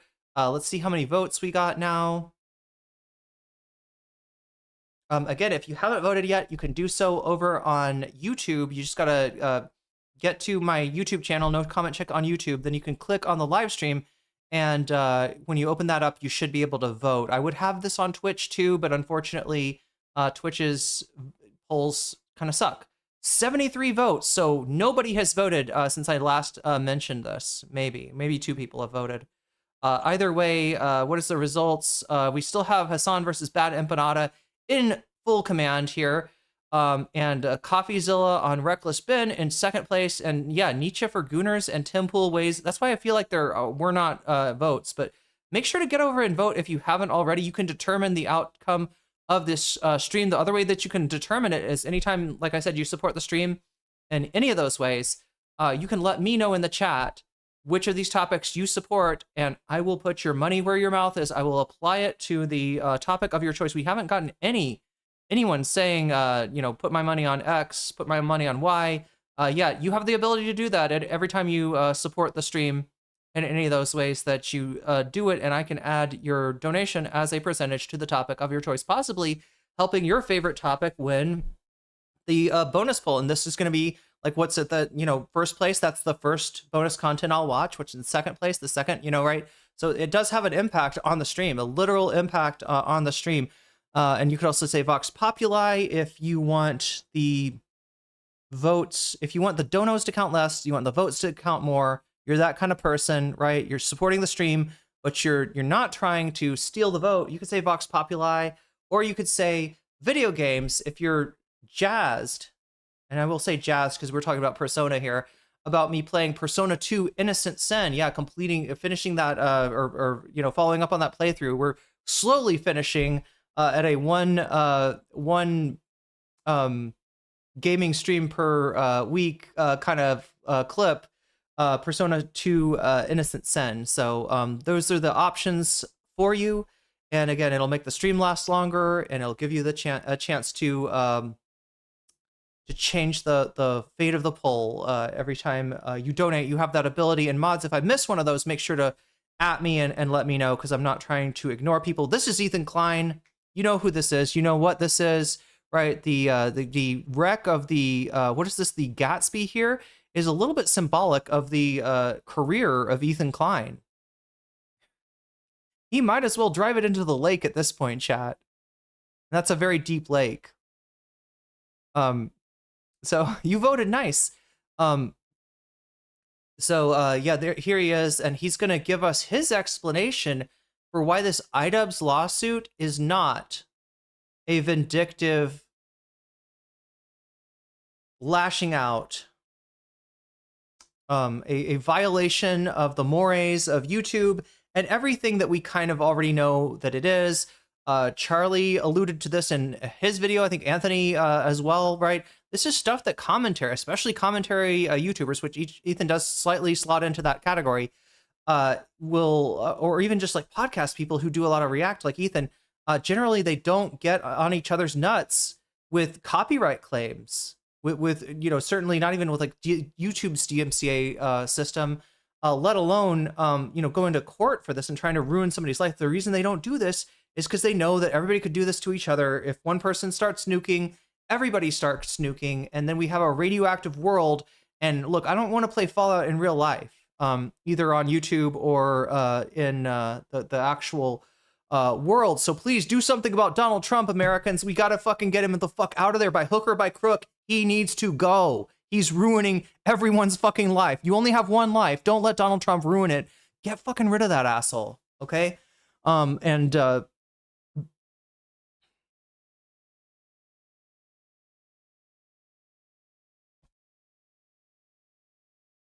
am I saying? I'm saying vote against a Republican this fall. Yeah. Even if the Democrat you end up voting for kind of sucks, right? It's worth it to switch the House and the Senate over to the Democrats, as pathetic as they are sometimes, just to be able to fucking actually investigate this guy, because there's a lot to investigate. He's the most corrupt president in the fucking history, possibly even of the planet, but certainly, maybe not the planet, but certainly in the United States. And yeah, like I said, he's ruining your life, whether you're in the US or elsewhere. Anyway, speaking of Trumpian people, right? Speaking of somebody that's trying to change the subject away from his L that he took to Denims, like Anthony Fantano was just talking about, try to, get people to go after iDubbbz again. Here is Ethan Klein not addressing his loss to Denims, but rather doubling down on his vindictive defamation suit. He sued Noah Sampson, seems like a week or two ago, and now apparently he is officially suing iDubbbz. Let's take a look at what's going on here. People online who haven't heard me talk about it before. So yes, I am suing my former bestie, iDubbbz, who and I'll shortly explain why, because to me it kind of doesn't, it's not that big of a mystery. So as you may or may not know,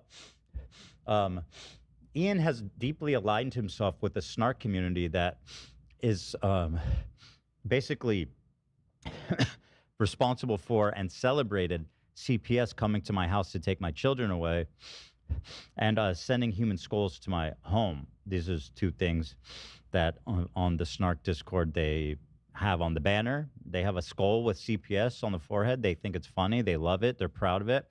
And again, wait, should I check and see if Vadim's around? I tried to bring Vadim on a few times now, but like, I think Vadim is thankfully on a more regular sleeping pattern now, and so he's not up necessarily when I am streaming, but I would love to bring Vadim on. I'm gonna just say you up to sometime to talk about the what Ethan is talking about. This is the snark CPS snark left Discord, and like Ethan says, the avatar for it is a like a crystal skull. I believe it's the Earth elemental skull from Persona 2. I don't know why there's a Persona 2 reference in there, but there is, with a CPS carved on its forehead, right? And again, the snark left, kind of a misnomer. From what I understand, these are not like leftists in there. It's like JStalk. It's a clipper. It's a channel for commentary YouTubers and for people that want to clip their content and spread it all across Twitter and elsewhere, right? And they just called it that because they hate Ethan Klein and they think he's a bitch, which they're right.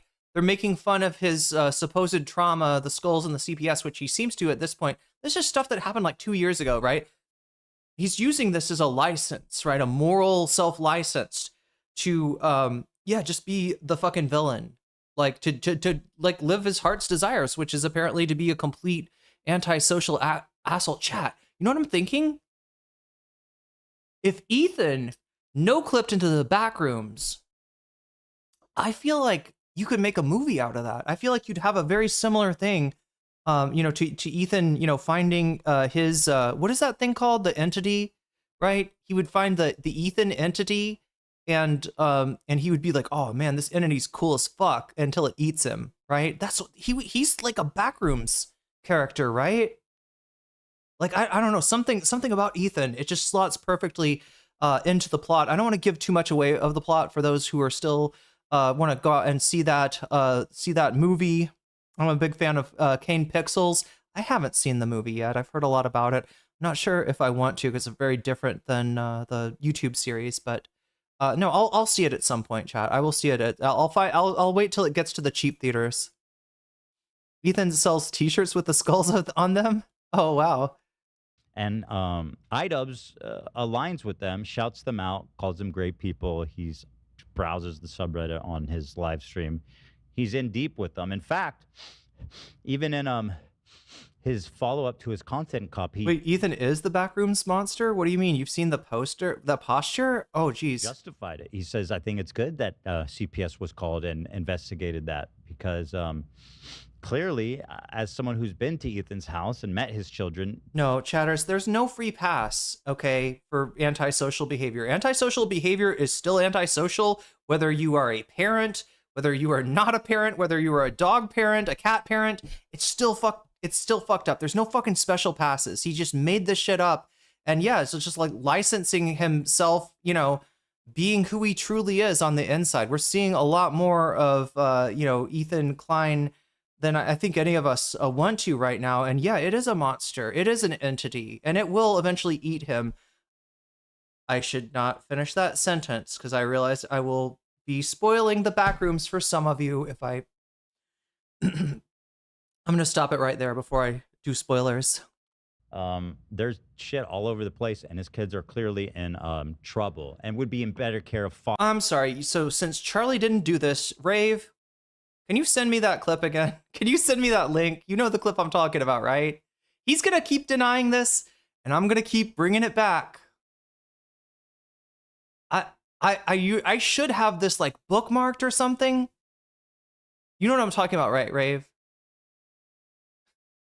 If anybody can send me that clip, let me know. I'm not hearing back from Vadim, so yeah, again, good on Vadim for sleeping at during a normal schedule. I wish I could sleep on a normal U.S. schedule as well. Fuck, I'm trying to remember. Like, right? I feel like I had this like just in a place where I knew where it was for a while. I need that clip. The the Giardia clip.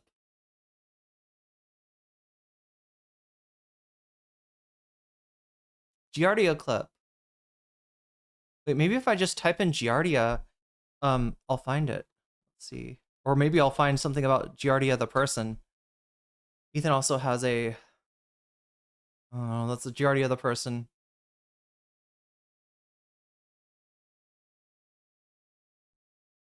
foster, would be better taken care of in foster care. Nobody's fucking saying that. Nobody is saying that. If I could just remember like the name of the anyway, I'll see if somebody sends it to me. Whereas, you know, I just, when he's gonna lie about this clip, he's gonna lie about like, how would you ever think that my children were in a dangerous situation? Right? There's a clip that shows exactly that. Kitty deleted my favorite bar today. Wait, your favorite, like the link to your favorite bar? Or your favorite bar from a rap?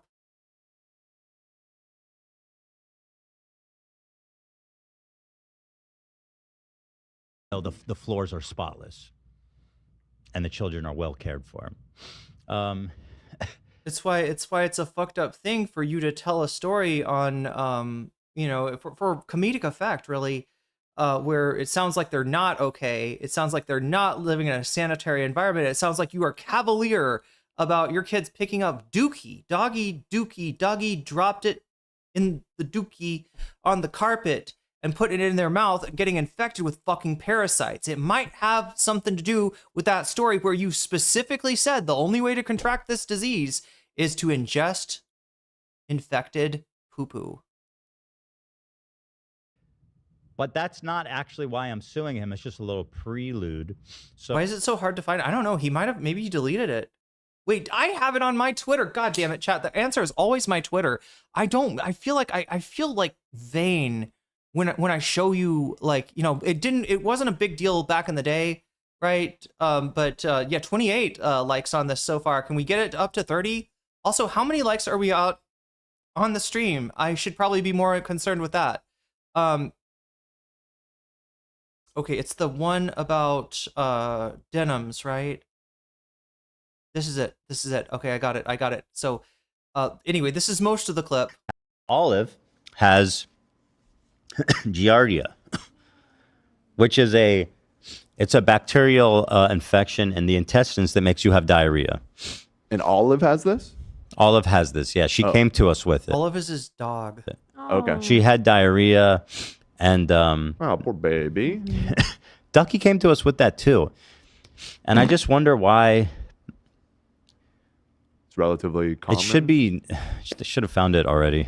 But anyway, so she has Giardia, so we have her on an antibiotic, but we had to wait until Monday, which is... Hasn't Ethan called Hassan a dog abuser? If anyone deserves to be sued, it should be Ethan for making false claims against creators. Such a disingenuous crybaby. Yeah, I don't know if that's not prosecutable, but I'm not sure how interested Hassan is into getting into court with Ethan. And I'm also I don't know, like, I feel like with more vague claims, if you just say dog abuser, if Ethan had said that he shocked his dog, I mean, it's kind of hard to disprove, though. Yeah, I don't know. I'm hoping somebody can find a claim. Chief ate glass the other week. Ouch. Damn. That's something I only do when I'm blitzed out of my mind at a fucking rave. Today, we just got it today. And,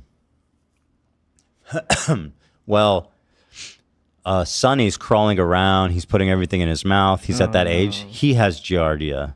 But luckily, Chad, I had friends that stopped me from actually eating the glass, I think. I have dogs that are chewers, but I've never had them eat anything like that. Yeah, glasses. You'd think that like it'd be like at most like, you know, they'd take a little nibble and get poked and stop and leave it alone, but I don't know. Oh shit.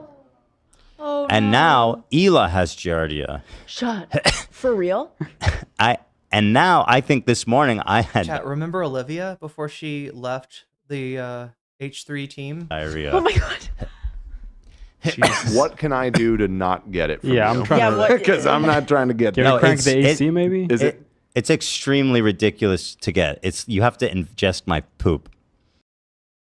So again, why would anybody think that? There it is. There it is. Now I interpret this as Ethan's, you know, his sense of humor. It's a lot of poop jokes.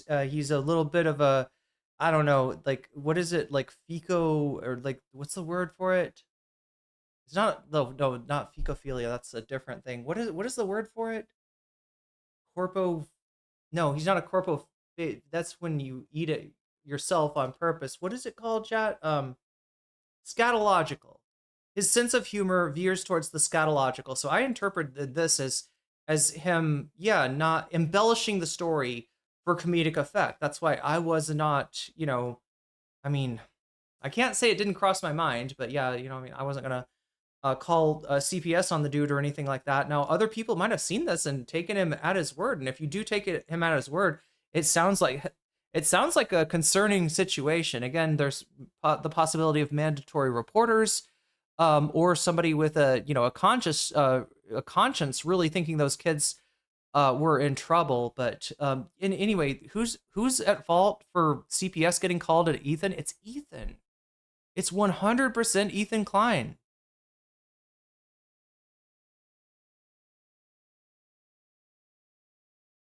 So, Ian, following all that,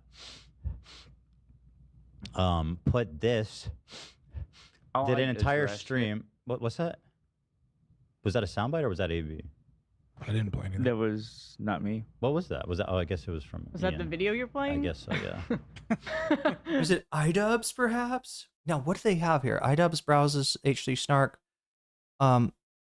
Brave, do you recognize that channel? Browses H3 Snark as a VTuber. Let's see if we can find this video.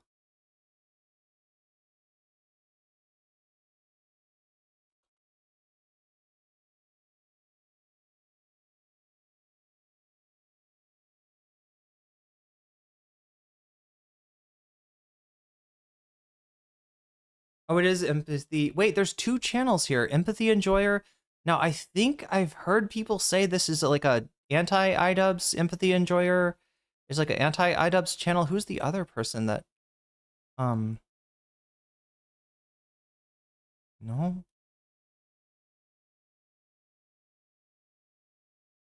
Yeah, who's this one?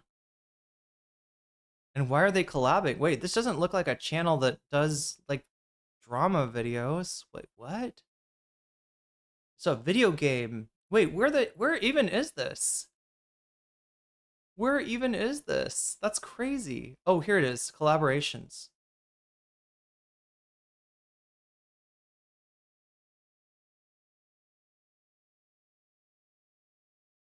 Here's him reacting to the Bad Empanada thing. Oh, this is what, Kino Casino? Yeah, so it looks like they do upload. I don't know either of these channels, but I've heard people say that Empathy Enjoyer is like a anti-iDubbbz channel. I was just checking in case it was like another, because I like I said, I don't know how to get a hold of some of this scorched legume content, and honestly, this is like my favorite thing that I've ever seen iDubbbz do. I really like the scorched legume.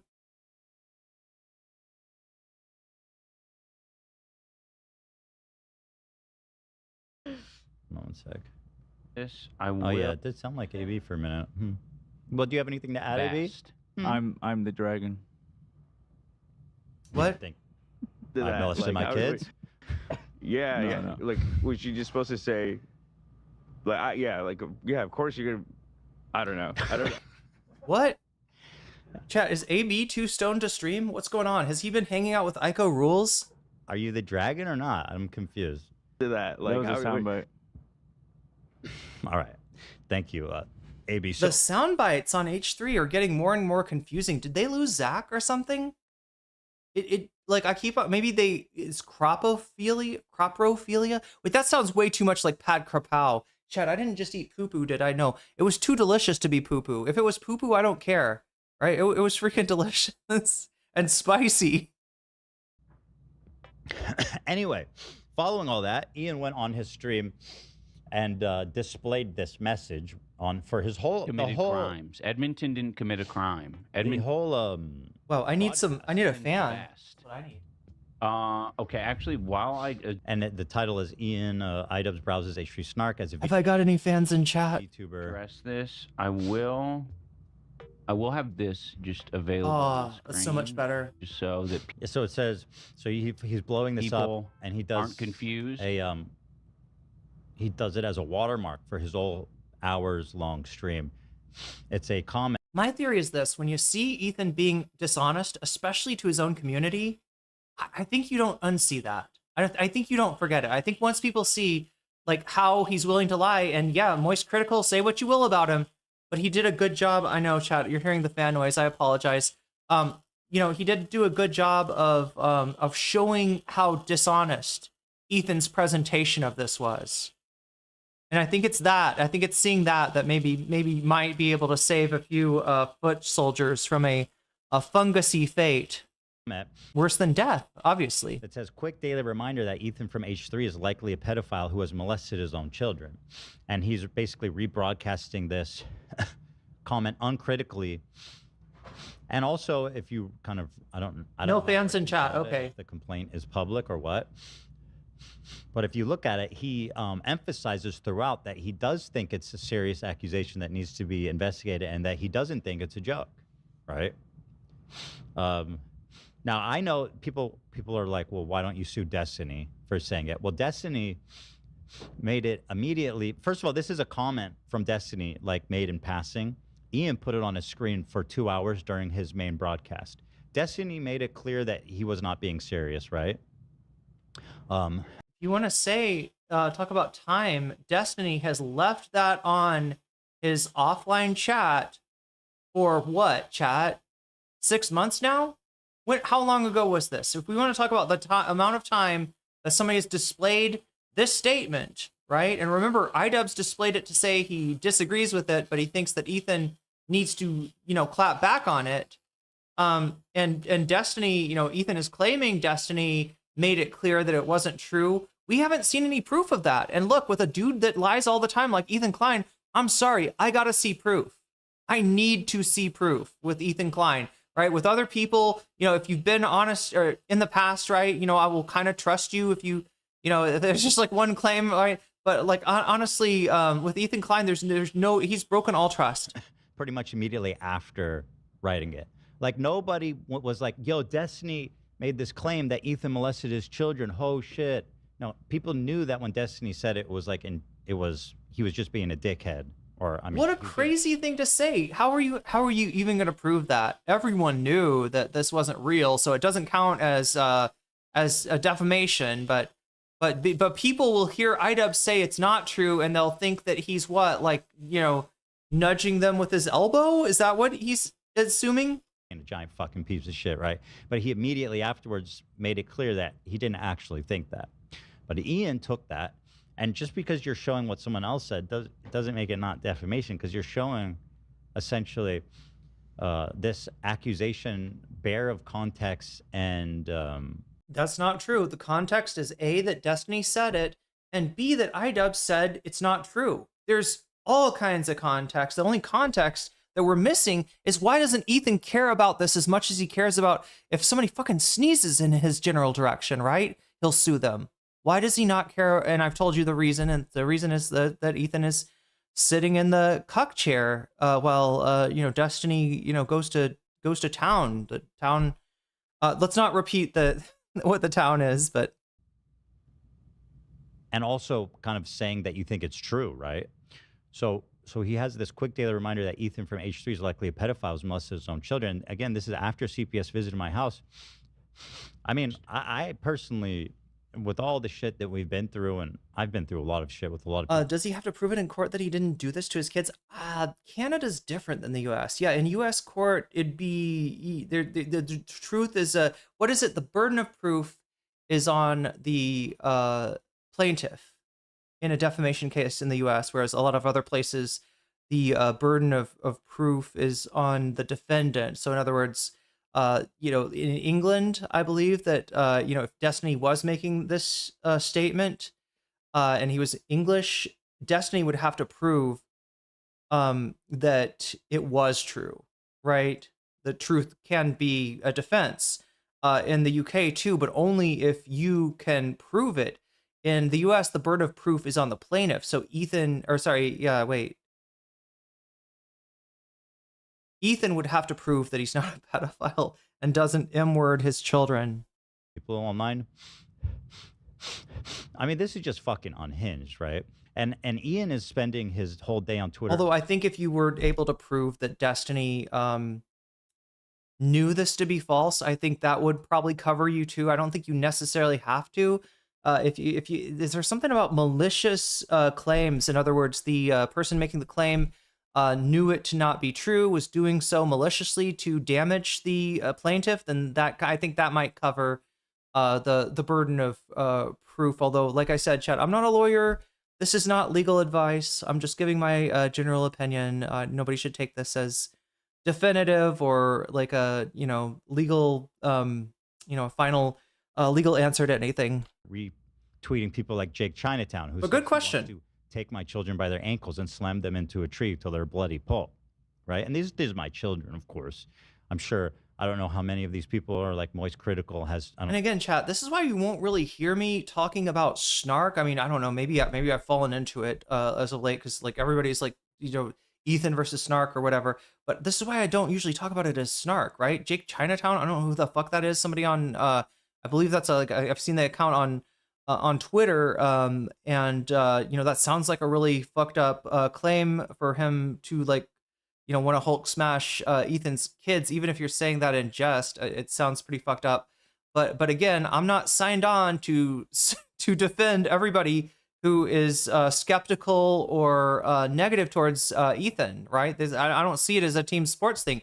That's Ethan. That's seeing it as a team sports thing. In fact, kind of seeing it as a gang stalking thing. You notice how much how much he asserts that everybody who criticizes him is like colluding, is like some kind of cabal behind the scenes in smoke-filled room. It sounds familiar, doesn't it? Coordinating, right? The downfall. It feels like he's got like a gang stalking. He's got like a persecution complex, and either he's seeing everybody as like a gang stalker, or he feels like he can fool his community into thinking that that's true. And that's the only thing that like justifies this shit is if you're against Ethan, you did CPS, you mailed the skulls, everything back. You gave Jake Chinatown the inspiration for that tweet, right? You were in a group chat and you're like, hey, Jake Chinatown, it'd be really cool if you talked about Hulk smashing Ethan's kids. Yeah, you should go do that, right? Again, it's bullshit. It's absolute fucking bullshit. He doesn't have children as far as I'm aware, but I said from and he's gonna do this thing again. I hate this shit, chat. One in chat if you're a parent. You feel free to out yourself. All right. So first of all, I am not attacking parents here. All right. My sister is a parent. My parents are parents, but both of my sisters are parents, right? And so no, I don't have anything against parents, but I do have things against people, trying to use their parental status as a exception to every social norm or rule. I do actually have a problem with that. And with this whole, well, you wouldn't understand, you're not a parent, you'll understand when you're a parent, right? And they're justifying like the most antisocial behavior you could possibly imagine based on, well, I'm a parent, I got to do it for, no, you're not protecting your kids, asshole. You're setting up a very embarrassing situation for them to deal with possibly when they get into high school or middle school and people figure out who the fuck their dad is. And yeah, you're putting your kids in harm's way. You are involving your kids in this. Nobody's fucking trying to involve your kids except for you that told that fucked up story about them eating doggy diarrhea off the freaking floor. That if people want to go after my children, then, you know, the rules of engagement have changed forever. And that's what I said then. And when, you know, when Ian broadcast this, I sent him a cease and desist because, I mean, there's certain things that you don't say and you don't do and lines you don't cross. And they flaunted it. They didn't take it seriously. And essentially, right? And I don't know how much critical or... Brave, you wouldn't know by chance where the iDubbbz response... I mean, I'm not talking about the recent one where he was like, I am officially getting sued by Ethan. I'm talking about the first response when Ethan brought up the idea of suing him. You don't have like a link for that by chance, do you? I don't remember the way that Ethan is describing it is not the way that I remember it. I'm pretty sure that iDubbbz apologized, maybe because he was afraid of being sued, but he did apologize and he did say that he thought that he shouldn't have done that. You know, the rationale he gave was that it's like rolling in the mud with Ethan, and the only one who enjoys that is Ethan. But yeah, I don't think this part's right. I don't know if we can get the other people feel about this, but if somebody you know who has met your children and family said that you molested your children after CPS, not what iDubbbz said. Has been to your house to... He said you need to respond to Destiny because he's lying about you. You need to stop suing Noah Samson and talk to Rom about, you know, hey, look, I know you suck as a lawyer. I know you don't fucking know shit about, now I know you don't know shit about copyright law, but can you at least sue this fucking asshole that's saying I'm M-wording my children? Can you at least do that for me, Rom? This should be, yeah, a much easier case, especially since, like I said, Ethan seems to have proof that it was done maliciously and knowingly. All right, this was a lie that Destiny knew was a lie. Investigate your house and interviewed your children against your will. Oh my God, is anyone in chat? Like, I had like 2 people respond to the, like, are you... I guess if you weren't a parent, you just didn't say anything in chat, but... I don't know what... I really don't know how... I'm assuming people that don't understand don't have the full context, right? So I'm being like... Yeah, only a crazy person would think it was not rational for me to sue a different person for a claim made by Destiny, right? Oh yeah, you obviously just don't know how to have the context. You don't understand. No, you haven't been like, you know, breathing the fetid air of Ethan's colon like the rest of the fucking H3 fungus soldiers.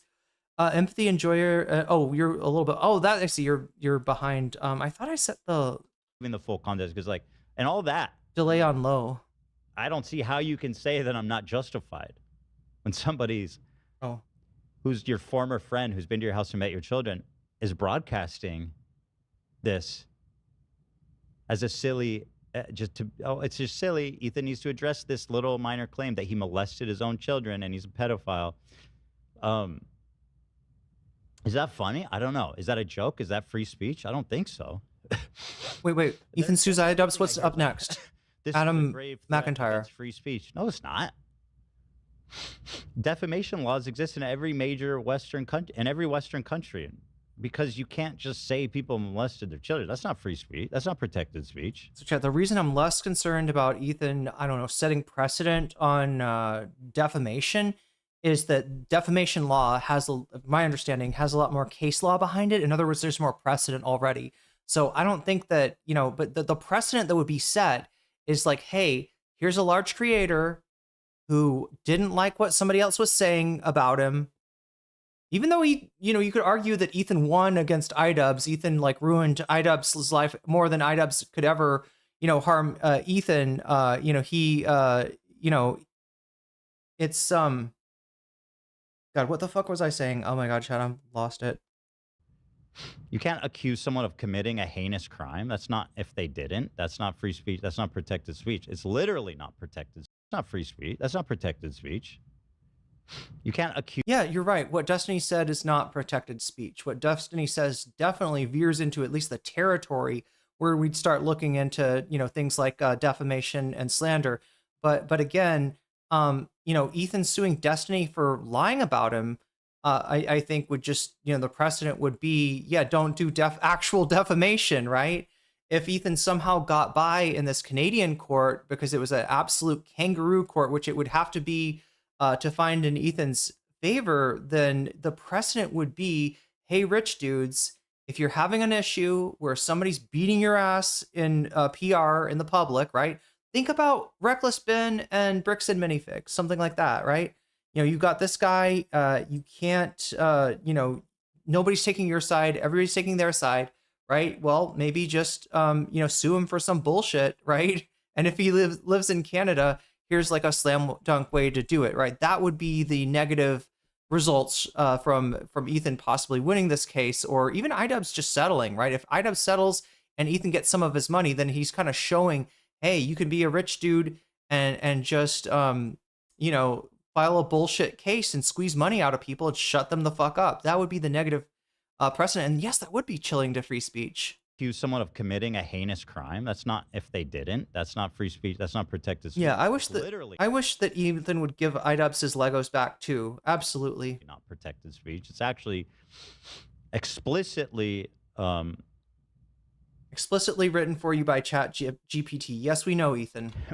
Carved out in the law as, you know, this is the legal route you take when someone defames you, right? So anybody who's thinking of being like, yeah, Ethan's crazy for doing this and this is an affront on free speech, it's not actually at all. How is this? It's not. How is what he's doing free speech? How is, in a very obvious way that anyone can see who is not up your ass, Ethan? How is this protected? It's not about this quote. It's about the fact that iDubbbz disagrees with you, that you tried to drag him into a conflict between you and his other friends. He said, what, our silence means something, right? But they were being silent. They were on the sidelines until you fucking badgered him into actually coming out and saying, all right, I'm sick of this fucker, right? He's full of shit and he wants to drag me into it. He wants to drag my name through the mud with him. He expects me to defend the indefensible. Fuck him. I don't agree. And here's why. Content cop. Boom. Speech. If somebody just would started making a video like, yeah, Charlie came to my house and molested my children. I mean, I wouldn't protect their right to say that. Yeah, Charlie, he's a pedophile and he wants to fuck kids. Do you understand that you're doing the kind of transmitting, and you're not Canadian, so I guess this doesn't apply to you, but he's doing the kind of what he claims is transmission of a lie for iDubbbz and posting the Destiny stuff. You're saying if well, I mean, this is a hypothetical, so that's another layer of abstraction, but I mean, it's like that, you know, it's if that was if saying that Donald Trump says that Joe Biden stole the election, or that what is it, the voting machine company, I'm trying to remember the names of the companies that sued Fox News, right? If you were to make a similar claim to what was made on Fox News by Mike Pillow, what's his name? I can't remember his real name. What is his real name? Mike something? I can't remember his real name. He's Mike Pillow to me. But if you were to, yeah, Dominion, right? If you were to make that claim and say Mike, what is his name? Lindell, thank you. Yes, BKK knows it. If you were to say Mike Lindell says that Dominion stole the election for Joe Biden, right? Would you want to get, would you deserve to get sued for that? No, you're reporting what Mike Lindell said. iDubbbz, if you want to look at him as a reporter in this situation, is reporting what Destiny said and also clarifying that he doesn't believe it. I don't think that if iDubbbz is able to like take this all the way, or has the, you know, wants to take it all the way, I don't think Ethan really has a chance. I think this is a nuisance suit, is like what it seems like to me. My pillows aren't lumpy, asshole. Yeah, my pillow in a deposition. See, if you were to say, I'd be like, well, that's crazy. That's not true at all. That's not protected speech. That's an outrageous. Yeah, which is what iDubbbz said about Destiny's statement. Ironically enough, Ethan, for once he was actually defending you there. Fucking defamatory lie, and I don't think anybody would argue against that, right? And so, anybody want to tell me, like, there's been theories that Ethan, I don't know, has a tell when he's lying. Is anybody picking it up here? Because I think this is one of the most brazen lies. It's a lie that he's got to know is a lie. Look, there's some times when Ethan, his own brain does like home cooking for him, kind of, comes up with inductive reasoning why he's right when he's obviously wrong, but maybe he really thinks that. He's really convinced himself of that. I don't think he's convinced himself of shit here. I think he's had ChatGPT write him a script of how to fucking lie, and he's reading it off. And I don't know. Is there like what are the tells? What are the people sometimes say that the sneezing and stuff like that is a sign that he knows he's being dishonest here. I mean, he's looking down. I mean, there's a kind of a classic. When my children enter the picture, and I said this back then. When your children enter the picture, let's remind Ethan of when his children entered the picture. Ethan Klein, here is exactly when your children entered the picture. Olive has Giardia. Okay, that's his dog. Which is it's a bacterial infection in the intestine. It's a parasite. It's not a bacteria, but whatever. That makes you have diarrhea. And Olive has this? Olive has this, yeah. She came to us with it. Okay. She had diarrhea. And oh, poor baby. Ducky came to us with that too, and I just wonder why. Did these dogs come with Giardia, or look, the dogs do sometimes, like, right, especially dogs that are being like adopted can get parasites and stuff. I mean, hopefully they'd have them checked out by the vet, but maybe that didn't happen, or maybe he's like a rescued. Is there like a rescue dog? It's relatively common. It should be. They should have found it already. But anyway. So she has Giardia, so we have her on an antibiotic, but we had to wait until Monday, which is today. We just got it today. And, Sonny's crawling around. He's putting everything in his mouth. That's the kid. He's at that age. He has Giardia. There you go. Who brought your kids into the situation? You did, asshole. You did. You did. Didn't Denims like at one point give Ethan some credit for like, hey, look, at least he's not like, the Denims has like, was it Denims that was saying this? Like of like, not liking it when content creators are like, having their kids on stream and stuff. Just, and a lot of people feel like this now. Like, if you see under a minor, oftentimes their face will be blurred in a video. Because it just kind of, protecting them from anything that might happen as a result of that video. Right. So I think it was Denims that was giving him credit for that. And then he brought his kids on for sympathy. He literally, like, when his reputation is trash, he's like, oh, I am a child owner. I am a parent of children. Here's the child. You certainly don't hate the child. Look, the child is innocent. Human fucking shields is what he's using his kids as. But yeah, that's crazy, Ethan.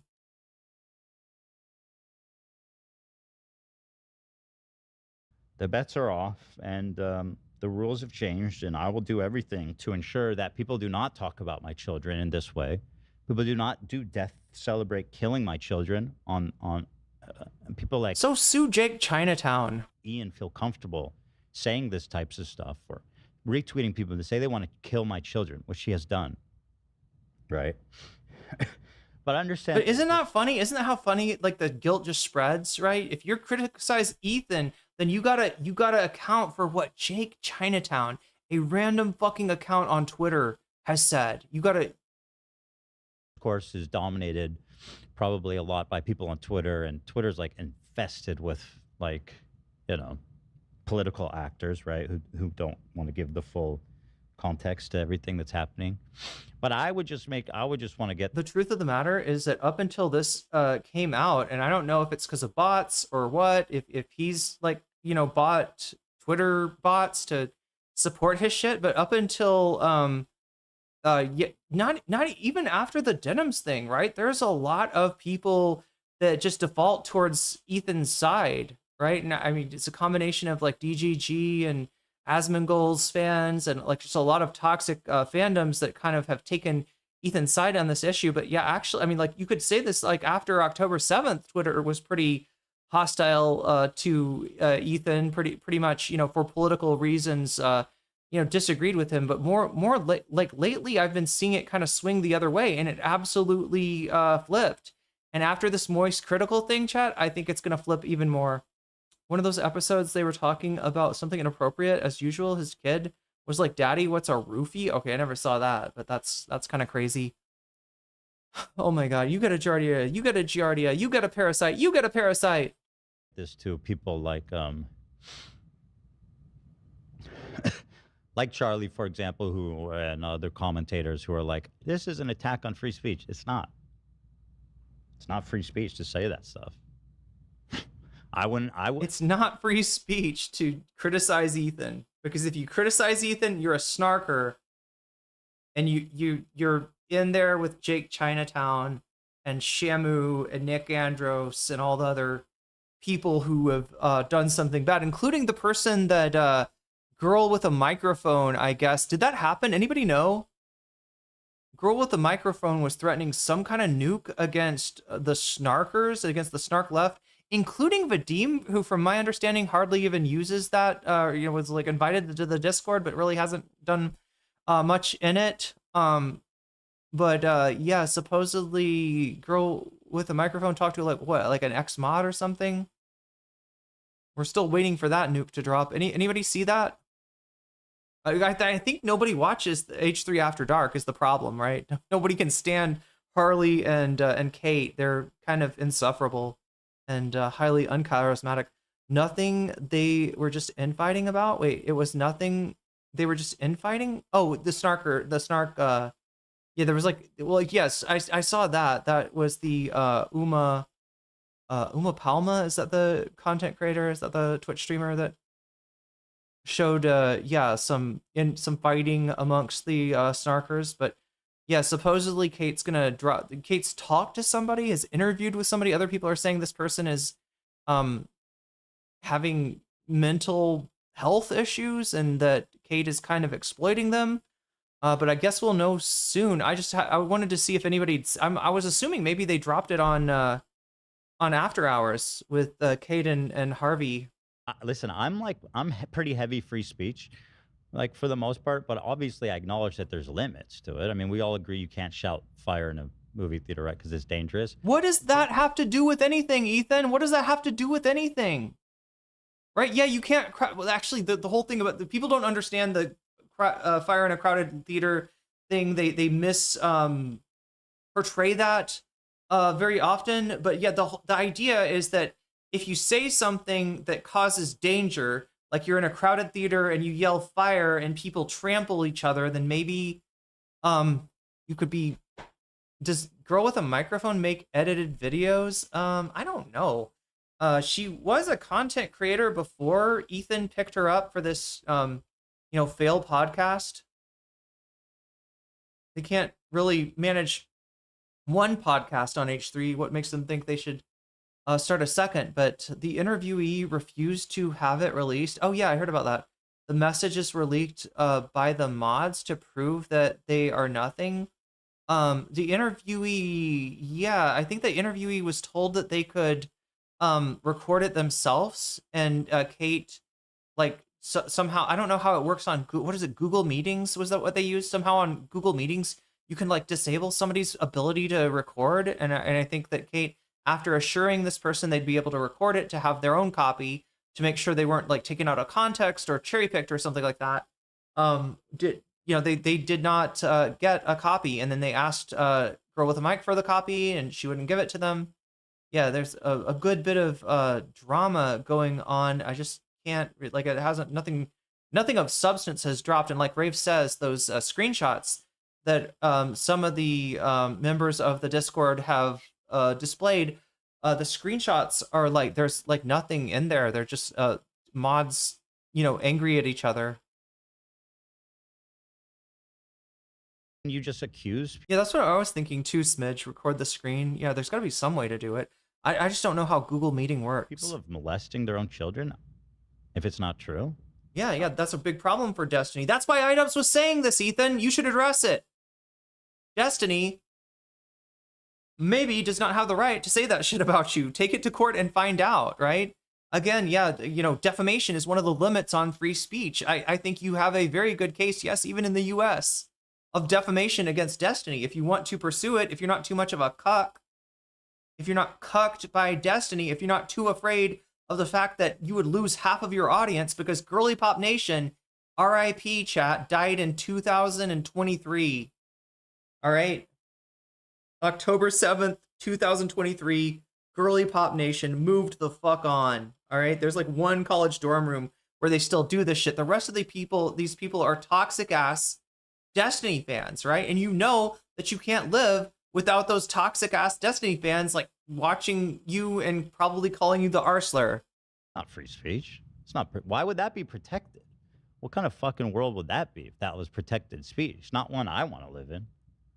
Right? I am so curious what the chat was like at this moment, because I've been hearing the chat is turning on Ethan, right? I think when the first show back after Denims, the Denims judgment was rendered, or the preliminary judgment was rendered, there were people asking about is he going to talk about this? What about this, right?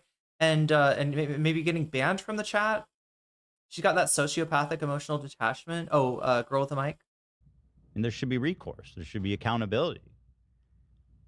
And that's basically what my goal is. Oh God. In this. It's not funny. It's not. Chat, feel free to let me know if the volume is ever low. All right, because that's a thing that can happen super easily. You want me to show you how easily it can happen?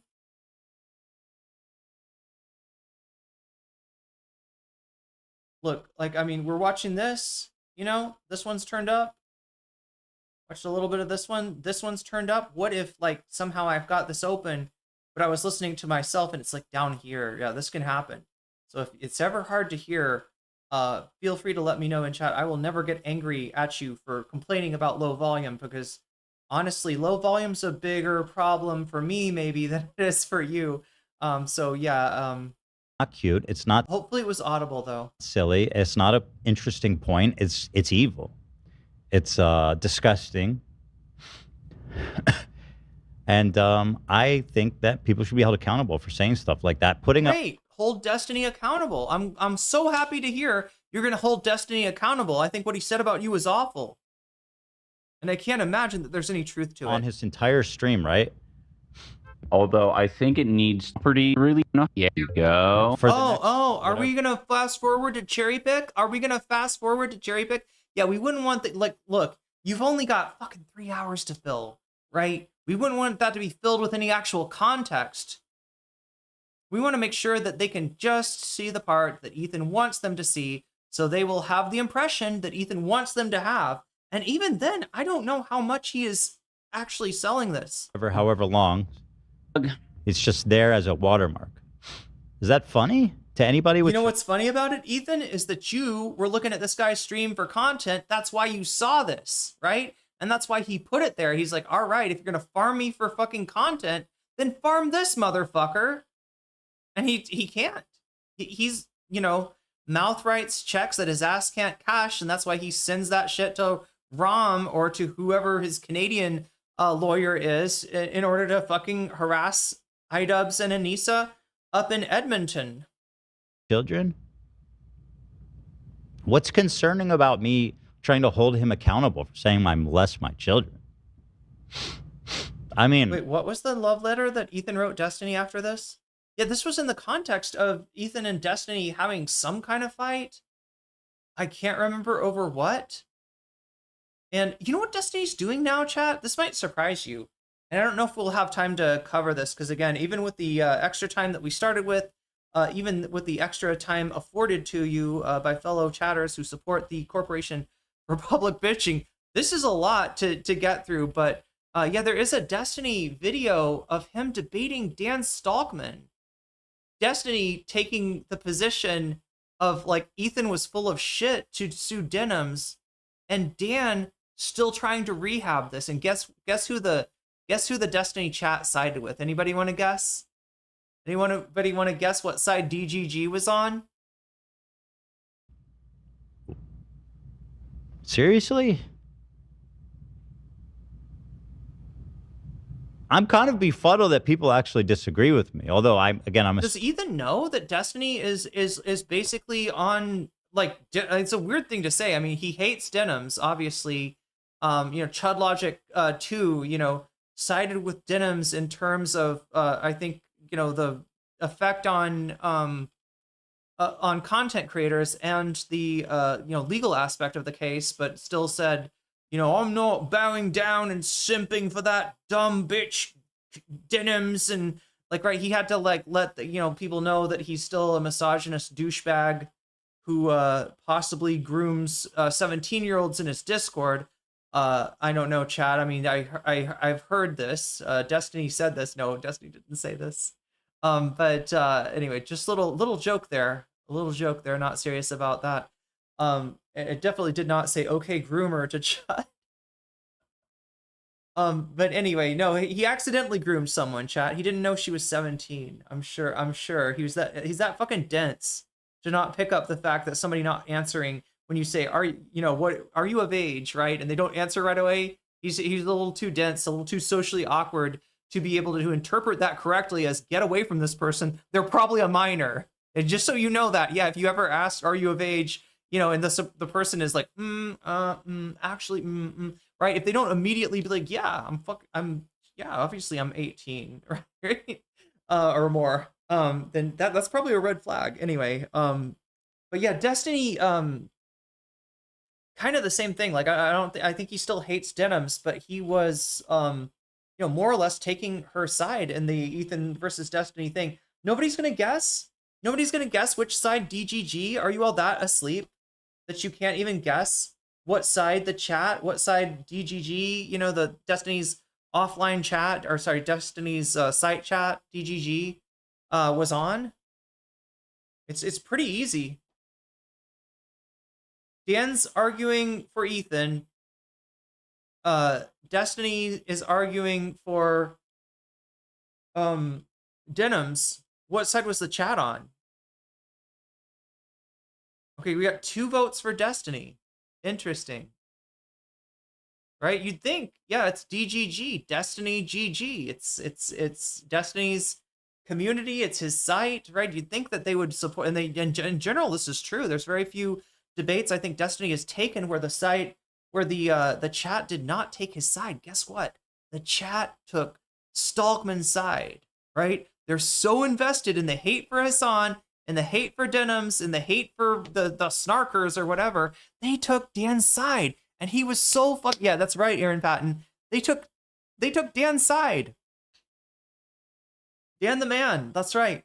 Never underestimate Chud's hatred of women. Yeah, it'll take them right away from their favorite streamer and deliver it. And Dan's argument was fucking ridiculous. I swear to God, that guy was just reading straight off ChatGPT. Maybe not even. I feel like ChatGPT would have given him a better set of arguments. Like, he's just ridiculous and disingenuous too. I mean, there were some kind of slimy debate tactics that he was using, but it's not like Destiny is not aware of. Like, he invented half of these disingenuous tactics, right? So I don't know if he was just like taking the L there. I mean, I didn't feel like Destiny lost the debate, but apparently the chat agreed with Dan, which yeah, kind of blows one's mind. Anyway, assuming they just don't have the full context. And then also, I kind of give the same answer to my the Kino boys who I've shouted out before. I do think they're funny. But chat, I don't want to watch these guys. I don't have anything to do with these guys. If you don't know who they are Kiwi farmers and maybe high-key Nazis. Like, right? These are scumbags. But they're in that sort of lolcow universe. And so because that can be useful, because these people hate the same people that Ethan hates, right? He's kind of been pushing them. He's kind of been shouting them out. He's kind of been like building them up. And I think they flipped on him because he's Jewish, not because of anything, involving Israel and Palestine, but specifically because he's Jewish, as Nazis will do. As Nazis will do, especially fucking Kiwi farmer Nazis. I mean, this is the reason that you never see me like reacting to any of this fucking content. Like, these people are beyond fucking toxic. All right.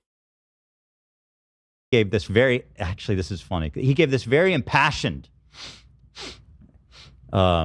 post about how, although Ian is whatever, yada, yada, I stand behind Ian's right to say that Ethan molested his children because it's free speech. It's not free speech. Ooh, they called him a slimy, and then, they nodded to his identity for suing Noah Sampson. Anyway, that is crazy. Yeah, they literally called him like used him being Jewish as like a slur, called him a Jew, but modified. I gotta be careful about how I say this on Twitch, right? Modified the that with saying slimy, right? Like, are you as surprised? You lay down in a bed with Nazis and you get anti-Semitic fucking bullshit thrown at you? Are you surprised, Ethan? You shouldn't be. These are the assholes that are still on your side or were, I guess. I guess they're not even on his side anymore. Over the Noah thing of all stuff, right? And I'm sure they don't like Noah. It's just, they could, that shit was so transparent. Never liked him. They just liked him attacking Hassan and iDubbbz. Yeah, that's true of a lot of these. Yeah, why is there not a name for these fuckers, right? Why do they get to call everybody that doesn't like Ethan a snarker, and yet there's no like unifying? I mean, there's like Foot Soldier, but that's more for like actual Ethan Klein fans, which there's very few of, precious few actual Fupa Troopas, Foot Soldiers, or anything like that. But there's not like a name that combines the far right Republicans that agree with him on Israel, with the DGGers that hate Hassan, and the Kiwi farmers that probably, hate Denims and Casey Tron and people like that. We need a name that combines all of them into one thing and holds them all accountable for everything that anybody on their side does. To say that. It's not. It's not protected speech. So bored in of this Canada guy. or in America. I am or so anywhere bored else of to this say that guy. People molest their children. Yeah, that's right. That's why you should sue Destiny again. Right. But these guys affectionately have called me Lex Juther, and I'm, of course, I'm just affectionately called you Lex Juther. Are you sure about that? Do you know what? Do you know who Lex? I'm not a big comic book fan, chat, but I know who Lex Luthor is. And I know what role he plays in the Superman comic, or I guess Marvel. No, DC. Sorry, I know the difference, chat. It's DC as Lex Luthor, right? Affectionately, like if they called you Thanos, would that be affectionate? If they called you, I don't know. I'm trying to think of other irredeemable Galactus. Is that a compliment? Who are other comic book villains, right? If they call you Father Pucci, is that a compliment? If they call you, Diavolo, if they call you, President Funny Valentine, these are compliments. I mean, in a very specific context, I guess, right? We're like praising the heel, but in general, no. In general, that is not a compliment, right? And you should have fucking picked that out. Also, the other thing is you low-key be calling somebody a bald usually, but with a Lex Luthor, right? That's one of the characteristics he has. Yeah, obviously it wasn't. Well, yeah, obviously you shouldn't be fucking, bigging up Nazis. Fist bumping Nazis is not a good idea. One of those times you're going to fist bump the Nazi and their fist is going to miss your fist and it's going to, oh, Diavolo sounds like, honestly, Diavolo is very good character design. I don't know. I think Diavolo is kind of like low-key sexy. Obviously a bad dude and obviously deserved what he got, but some very attractive genes in that family. Yeah, it sounds like an espresso that I get. Wait a minute. Are you sure you're not thinking of Doppio? Wait, you're making a JoJo reference. You're straight up making a JoJo reference, aren't you? I'm just fulfilling my duty as Lex Luthor. I mean, that is a JoJo reference, but what I mean is like the alter ego of Diavolo is named after a what is it, like a double espresso? Is a Doppio? In a world where rich, petty tyrants like Ethan can police speech and silence criticism. That's saying I molested my children is not criticism. What's the critique? Lawfare and produce a chilling effect? What's the... Oh, it's Diavolito. So this character, like both of his personalities are like named after, or like coffee references. And then again, that part 5 of JoJo takes place in Italy. So it makes sense. Chilling effect. Just don't say people molested their own children. Like, it's pretty fucking easy to avoid this. I totally fail to understand why people are finding the need to take this principled stance in favor of fair use when my complaint is that he said I molested my children. I'm sorry, Ethan, you might have been able to fucking get away with this, I don't know, in front of your audience, right? You might have been able to pull the wool over these people's eyes, but the more you go into this and showing, what people are saying to push back on you, the more that you're going to start to lose them because you're full of shit. And I think even your own people can see that. And especially when Moist Critical weighs in. Ethan, you are fucking cooked, dude. This is it. This is it. Like, all your bases, Ethan. All your bases belong to us. Make your time. Wait, can somebody feed me some more? What is it called? X-Wing? What is that called? Something Wing? It's something Wing. It's like an old Sega video game. I can't remember what it's called. It's the all your base belong to us thing. Oh my god, something Wing. What the fuck is it called? It's not like he called me an asshole or a meanie head or whatever the fuck, you know. Yeah, it's also not like he called you a child molester, because that's what Destiny was calling you. He was defending you. He was defending you and tapping you on the shoulder and saying maybe you want to defend yourself, because this guy, I know you don't like slander against, is it Wing Commander? Why was I calling, okay, Wing Commander, I think that's right, yeah. Yeah, the guy's name is like CATS or something, Cats. And he says, like, somebody feed me some lines from Wing Commander, right? It's like, it applies. All your base, Ethan, all your base. I'm frankly find the whole thing. Charlie's in your base, killing your dudes. A little bit befuddling, but you know, it is what it is. And a lot of these people don't have children who are like, I can't believe Ethan would. Yeah, you don't understand. When you're a parent, you turn into a raving fucking psychopath, right? And start treating like antisocial behavior as like totally normal and totally acceptable. That's right. Right, parents in chat? Can you attest to this? You become a complete fucking menace to everyone around you when you're a parent, and you're allowed to do it. They let you get away with it if you're a parent. In some ways, maybe yes. In some ways, maybe people do like kind of like, rely on the being a parent. I have seen people try to, sort of claim an exception to social conventions by like, but I'm a parent. Right. And I don't know, maybe like, yeah, you can, if your kid screams and cries on a airplane, there's not much you can do about it. I don't want you kicked off the plane because you have a kid, right? I don't want to make your life even harder, because I know being my sister is a parent. Both my sisters are parents. I know it's a hard job, but having a crying kid on an airplane is one thing, right? Justifying, lying and life ruination is not. That is not. You do not get to ruin people's life just because you have created a life, Ethan. In fact, it makes me more concerned for the lives that you are supposedly nurturing. Lawfare on Ian to produce a chilling effect on all commentary. Just don't say that. He's just on autopilot, isn't he? Say that, right? He's just on autopilot. I mean, I tolerate a lot of people saying a lot of things about me, and I have for a long time. Especially Destiny, because you love to sit in that cuck chair, right? while he rails the raider from Ramallah. Right.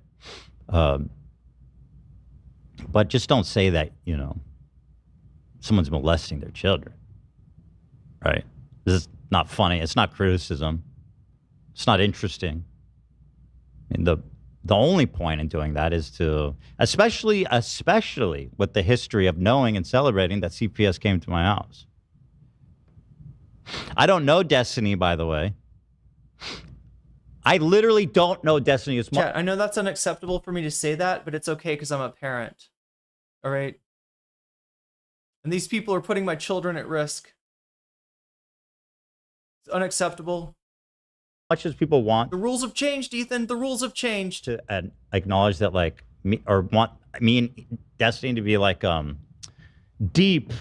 You are full of shit. I don't know if you're friends. I don't know if you've hung out or anything like that. I do know that there is definitely coordination between you two through Dan Saltman, if not straight up through the. It's not too much of a, too far of a bridge to imagine that he is actually in contact with Destiny himself. If not, he's coordinating through Dan Saltman. Come on, dude. Who the fuck do you think you're fooling? Interconnected friends. I don't even know Destiny. So it was a comment in passing he made. I don't know the guy. Comment in and he immediately passing. clarified that he's kidding. He said you're kids. That's not a comment in passing, okay? You're just too much of a coward to do anything about it. He wasn't saying this as a joke between friends either, chat, before anybody throws that out there, right? He was saying this when he was mad as fuck at Ethan and he was going for blood, and Ethan fucking backed down like the little bitch made man that he is. Ian, who I know, who's been to my house, met my children, kept it, broadcast it over his screen for his whole show. And look, I take that back. I think this is Saltman writing it. I think Saltman's writing his script. I don't know for sure, Chad. Don't invest too much in that. Okay, don't make a polymarket bet or anything like that. But I don't know. It reeks of Saltman.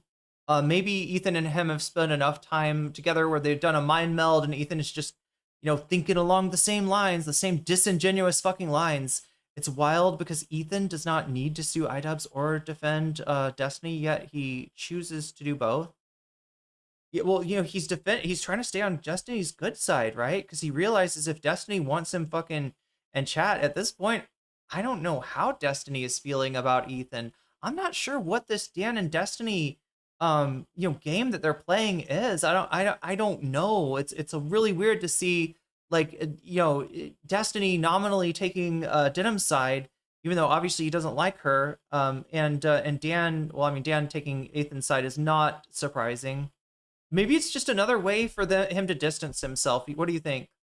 Maybe it's just another way, this is like, okay, but people think we're coordinating. So just so they don't figure out that we actually are coordinating, let me say that I think Denims is right here. I'll have Saltman play the hero and play to the crowd and take the Ethan Klein side, and we'll just try to put a little distance in there. Maybe, I don't know, or maybe it's real. I don't know. Maybe Destiny's had enough of his shit.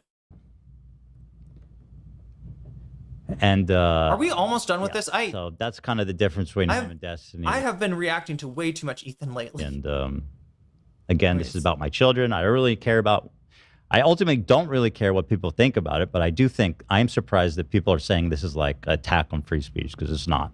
I'm surprised that everybody's saying that I got dog shit on my foot when I'm pretty sure it's everybody else. Like everywhere I go, it smells like dog shit. I'm pretty sure it's because everybody else is covered in dog shit, and it's not. The people that are saying I am tracking it around on my shoe are certainly wrong. Yeah, this is pathetic. And again, chat, this looks like the end of Ethan Klein. Or at least an end. I don't know. He's always got lower that he can sink, and he's got 10,000 hardcore viewers still watching him every week. So I don't know how many bots, but whatever.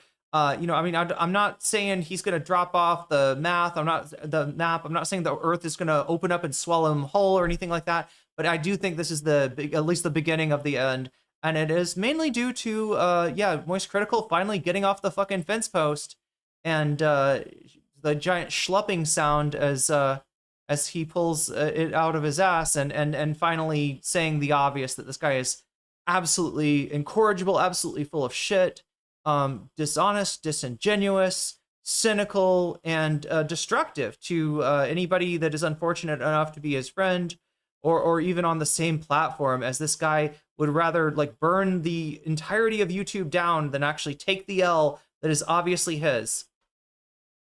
Clarify that for people that maybe don't have all the facts. So there it is. It's called accountability, in my opinion. And listen, And you haven't seen it for a really long time, Ethan, but I have a feeling that's about to change. Yeah, you want to talk about he does talk about accountability a whole lot for a guy that's unwilling to take any himself, right? It all kind of reminds me of an incel. You ever notice how incels are always like, these women are unaccountable. I want to hold these women accountable. They justify all their bullshit through the idea of like, well, this bitch with pretty privilege needs to be held accountable. It sounds a lot like what Ethan is saying. Not that I'm saying he's an incel, but I am saying that maybe if he hadn't gone on Birthright, he might be one. He might be one, chat. He might be one right now. if I said that Then he'd be in Destiny's chat, obviously. about someone else,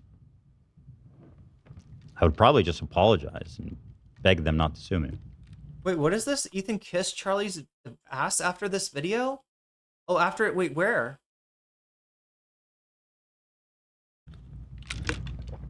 But, you know. Yeah. What else we got? What else did Dan tell me to say?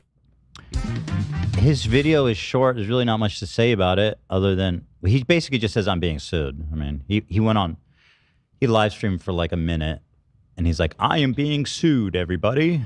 It is official. I am being sued by Ethan Klein. And by the what's funny is like we sent him a cease and desist and they didn't really take it seriously.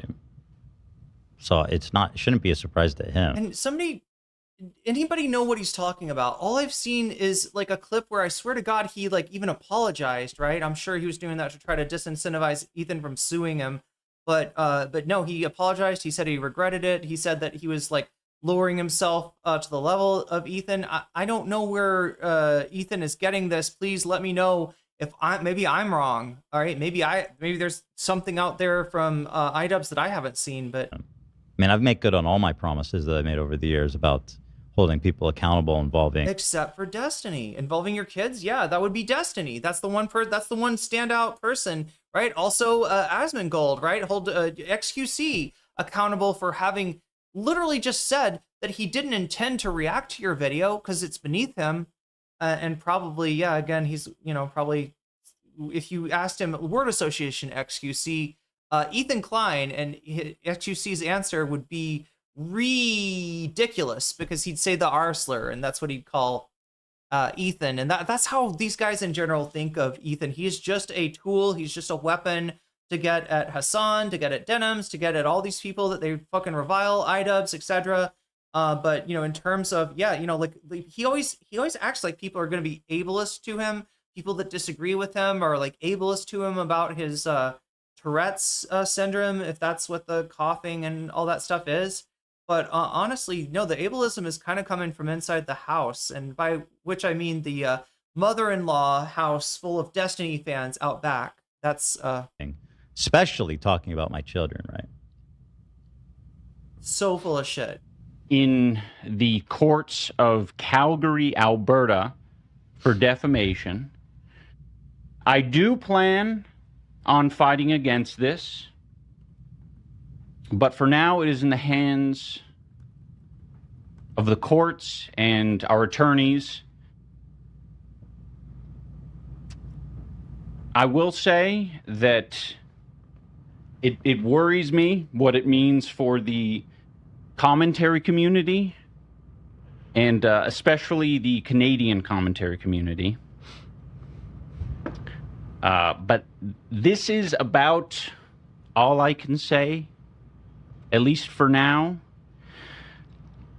I'm sorry that the stream is so short. I wish I could give you a lot more grease, but I will resume the regularly scheduled content on Thursday. Again, I'm sorry it's so short, but we will be back. I feel like if you see this video out of the context of all the insane shit that they've been saying and the communities they've been running and all this stuff, maybe you feel bad for him. But the communities they've been running in.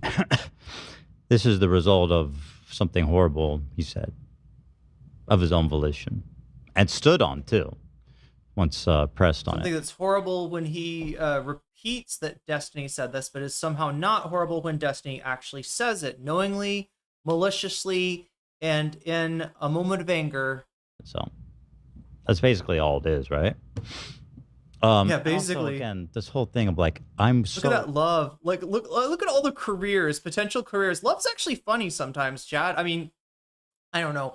Maybe I'm glazing too much, but I think that Love on his own as a content creator could be like compelling in some way. But too bad you're forever stuck with the stink of Ethan Klein, which is way worse than any kind of fish that you could be transmogrified into. worried about the commentator. R.I.P. Love's career. There we go. Go back into the lake It's from not whence about you came. criticism. It's about defamation. Right?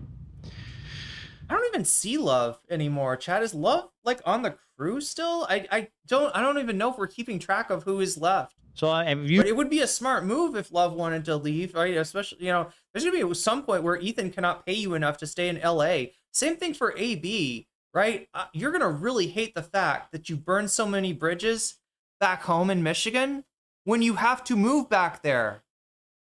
It's gonna be a real fucking reality. You thought you were this guy. Well, he's a piece of shit, but at least he's keeping me safe. At least, you know, I can stay in LA and say fuck Palestine. That's not, those words are not going to go over too well in Michigan, AB. You think that's like a critical comment, saying someone molested their children? I guess that you can argue that, but I don't think so. So that's it, and that's all I have to say about that. There we go, chat. We are done with Ethan Klein, and I could not be happier. All right, at least for now. God, fucking hope this guy just can pass into irrelevancy. Again, I think the Moist Charlie clip will go a long way towards achieving that. What else do we have? We have Adam McIntyre. Wait, did I put this up here? Adam McIntyre, yeah. Let's see what Adam McIntyre has to say. And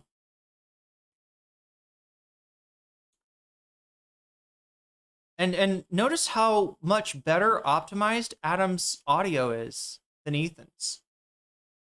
Klein L. What is happening? What is happening? No, I did just see that apparently he is suing iDubbbz. Apparently that is happening. Someone just sent me something while I'm on stream. That is a whole Oh shit, I should check in on our poll at the moment. Let's see if we got any more votes, right? Last time, precious view votes. I don't know what's going on, chat. This is like the wrong time to be streaming. Maybe you might have taught me something tonight that, like, you know, there's like just certain hours of the night that I gotta like avoid, or else chat just completely goes to sleep on me.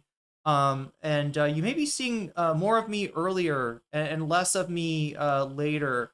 Although I don't know, I could probably I've been thinking about trying to do like a 3-hour stream. What at like a 3-hour stream in the morning maybe as well, and then a shorter stream at night. That could work too.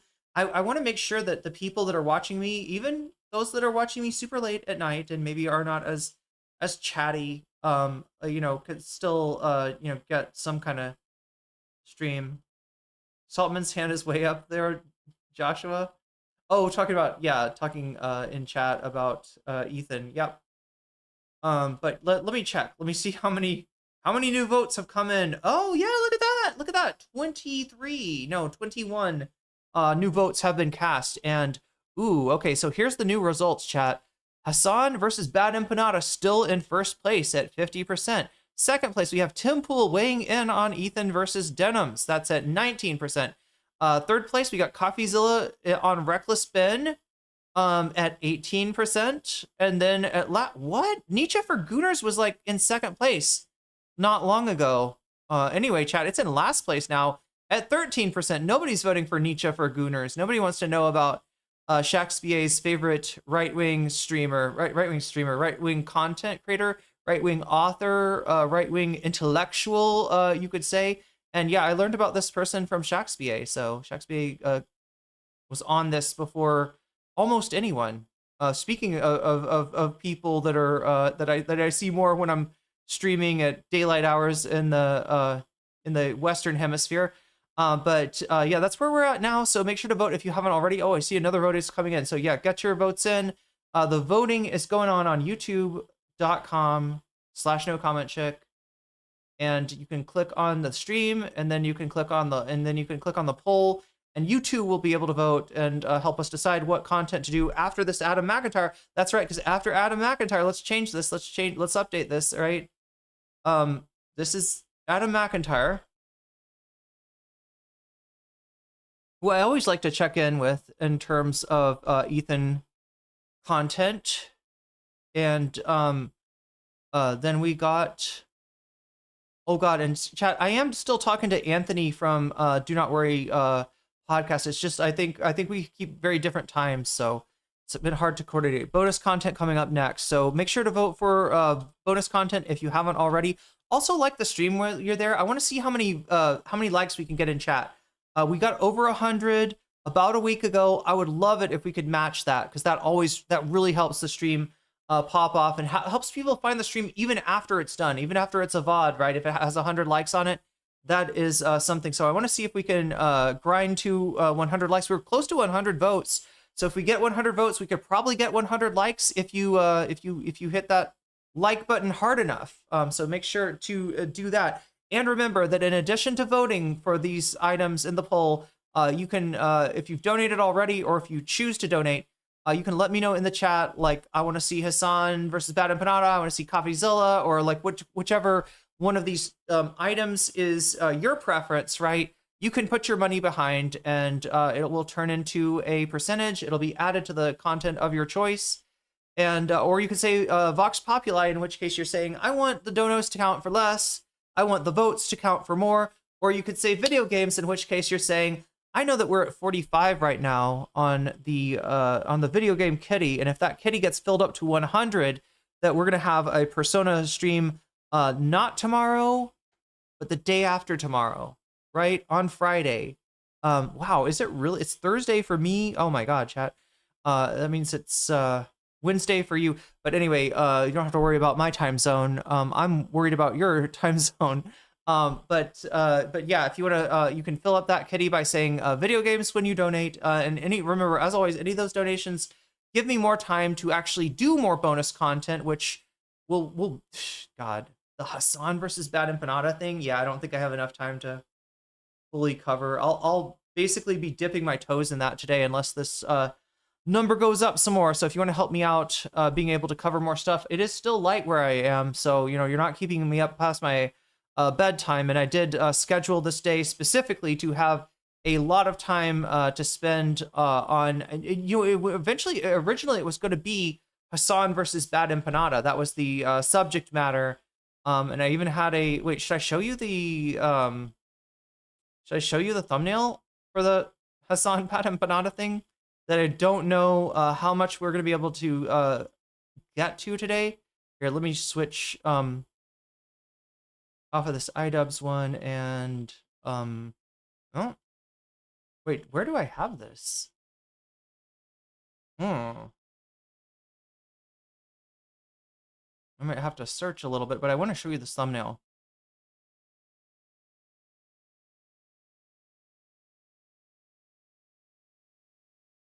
Wait, this isn't the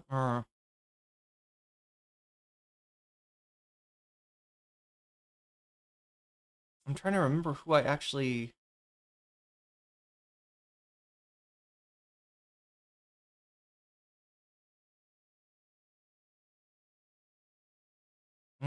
That's not it. It's literally on Canva.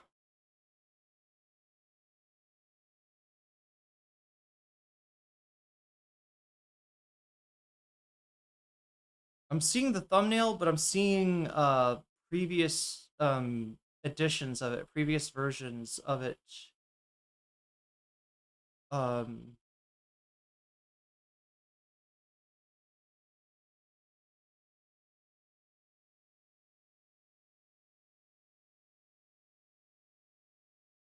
okay.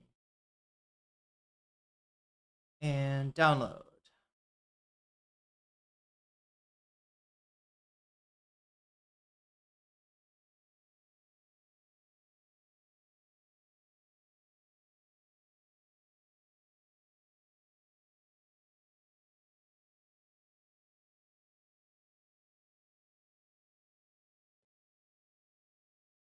Okay. Yeah, the Destiny's thumbnail on Denims says she won. Which again, Ethan hasn't even talked about this. What do we got? Download this. All right. There we go. All right, sorry this is taking a little extra time here. There we go. All right, so this is the thumbnail coming up here that I made for the content that you would have been seeing today had it not been preempted by the Ethan iDubbbz announcement and also by Moist Charlie and Anthony Fantano. And I should check and see who else maybe. Comment on the screen. Oh, yeah, we should. Plus the freeze frame is making me lol. Oh, see, praise be Allah. Oh my gosh, chat. We're gonna Allah jacket Adam McIntyre. People are gonna be like, see, Adam McIntyre is on Team Allah now. But yeah, this is what you would have been getting instead. It's what you will be getting, I guess, the content of. If we can get a few, like an hour at least put back on the stream, but I don't know. It may be too, it may be too late at night for that to happen. But yeah, I'm down to the last hour. Let's get through Adam McIntyre. We'll see if we have time for the bonus content. Whole mention.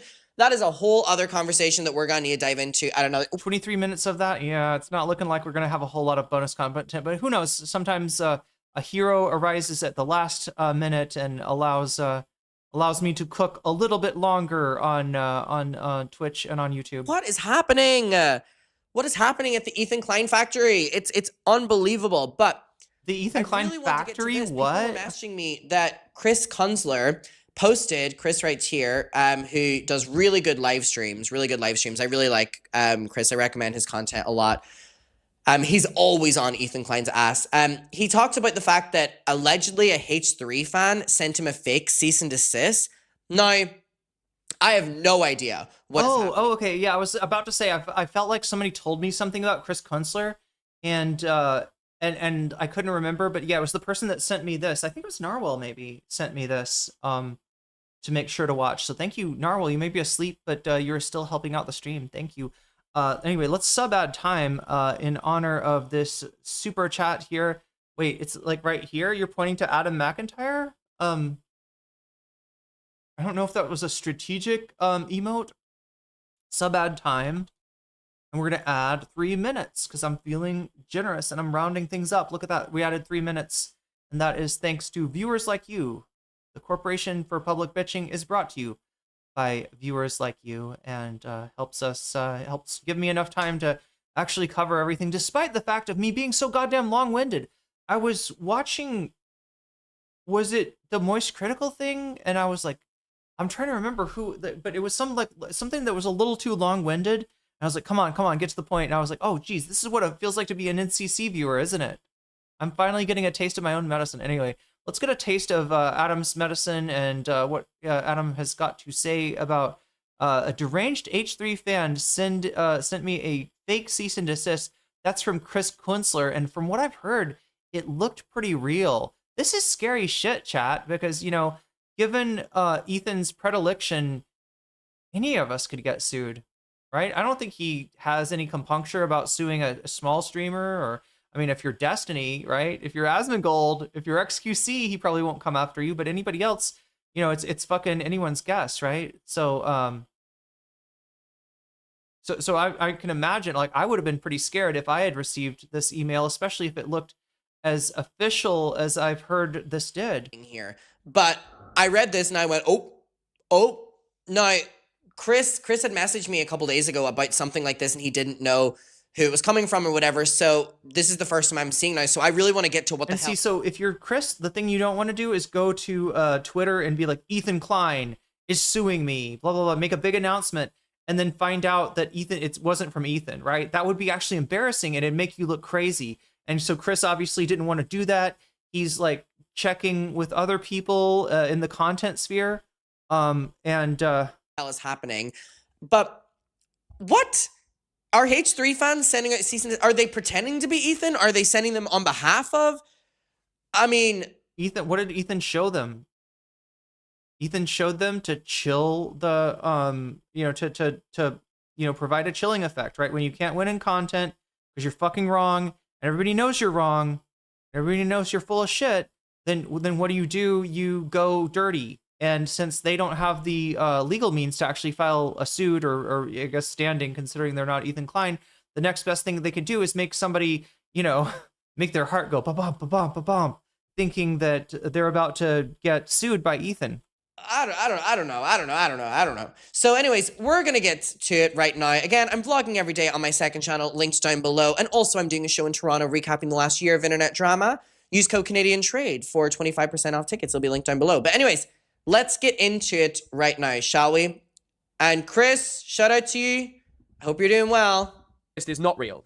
All right, let's get to this. Oh, he's saying it's not real. Okay. Let's talk about it. Okay, so you guys probably know I was a little bit cagey for a little couple of weeks. And I said I had some stuff going on. A family member genuinely was sick and in the Joshua Keller, Chris is smart and educated. I believe the word is British. But they're okay now, thankfully. But also on the same day that happened, I received an email from someone posing. I didn't know they were posing at the time, but pretending to be a lawyer. The lawyer is definitely real. The cease and desist is not real. What? Did they pose as Ram Bar Nisam? Is that legal if this is true? I don't think that so. Someone is posing. I think that's not legal. I'm pretty sure that's not legal. Fake cease and desist? No, again, I want to see Look, it's not legal, but a lot of internet harassment goes on behind like multiple proxies, and it's just impossible to figure out who's actually doing it. So there might not be any accountability for whoever did this. But yeah, no, I'm pretty sure it's illegal to pose as a lawyer, especially to send fake like legal stuff to people. Also, unless you're Reckless Ben, you can't be served via email, right? That's pretty not standard. And so, they would probably, in fact, they would almost definitely try to serve you before contacting you on email, because if they serve you first, then you might try to, go dark and make it harder for them to, if they contact you on email first, you might try to avoid being served, right? So in general, they will, if somebody is actually suing you, you're going to find out about that through some weirdo who approaches you with an official document outside your home or wherever they have surveilled you to be located in your workplace and other locations. I don't know if it's real or false or whatever, but is that not legal? Or illegal? Couldn't you go to jail for that? Like fraudulent? If this is false? This person purported and claimed that they were a representative and they were working on behalf of Ethan Klein, and they sent me a cease and desist. Now, I get scam emails all the time, I get scam emails that are like, hi, you need to click this link because if you click this link, you will see that we've... Can impersonating a legal professional be a crime? It should be. A cease and desist is not a legal document. I guess so. Well, I mean... Copyrighted, but the link... But I mean, if someone is impersonating someone else on behalf of them, that's fraud, right? Might not work. But I received this. Now, it's written by a human, or according to AI checkers, maybe the AI checker is wrong. It's very unusual, to say the least. The whole thing is unusual, to say the least. I will show it. Hold on. I guess we'll just do it bit by bit. I'll have to move the chat. Hold on. I'll move the chat to here. The chat can be down here. It's fraud and illegal, according to Google. Okay. All of these links are just embedded to actual YouTube videos. So it was a pretty stressful experience, and I feel very sorry for anyone who's gone through this, who's actually going through the real experience of this. And I don't know. Yeah. I don't think this person is actually, by the way, asking if a GWAM is invited on No Politics Here. We also wanted Harley Morenstein more. You have won a trip to Tel Aviv. Yeah. Wait, what's going on? What's going on? Okay, so wait, are they trying to set up a debate between the H3 After Dark. That's Harley Baconstein and Kate Gordon, not to be confused with Kim Gordon, who's awesome. But no, is there a debate in the works of the Epic Mealtime guy and the girl with a microphone against Chris Kunstler? Is that happening? Anybody know about this? Difference. This is the major difference. Like, this is not like a scam, a standard scam. This is just like someone just trying to do harassment. And people have tried to dox me and stuff before. And this is what, because again, I have truthfully really never spoken to Chris before. I hope he doesn't mind me saying this, but he asked me a couple days ago and was like, hey, did you get this email? And I was like, what? And he was like, did you get this? Yeah, which makes sense, because if a certain tier of people criticizing Ethan Klein, I don't know, kind of similar channel size ranges between Adam and Chris, or well, no, okay, not channel size, but maybe Chris has got another platform on TikTok, I believe. So that's not the entirety of his internet presence, but yeah, I don't know. Like, it would make sense that if Chris has gotten it, that Adam, who's a considerable bit bigger, would have also received it. So that's one way for Chris to check, is this legit or not? Email, and I was like, no. And he was like, well, I got this email, and I was like, is it real? And he was like, I'm gonna pee really quick, and he but was I'm gonna like, listen the links along. on it are like my actual YouTube videos, like his YouTube videos. So he was like, the threats and the cease and desist of it all is not linking to a spam link that's gonna hack my computer. It's like actual videos. So whoever— I always wonder about those links, if they could be like, because I know there's like a way to like, there's a way to fix, like, I don't know, maybe this is like in old, I don't even know. Like, is there not a way to like present a link that looks like a YouTube link, but it's actually like, I don't know, a link that sends you somewhere else? I always get worried whenever I get sent a link by like anyone I don't know. ever sent this, whether it's both in the UK too. Yeah, good thinking there, Rave. That might be it. Real or not, or someone impersonating, or a real lawyer or whatever, this is like as if it is real. Whether it is or isn't. This is actual YouTube videos that Chris has made, which makes this so many more layers to this. And it's like, I just blocked them because I knew who they were. But yeah, Be right it's back. like it's just insane. Sorry if it takes me a bit to explain, but it's genuinely helpful to know. Yeah, I mean, if you impersonate a lawyer, it's literally a crime. The police came to his house and beat him up the next day. Yeah, I know. This isn't like a. Wait, in the UK, would it be a barrister? Is that what it's called in the UK? This isn't that kind of thing. These aren't phishing links. These are straight up embedded links to YouTube videos. If any of you went and typed those now, they're just links to actual YouTube videos I've made. Would you actually want to invite more contentious guests? I mean, we invited Harley Moore and very interesting to talk about Isaac, but I don't think they're coming on. Posters could go after them. The problem is so this was sent. Like, I obviously didn't clock this, but after I spoke to a lawyer, they clocked it very quickly. The reason I've waited to comment on this is obviously double checking that some guy was. Oh, so he has sent it to a lawyer to check it. Okay. The email, but straight away they pointed out, they were like, this is from a Proton email. It isn't unheard of that someone like a lawyer might just try and do something cheeky. Obviously, this lawyer did not do it. It's called No Script. Thanks, Drac. I'll check it out. That sounds like a good idea to probably have. But this is just outrageous. Like, this person posed as a lawyer. It is a crime in the UK. I don't think that they will get in any trouble as a result of it because they hid behind a Proton. But I mean, I don't know. Like, one of Ethan Klein's fans just thought this was a haha funny joke. And it's like, you do realize these things are incredibly stressful, that if someone sends you this kind of stuff purporting to be a real solicitor impersonating a lawyer, that these people who sit there and are like, sue people into generational debt, ha ha ha, it's not fucking funny. It's just abusing a smaller content creator and trying to get them to stop talking about something. Now hold on.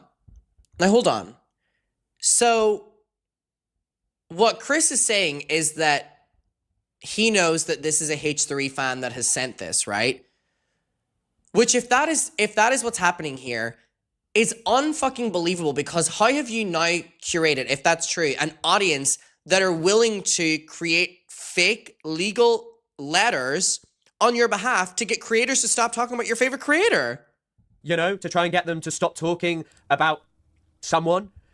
And it doesn't seem something like out of the line of what Ethan would do. But yeah, here you go. So, dear Mr. Kunzler, we are acting on behalf of Mr. Ethan Klein. We are instructed in relation to multiple false, highly damaging and defamatory statements published by you concerning our client across various online media platforms, including but not limited to video broadcasts, live streams, social media posts, and associated commentary. In particular, our client takes gravest exception to statements authored and disseminated by you, which allege, state, or otherwise imply that he aids and abets genocide, supports genocide, or is complicit in genocidal conduct. These allegations are entirely without foundation, demonstrably false, and highly defamatory at common law and pursuant to the Chris reached out to the law firm. The lawyer is real, but it wasn't him who sent the email. What the fuck?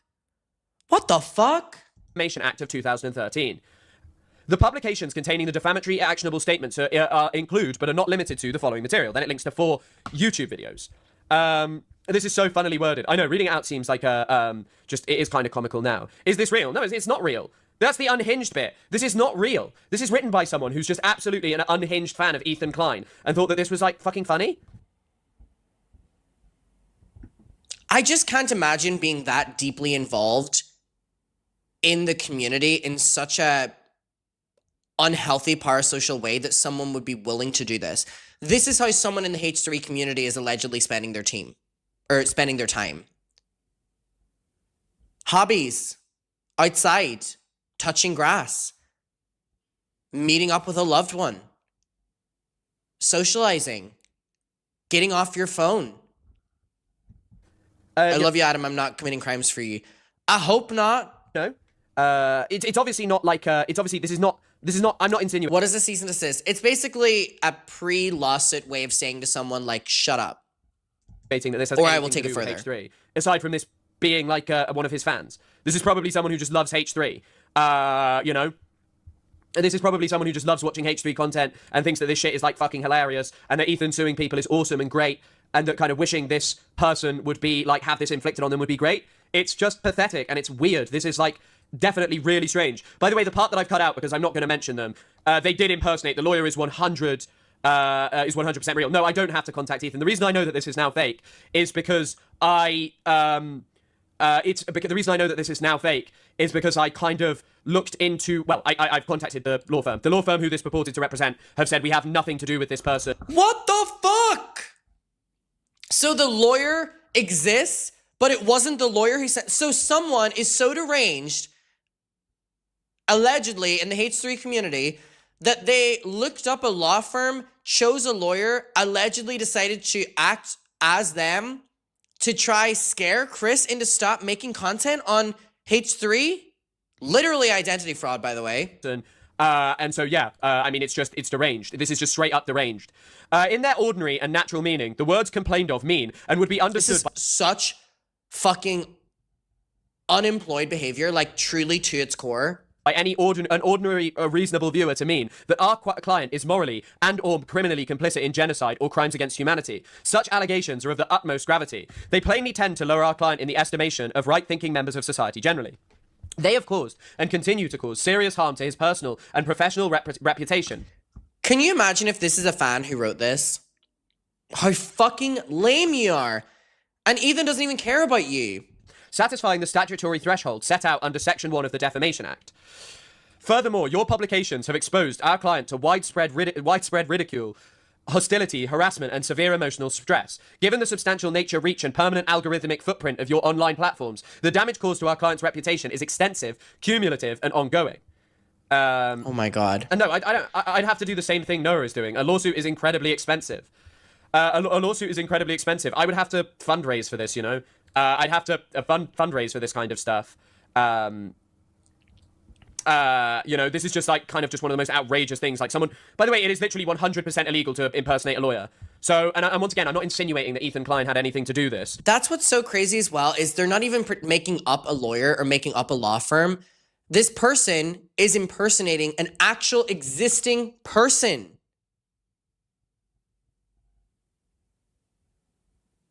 Dear Jesus. With this. Yeah, and it definitely, I knew straight away it couldn't be from Ron Bar-Nassim because Ron Bar-Nassim would have included like a photo of the Mufti and been like, this is your friend Hassan Piker as the Mufti of Jerusalem. But it's just like, is this even what a cease and desist? I'm going to be frank with you. I have no idea what a cease and desist looks like, and I hope I never do because I don't want to get sued. Also, this red dot is not here. I don't know why it's here. I must have accidentally put it on when I was drawing. It's just like, I don't know, it's one of the strangest things I've ever experienced. And it especially just came after La Boo Boo. It came after, like, you know, iDubbbz received a cease and desist, Noah's Oats received an actual lawsuit, Denims, Casey Tron, Frogan, you know?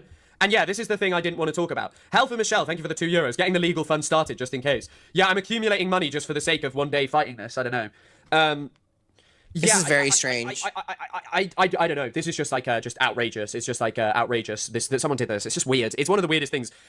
One of the weirdest things I've ever experienced. Like, just that someone would think that this is like a good haha funny. I must cease and desist from being a cutie patootie. I'll try my best. Okay. So it then said, in order to mitigate the ongoing damage to our client's reputation, our client requires that you immediately take the following steps. La Boo Boo. Barbara Pitt fund for after the lawsuit. Wow. That is exactly what I need, a Barbara Pitt fund. I will say I'm very upset. I'm very upset that I missed out on the opportunity. I missed a work opportunity of talking about Hila Klein's epic trip to, you know, talking about her epic trip to... With her watermelon and feta, evil lady. Doing this to a smaller creator is fucking insane. Chris is in the UK, so the fact he got a fake one is interesting. Well, I feel like if Rom would have sent one, it would have been like, my name is Rom Barnism. You know what I mean? The country of Israel to do a performance. Also, thank you for the €2, Marcus. I will be using that for the Barbara Pitt. The apparent enjoyment his cultish fan base. So is Ethan actually suing, or was it a very bad tasteful prank? So Chris is saying that he, I guess, contacted the law firm and they said that the lawyer that apparently this came from is not involved in this at all, therefore leading Chris to believe that this is fake at all. He's not saying that Ethan has any involvement in this. He's saying that this appears to be a deranged H3 fan who did it, which is just so fucking crazy and so fucking creepy and deranged that someone would do this. Taken trying to humiliate and attack anyone who criticizes him is so strange. I know. We need to like collectively raise money for a specific Ethan Klein liability. We repurposed the FUPA fund where it's now just like where it's just FPA for protection, FPAP fund for protection against pedo troll. That's going to be the repurposing. Yo, Dr. Hubs with the 10 stream watching streak. Wait, let me get out from behind this. Yes, the 10 stream streak over on Twitch. Congratulations. That is a 10 out of 10 streak. So yeah, we're coming down to maybe the end of the show. I don't know, Chad. It depends on you know how many of you have turned into dream characters.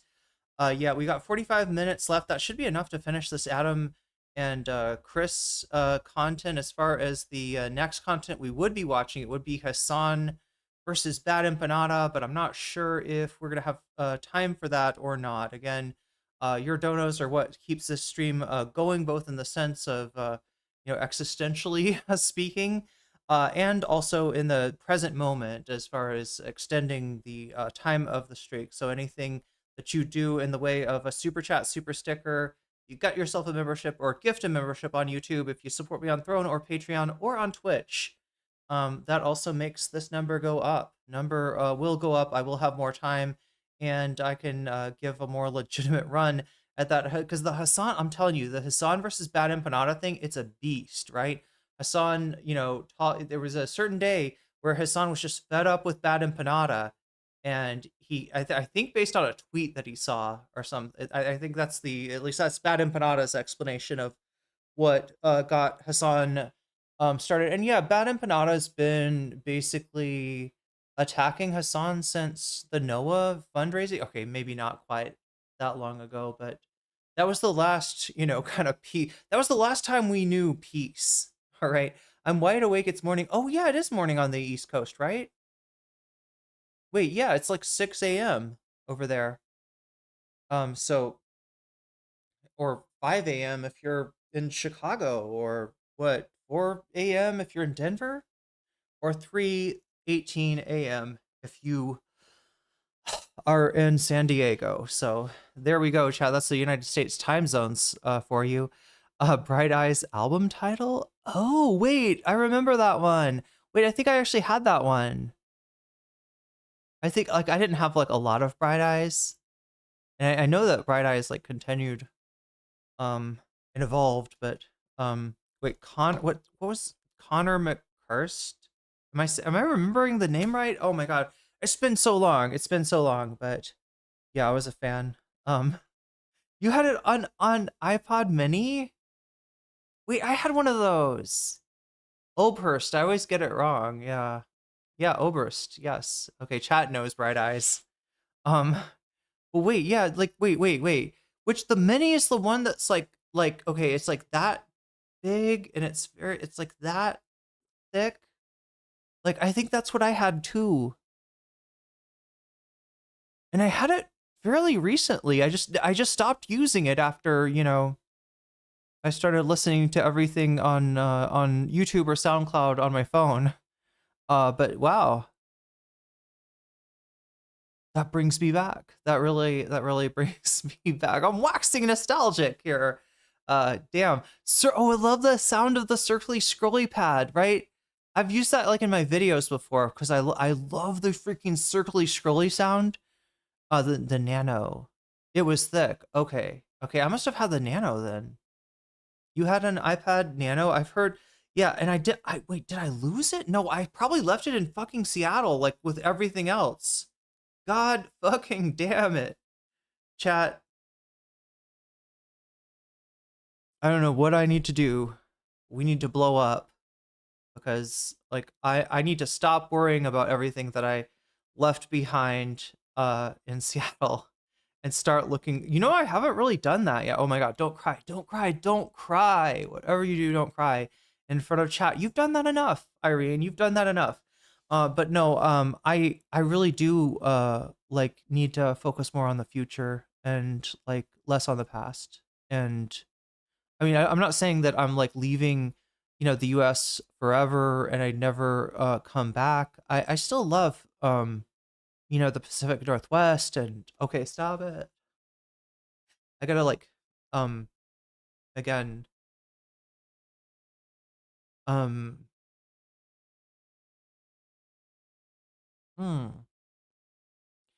You'll make more clips. Listen, we need to give those clips some time. I need to schedule like a day a week to like maybe go over the clips. And by like a week, certainly there'd be like enough clips to look at. And then it would encourage people that saw it would be like, oh, I could make a clip. And they'd make a clip and it would be embarrassing and we'd laugh at it. Embarrassing for me. I mean, Chad, I'm the one that gets embarrassed in those clips. But, you know, I could also look pretty good in those clips if you cut it right. It's possible. But yeah, I mean, sometimes I'm funny, sometimes I'm poignant. Maybe we'll find out. We'll see what kind of clips you can make. Maybe I'm full of myself and I'm overestimating with toxic positivity.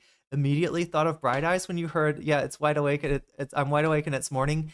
It sounded so familiar, but I don't know. I connected to it on a literal level rather than a titular kind of level. Can make better clips out. Oh, to use why is my brain blanking on the other kind of free software? The one that I don't use, CapCut. Yes, I'm guessing on CapCut. But yeah, for real, I need to. If I can just now that I'm healthy, try to lock in, do what I need to do, with some consistency, which will also be good for you because then you'll know exactly when I'm going to be streaming, which you should know. You should expect that. You should expect more communication, you know, from me, you know, when something is going to get canceled, like the Monday stream, right? I remember I was going to talk to you about Hassan and have that I would have gotten that out of the way. I would have already covered that, except I underestimated how much it takes out of me to do those extra long streams. Oh, Premiere Pro, nice. TikTok is good, yeah, which is basically CapCut. No, it's I use DaVinci. I just was for some reason my brain thinks of clips as verticals. Sorry, I shouldn't say vertical because that means something else in like advertising or something. No, what am I saying? Like shorts. There we go. My mind frame immediately classifies those as shorts, even though they're, you know, they can exist in any. In fact, like I think they naturally would be like 1920 1080 or whatever.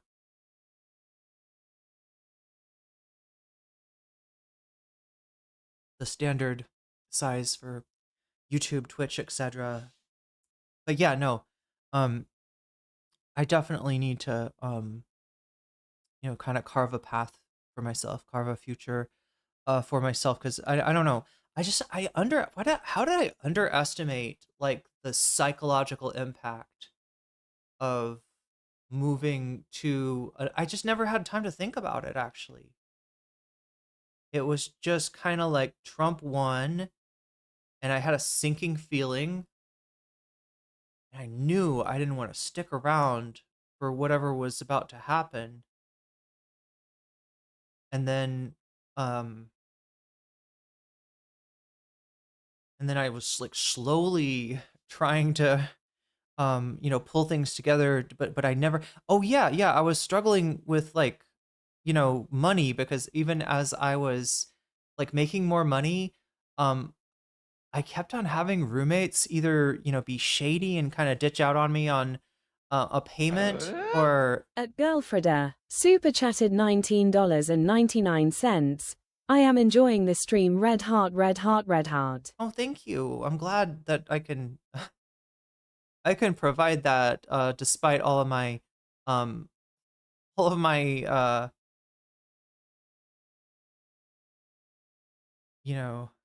unexamined, what do you want to call it? Unexamined, like I just haven't had I haven't had time to think about anything like this. Like, what does it do to you to like go to another country, and even without the whole like political circumstance that it's occurring under and everything, like, is it just like a thing like any other, and you can just be like, no, right? I mean, yeah, I guess for a while, but at some point you have to reorient, because like everything, I just realized this. I'm oriented in like the past somehow, like in a Seattle that no longer exists. And I gotta orient towards the future. I gotta figure out what that future looks like, how it's gonna work, and because all my stuff is not behind in Seattle. All my stuff is like forward, and I don't even know where. Like, I don't even know where that road leads. But yeah, no, I haven't written off, like, just so everybody knows, like, I haven't written off coming back to the United States. I don't want to do that under Trump. But I do want to see, I don't know, a salmon barrier or two again. If only to, I don't know, set up some kind of import business to Thailand. That would be cool, chat. That's what I should do. I should become a fruit seller, like the guy from JoJo part 8. What's his name? Anybody remember who I'm talking about? The fruit appraiser guy? He's like,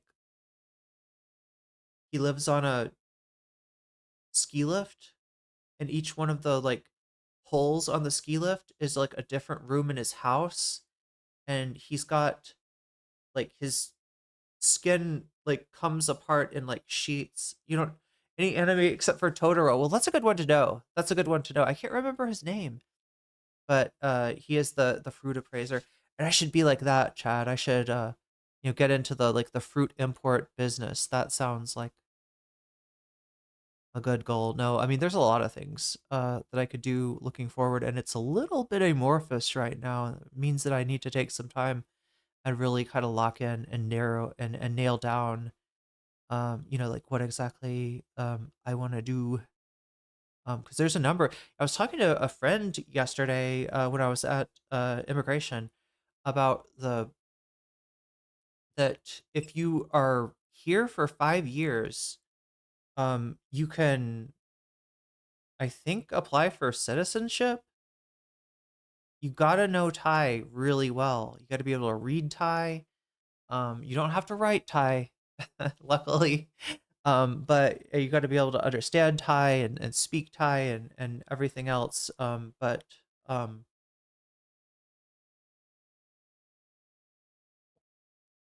like that is a possibility. But yeah, thank you, Girl Friday on Tuesday. Let me throw back some time on the yay old time meter. All right, here we go.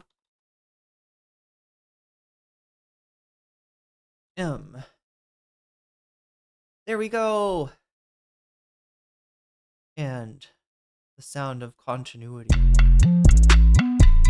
I don't know. It's a really weird winter for me. Anybody else? Anybody else have a weird winter? Legal harassment is fucked up. Even more fucked up, people taking advantage of immigrant families saying they can help release family from... I've not heard about that, but yeah, this kind of stuff is fucked up. All of this is fucked up. I don't want to read about the law. I want to be having fun. This is, by the way, this isn't even Ethan Klein. This is not... once again, I will reiterate. I have no reason to believe that this is actually from Ethan Klein. It's just straight up a deranged... It's a snark campaign, one might say. This is a deranged snarker. But yeah, Ethan Klein is... And crazy. What do you think, chat? Should we normalize talking about snark? Just calling everything snark? Like, you know, the Ethan heads would be like... I don't know. Or should we... I don't know. I don't know what to do with it, right? Because it's so... Like, when I heard Ethan doing this, I was like, this is so fucking silly, right? Yeah, I get it's a thing on Reddit, but the way that he tries to universalize it, I find really strange. And lumping everybody who is critical of him in with, I don't know, what, a subreddit? Like, but I get why he does it, right? It's a cult thing, isn't it? A weird spring. I had a little bit of a weird spring too. Yeah, it's only gotten, like, and I won't say normal, but like it's reached some kind of equilibrium. I think over the summer, at least I feel a lot better. I don't know exactly, you know, what was wrong with me. I know I took some, like I started taking vitamin B12 regularly. I stopped eating at this one restaurant that serves like all of their vegan food has like, it has like, not just like some wheat in it or something, but actual like gluten, like seitan is like, they love to use, and I get why they do, because you could really imitate stuff like chicken pretty well with seitan in a way that you can't a lot of... Oh my god, Chad, I'm talking about vegan food here. But yeah, the point is I guess I, you know, stopped eating something that was upsetting my tummy. And what season is it there?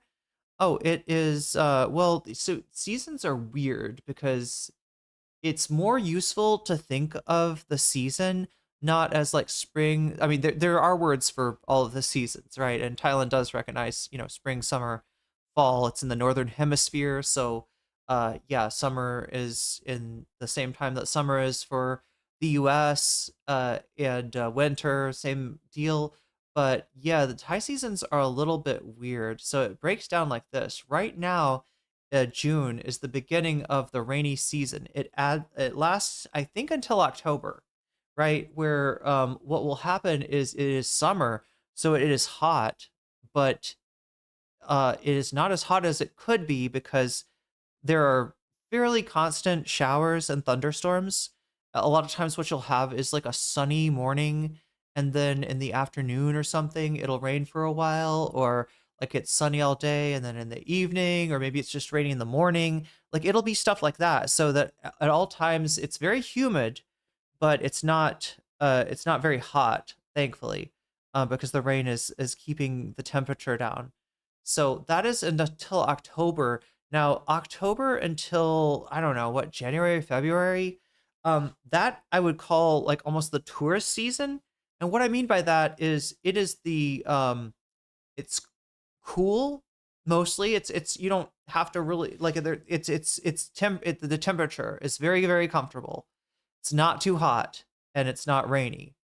It's not too rainy, all right? It's normal weather. Normal weather happens from like what, October, November until January or February, and then you get the smoky season, which is to say that it starts to get hotter, and as it starts to get hotter, it's still very dry, and it's been drying out, and so you start to get like forest fires and stuff, and the air gets really polluted. There's also it's the season where anyone who burns their fields for agriculture is going to be sitting there, like it's a style of agriculture, right? People like a rice field, it'll dry out at that time and people will burn it down, and all of this just contributes to a very smoky sort of atmosphere. And there's not a lot of wind, not a lot of rain, not a lot of things to control the polluted smoky air. So that's the part where it's hot, it's dry, and it's smoky, right? And you almost got to have like an air filter. Like it's bad, it's that bad, or at least it was this spring. And then after that it's the rainy season and rinse and repeat. So yeah, like what, like kind of 3 seasons in terms of like how it feels. Anyway, let's finish as much as this as we can and try to do as much of the Hassan, because we got extra time, chat, and I'm gonna try to sorry, I jibber jabbered for too long. Okay. Jibber jabber, is that even the word? I don't even know what jibber jabber. It sounds like something a Bene Gesserit witch threatens you to poison with, right? That allegedly the snarker is defending Ethan here. Crazy that an Ethan Klein fan would be a snarker. The people, some kind of finger glove with like a sharp point at the end of it that's got poison in it. That a Bene Gesserit witch would use, for instance. Okay, too many Dune references. Purporting to represent him have said that I must cease and desist from further publishing, repeating, or causing to be published these defamatory allegations or any substantially similar allegations, whether online or otherwise. Remove and permanently delete all video clips, thumbnails, titles, descriptions, social media posts, and user comments within your control containing the allegations complained of. And Publish user a clear, comments? prominent retraction and apology, the wording of which and placement of which must be approved by this firm prior to publication on each platform used to host the defamatory material. Provide a written retraction within 7 days. 7 days confirming your compliance with the above demands. Preserve all relevant evidence, including but not limited to scripts, notes, raw unedited video footage, correspondence, Oh my electronic God. communications, analytics, and metadata relating to the creation, editing, and public. I wonder, they must have gotten this from somewhere, right? Unless they themselves are a paralegal or a law student or a barrister. Is that what it's called in the UK? Be an avocat in France. Of the material complained of. Should you fail to provide these requested undertakings or otherwise fail to comply with the terms of this letter within the specific time frame, we hold strict instructions to advise our client on the immediate commencement of legal proceedings against you in the High don't want much, don't they? Court of England and Wales. Now, as I said, whoever has done this is like la boo boo. I could tell. I probably just I won't, because obviously this law firm is just subject to someone impersonating them. This person is just impersonating them. That's the thing as well. You think they're gonna have like a Bitcoin address? They don't. They didn't ask for any money. They just wanted me to be harassed into releasing my own apology to Ethan Klein. Yeah. Either that or maybe you go to like I said, you take to Twitter and you're like, Ethan Klein is suing me, and then somebody, like I don't know, somebody somehow proves that no, he's not, and you look crazy, right? That's one way, one outcome they might be. And to delete my videos. So strange. Don't worry, Chris. You have Saudi and Qatari oil. Radical caffeine. Thank you for the $7.99 SAR. Thank you as always. Yeah, I need my Qatari oilers. That's what's just so strange to me, which is like, what is if this is just a H3 fan, or if this is someone that is just doing this for an LOL moment, why? What did they want out of it? Did they want Chris to just stop talking about Ethan? Did they want Chris to get scared and delete the videos? Did they want, like, do you care that much as a viewer, if this is a viewer? Look, in general, what do trolls want? They want a reaction. And look, I mean, this, kind of is one.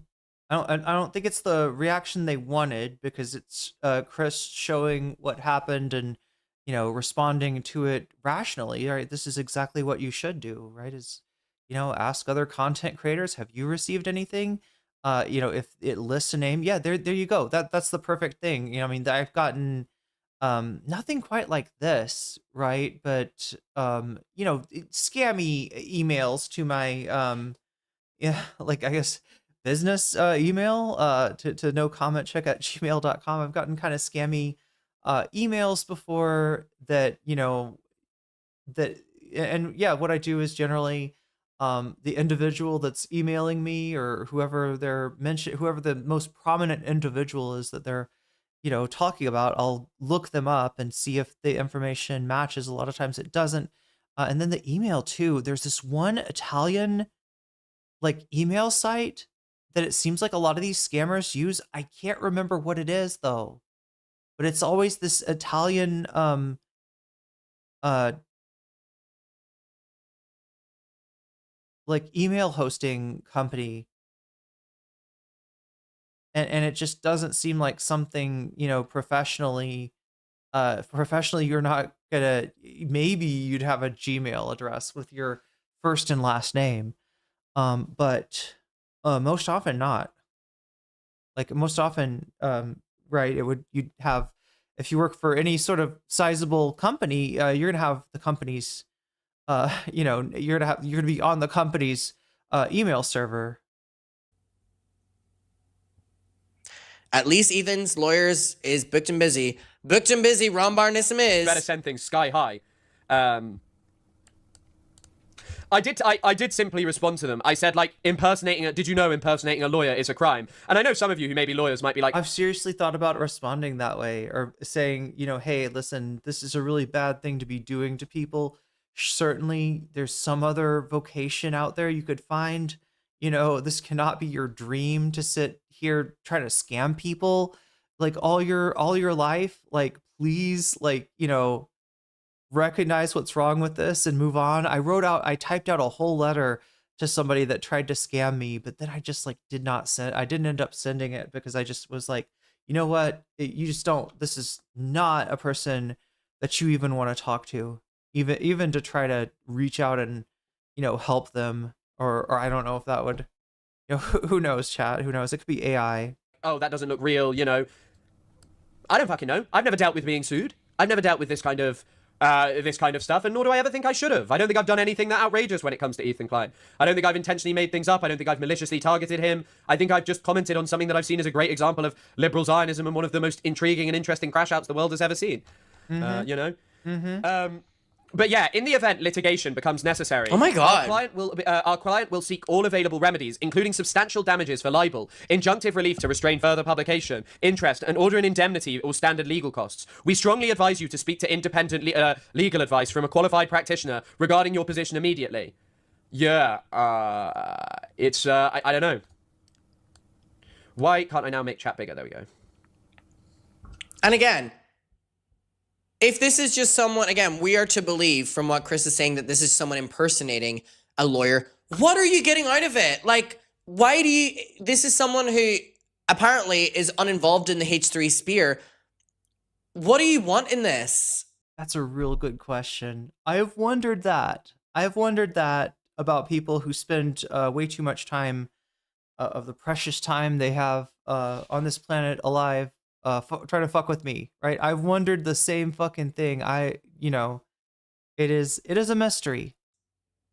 And yeah, the fact that Chris said that, you know, he knows it's not AI, he ran it through like an AI check as well, is like, someone wrote this who apparently is impersonating, allegedly, a lawyer. What are you getting out of it? Are you really that involved? God.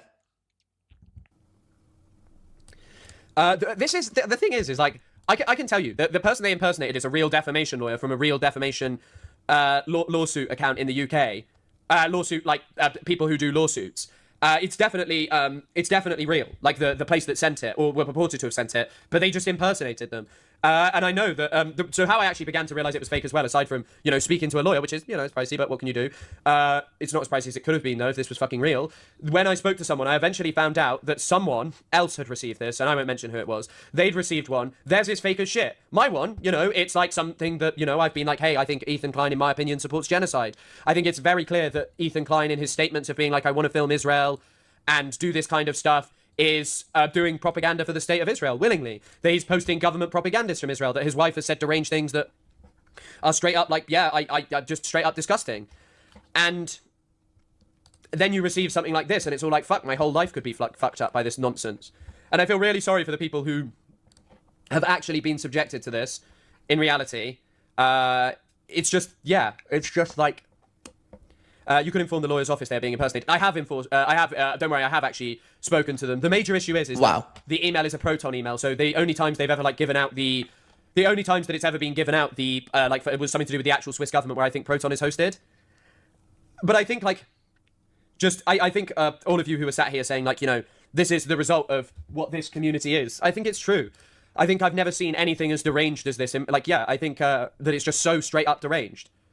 And just think about how Ethan talks about this amorphous snark, this entity that comprises anyone, like anybody who criticizes him just turns into Agent Smith, right? It's like that kind of shit. It's that kind of, you know, paranoid,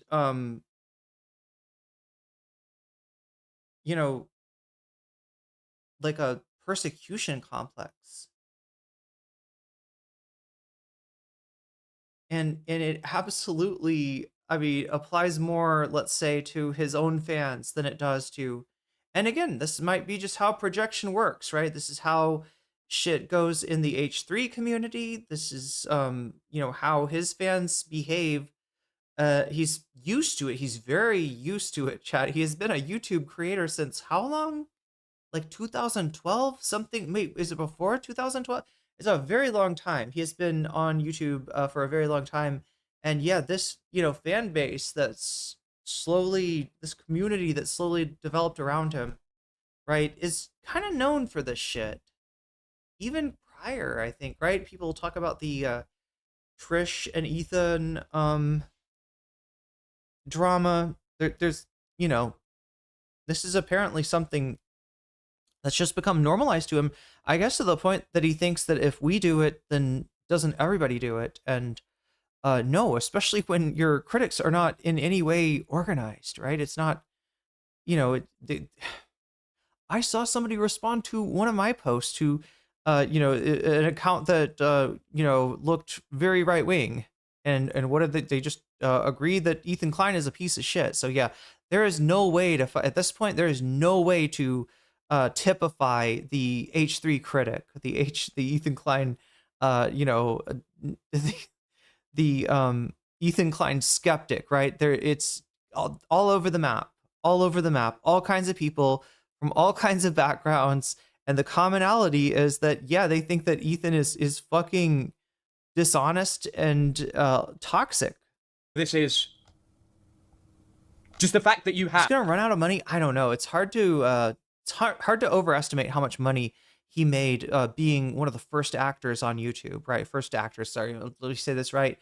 He is like, you know, the first actor effect is like, you know, kind of the bonus that you get for like, you're the first, you know, YouTuber to do XYZ kind of content, right? You know, just being there longer than other people is an advantage. And, you know, he had that advantage. And so he made a lot of money. You know, there's videos that I've seen of his that are like 18 million views, I think. And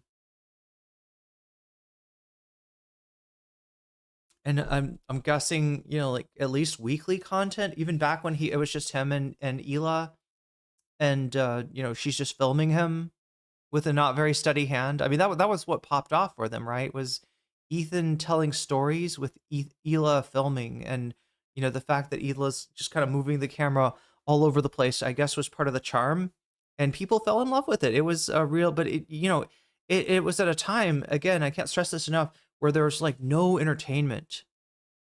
They're not really, but like their YouTube videos, you know, oh my gosh, this is gonna be controversial. YouTube videos were not as good. The on like a production value level, you know, in some ways, look, you could like you can complain about the Mr. Beastification of YouTube, and that does seem to be like a real sort of negative trend that's there. But, and I'm sure there was good content back then. You know, content, you know, can be as simple as a person telling a story that is important to them and that resonates with the audience, right? you know, anything, you know, can be content as long as it resonates, right? And I'm sure there's stuff back then that has aged well, but you do see a lot that hasn't aged well. And I think that Ethan's content fits under that rubric. I think that, yeah, you know, he is, that's why I call him an alleged funny man. It's like, you know, they say he's funny. I've never heard him be funny. Maybe you just had to be there. Have people who think lawsuits are like this amazing joke because their hero does them, because he sets money on fire, because he's suing the evil people. Yeah, it just sucks. He sets money on fire to smoke a cigar. It sucks that this is like someone who's just trying to destroy freedom of speech on the internet. And you know the funniest thing? I think I all told you this, and I'm actually going to finish. It's Proton. It's a burner email and nearly impossible to track. And it's like so lame that you're so confident and ballsy to do it, but you're hiding behind that. Writing it in London. When I was in I literally had written out one final, like, I'm not making a long form Ethan Klein video ever again for like a commentary video, but I was going to make one final one talking about Noah, talking about you know what's going on with that and the freedom of speech and this kind of stuff. But then I got this and I was like, shit, I shouldn't do that. Oh shit, so it low-key worked. And yeah, I know, Ratty, imagine doing all of this for what? Defending the fucking honor of Ethan Klein. Yep, 100%. This is just like, this is the community that he's built, like just these people who think that this is just like awesome. And like, you know, the amount of stress that this just causes, like for people, it's just obscene. And that's the thing, when you speak to someone, lawsuits are like a preserve of the, lawsuits are just a preserve of really rich people. They're something that really rich people can do, and people who want to do them. Because let's be real here. You guys were all mentioning the CPS thing. Like, you know, and that's something I really have a problem with, right? There's a lot of things about this government that I really have a problem with, the way it works, right? Obviously, it's, you know, 10 times worse under Trump, but there's a lot of shit that is just normalized and is just etched. This is how we do shit that is just unacceptable. And our system of justice is one of those things. It is pay to play, and that is no justice at all, right? In fact, I would say it's the opposite. And you don't owe allegiance to a system that betrays you to money. The shit's gotta change, okay? From the bottom to the top, from the top to the bottom. Shit has got to change in the United States if the states are even gonna stay united, and that's a real freaking question, right? Trump has done a number on the, I don't know what you call it, like the,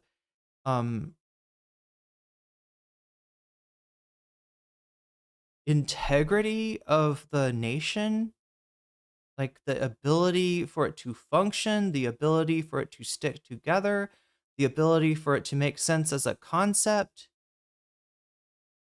And I don't talk about that nearly enough. Chat, we should do like a shorter stream in the evening and then another shorter stream in the morning that's news. That would be fucking awesome, because there's so much I wanted to talk about in terms of the latest on this bullshit ceasefire that Israel keeps breaking, and the, you know, hope from the United States as they lose a freaking Apache helicopter to a Shahed drone that wasn't even trying to destroy it. Crazy shit is going on in the state of Hormuz, chat.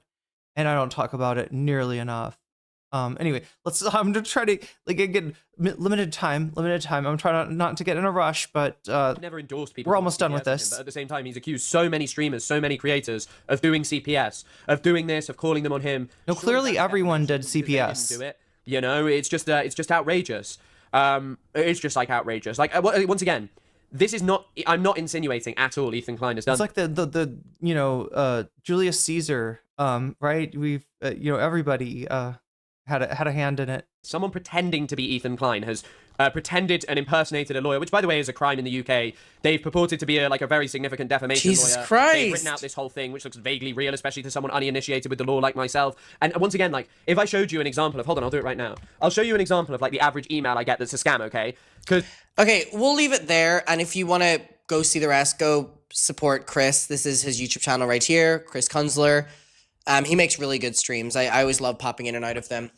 This is like deeply disturbing, and like we've hit like an all-time low for like the H3 community. Like, I'm surprised that Chris is like kind of like calling it quits, right? It's weird. I mean, maybe he'll change his mind the next time Ethan does something ridiculous, but I have a tinfoil hat theory that AV did CPS. Okay, I'm here for that. I would love to hear. That's why he quit before Ian leaked any text. Even though Ian said he wasn't going to leak it. Wait, AB quit before Ian, or wait, why Ian left before AB leaked any texts? Is that what you mean? Or are we talking about iDubbbz? Oh, iDubbbz Ian, right? I think there was like H3 Ian at one point. I was just confusing that. No, I think you're talking about iDubbbz Ian, right? AB quit and said Ian and wait, AB quit? Wait, AB quit what? He unquit. Oh my god. What a cheese dog. What an absolute cheese dog. Like, not that there's anything wrong with a cheese dog, chat. Sometimes you need a chili cheese dog. I just cannot believe that Ethan has cultivated an audience that is so obsessed with lawsuits and suing people that allegedly now people...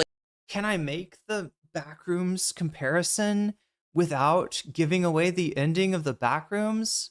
I think maybe I can. I'll have to vague post a little bit, but if you've seen the Backrooms, you'll know what I'm talking about, that the entity it seems to be taking its cues from one of the characters in the movie, right? And you know, he films with a video camera, and then it picks up the video camera, or is it his phone, and starts filming with it, right? You know, he's like using these backroom creatures, these entities from the backroom as a source of food, and you know, this entity gets it in its mind to use other humanoids as a source of food, right? And it's reminding me of Ethan and his audience, right? That this thing, this primordial, you know,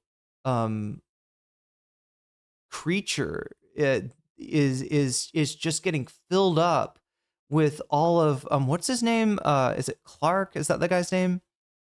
Yeah, Captain Clark. All of his personality and his you know, subconscious and all this stuff, right? In the same way that Ethan is, his fans are getting filled up with, you know, his... Again, when you set up a permission structure for yourself to act like a antisocial, you know, psychopathic menace to, you know, everyone in the space, and you're like, no, it's, you know, they did that. They went after my family. So now I get to do anything. And this is how harassment happens, generally, or any sort of bad thing is justified, right? With a claim like this, a claim to an exception. Is the movie any good? I don't know. I liked the YouTube series a lot, and I was kind of hoping it would be more along those lines. There are some connections there, right? But yeah, I don't know. I prefer the YouTube series. But I don't know. There's some things about what the movie is doing that I appreciate.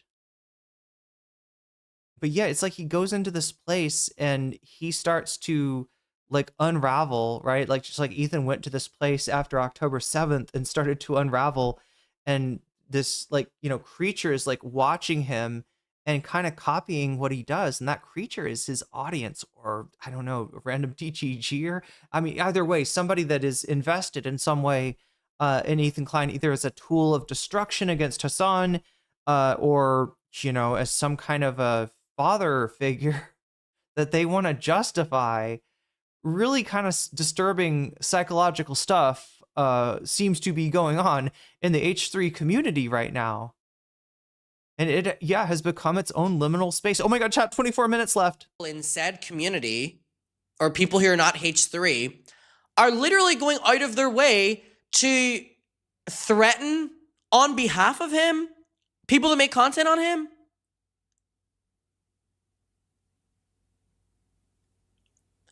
And he has the audacity. The chat saying H3 fan base is a cult. Yeah, that's exactly what I was thinking. He has the audacity to criticize other people, their content, and their communities. It's crazy. Objectively worse than snarking. This is snarking at like its worst. And that's what always makes me fucking laugh about Ethan. This is pathetic. I feel really sick that Chris is going through this. I feel really sick that Ethan's community now find this something that they want to spend their time doing. It's fucking gross. It's lame. Get a job or go outside. Yeah, stop imitating Anyways, Ethan. This is like a Samir Bhavnani video. Like, you know, H3 fan imitates Ethan Klein. Or no, it would be like a child or something. Like, it's always like a child imitates a movie and like the craziest plot twist. Oh my God, what is Samir Bhavnani? We don't have time. We don't have time, chat. I'm so curious what he's up to. We saw Samir Bhavnani kind of go on this weird right-wing arc. It was weird because he's done like pro-trans videos before, and then he started doing these like the teacher is grooming the child to be trans. Like literally, that was like the plot of one of his episodes. And then from there, he was like, he did like a pro Andrew Tate video. It was so weird. But anyway, we don't have time for any of that, chat, because we got to get to bonus content. I don't know if I have time. I'll cover what I can. Hassan and Bad Empanada is still winning. So let me know if you've donated or if you want to donate and you want to put your money towards any of these topics. That also gives you the ability to, you know, add points to poll items. But right now it looks like, yeah, by 20, wait, it's like 32 points. Wow, that's a huge margin. Wait, let me look and see if like there's been more votes. So sometimes I have to toggle it between modes to see. Yeah, 105. We've got more than 100 votes. That's amazing. I was hoping for that, chat, and I'm also hoping for 100 of your thumbs if I can get them. So if you have not yet, please kindly move your thumb into the upright and locked position as this plane is about to take off. Hopefully, chat, like, you know, you can give me more time if you want to, if it's worth it to you. Hassan and Bad Empanada, I've got a lot on this, actually. And once again, Direful has dutifully and thoroughly curated this content for us with some much needed timestamps on Hassan's VOD, actually. That's what we're going to be going through, Hassan's VOD, and you're going to see, I'm at least going to get to show you, you know, what set Hassan off and his initial reaction to, I believe, a Bad Empanada tweet, and then sort of the fallout that's been going on, which is included, yeah, Bad Empanada kind of looking a lot more like a different sort of creator. Chat, who does Bad Empanada look like in this picture? I feel like there's something a little off, right? Something a little off about this dude. His posture is very poor. And that's not what I'm used to seeing from Bad Empanada. I don't know, chat. Something seems a little different about this dude, but I want to get you, I want to get us to it. So yeah, that's where we are. I'm just waiting for if anybody else has donated and you want to place your bets, place your dono on any of these topics. You can add percentages with your dono, and I'm just waiting to see if any more of those, if anyone's gonna add money to any of these, add percentage to any of these topics. But yeah, let me queue up the Hassan video because it's a doozy. Like I said, probably only gonna, well, I don't know. again, the time expands with every dono, so every bit of support I get literally gives me more time to spend on this, to go into detail. But right now I'm going to try to move as if this is all the time I've got, and at least give you a good explanation of what started all of this. Maybe we could probably get it more into this another day if this is all the time I've got, but I gotta find our timestamps. Hopefully they are pinned. Maybe not.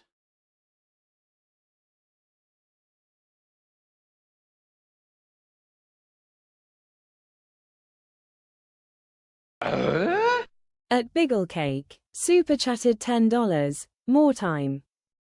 More time indeed. And thank you for the super chat. Where did I? Okay, that's actually very, very, very good timing.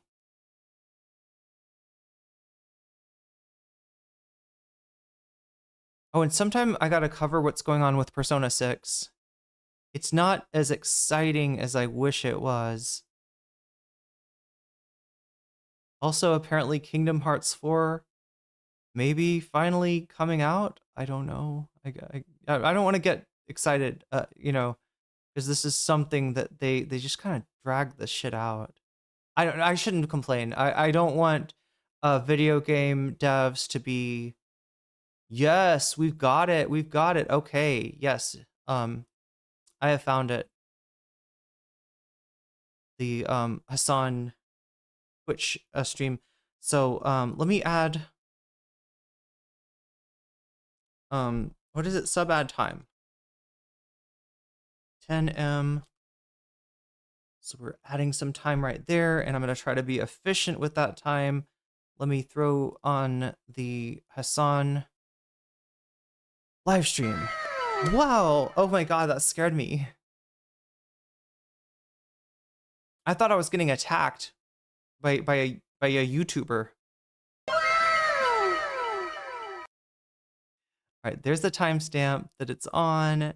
I just gotta bring this over here. I'm gonna get it situated. I think it's that like my computer like needs to be restarted. So is it doing that for you too, where it sounds like it's like glitching a little bit? I don't know. Maybe it's just on my end. Maybe it's only glitching on my end. I don't know what it's like for you, chatters. But anyway, this is Hassan Piker. He is dressed in his suit for the grandmoms and the granddads. They like the suit. They like to see the suit on the night. What they say? What a nice young man. What a nice young man. I can't do the Trump. How come everybody thinks they have a Trump? One last thing I need to hit. There we go. That get him in the right place. Okay. And maybe something. Resize. Yes. Okay. All right. So there he is, Mr. America. Shrink to right there. Okay, there we go.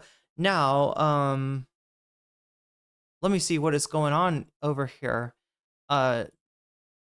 Just saying, 1986, just saying, you just got weaseled to 5 people who just got weaseled. And again, chat, it's the way that you can see the bonus stream if you get a membership. If somebody gives you a membership, or if you get yourself a membership, the bonus stream I am putting on YouTube on members only, but it's not a real hard paywall if you go over and check Twitch, if you know what I'm saying. So I don't want to lock anybody out of the bonus content. And same thing if we end up doing that tomorrow.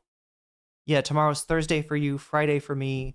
It's a possible bonus stream day because of my Thai class. If the stream goes over my Thai class, then we come back and we reconvene 2 hours after that class. Anyway, Angel Carrington, you just got weaseled. VR Starry, you just got weaseled. Antonio MY7, you just got weaseled. Holy Rights, you just got weaseled. Moxie Josie, you just got weaseled, and that's a good thing. And the other good thing is I got a sub ad time 15 here.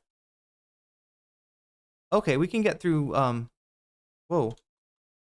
Sub ad time 15. Why did my phone just buzz? It's always disconcerting. I'm always like, oh, what's buzzing? Okay, we added more time. Now we got Hassan. All right, and this is where Direful says to start. Wait, what? Oh, I get it. I get it. No, we start at 27. Yeah, I don't think Direful intentionally sent me a timestamp. I think Twitch just gives it to you with a timestamp. If you don't like it, that's probably where Direful was. Yeah, because it's near the. Well, no, it's not. I guess it's near the end of the bad empanada part. I don't know, chat. But anyway, everybody thank Direful because this is a lot of work. And don't think I don't appreciate it. Okay. Came in and fuck with the vibes. Oh my God, dude. I mean, there's no way, I'm going to be honest with you, there's just no way that this is bad for our movement in general. Because guess what? Guess what? If the Knicks, it's like here saying that sorry, you get your that was talking about Trump jinx. Oh, does anybody know what went on? Was there a Knicks versus Spurs game last night? Did that happen? Demeanor. I'm only asking for my taxi driver. I ended up like talking to the guy that drove me back from immigration about the New York Knicks versus the San Antonio Spurs. From listening to country music because you were getting fouled earlier in the game. You play with a certain demeanor. Can you give us a little bit of background on that? Yeah, I love my country music. That's all I listen to. I mean, dealing with these guys, they all, they don't listen to it. So that's why, got my headphones now. So maybe if they listen to it too, they'll understand. But they silly. no Maoists in San Antonio, only Galindo heads. Don't you know Maureen Galindo is the true expression of Maoism? Chat, that's a bad empanada subtweet. And Direful actually caught it. Good job. In America. MAGA Mitch is a known thing. Is Nixon for Unc? Get on board now. You owe us. It's hard, man. It's hard for me not to root for the underdog. I cannot believe the Knicks are not the underdog right now. It is okay. So that's literally all that we got from right then. So yeah, no, I don't think anybody else would have found that. That's crazy. Yeah, and it is because Bad Empanada had Maureen Galindo on recently. Maybe because people say that he doesn't fuck with politics. I don't know. Does he take that criticism to heart? I thought that was like a virtue to him to just be strongly outside of electoralism, but no, apparently he wanted to talk to Maureen Galindo, who I don't really know that much about. I've heard there's some wacky conspiracy theories coming out of her. Maybe people compare her to Marjorie Taylor Greene, or like the Marjorie Taylor Greene of the left or something like that. I don't really know much about her, though she lost her primary race, so she won't be in the general election. But yeah, Bad Empanada had a nice chat with her. I don't know if it was a nice chat. I mean, Bad Empanada was involved, so you can imagine what kind of chat it would have been. Let's try over here at the next timestamp.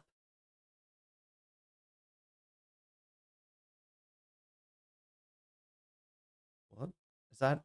It? Oh yeah, here. Very slow to reach a memorandum of understanding. Is Iran deliberately making this process slow? توپ تو میدان آقای ترامپ. ایشون مذاکرات با بنبست مواجه کرده. اولا که قواعد مذاکره رو رعایت نمیکنه. یعنی در مذاکره باید شفاف. The Plattner article convinced you that it's biased? Fuck you, chatter. Socialist supports imperialist war criminal. American chauvinism is truly unbeaten. Yeah, no, you're right. You're right. The New York Times is actually not operating at the behest of Zionist influence when it's disparaging Graham Plattner. They're doing it because they're anti-imperialist and they hate Graham Plattner's Western chauvinism. You're right. Like, Zay Squirrel had a really long back and forth with one of the guys that's constantly chirping in the chat. The Knicks one, I saw Marsh captured the winning basket video. So it's over then, right? That's the series. That the New York sports deserve nothing. Marjorie Taylor Blue, that's what they call her. Yeah, I forgot. That's okay. So was Trump there? Because I told the cab driver that Trump jinxed the Knicks. That Trump was the reason that the Knicks lost game 4. I hope I wasn't lying. And I thought it was really interesting. Because like this, I told him Trump was bad luck. My choke D. This has been a turning point for a lot of people who, have much smoke for Graham Plattner because they've, they realized that they need to win one more. Oh, okay. Was Trump there? And this was in New York, right? The next one is in San Antonio, and then New York again, and then San Antonio. Yeah, it's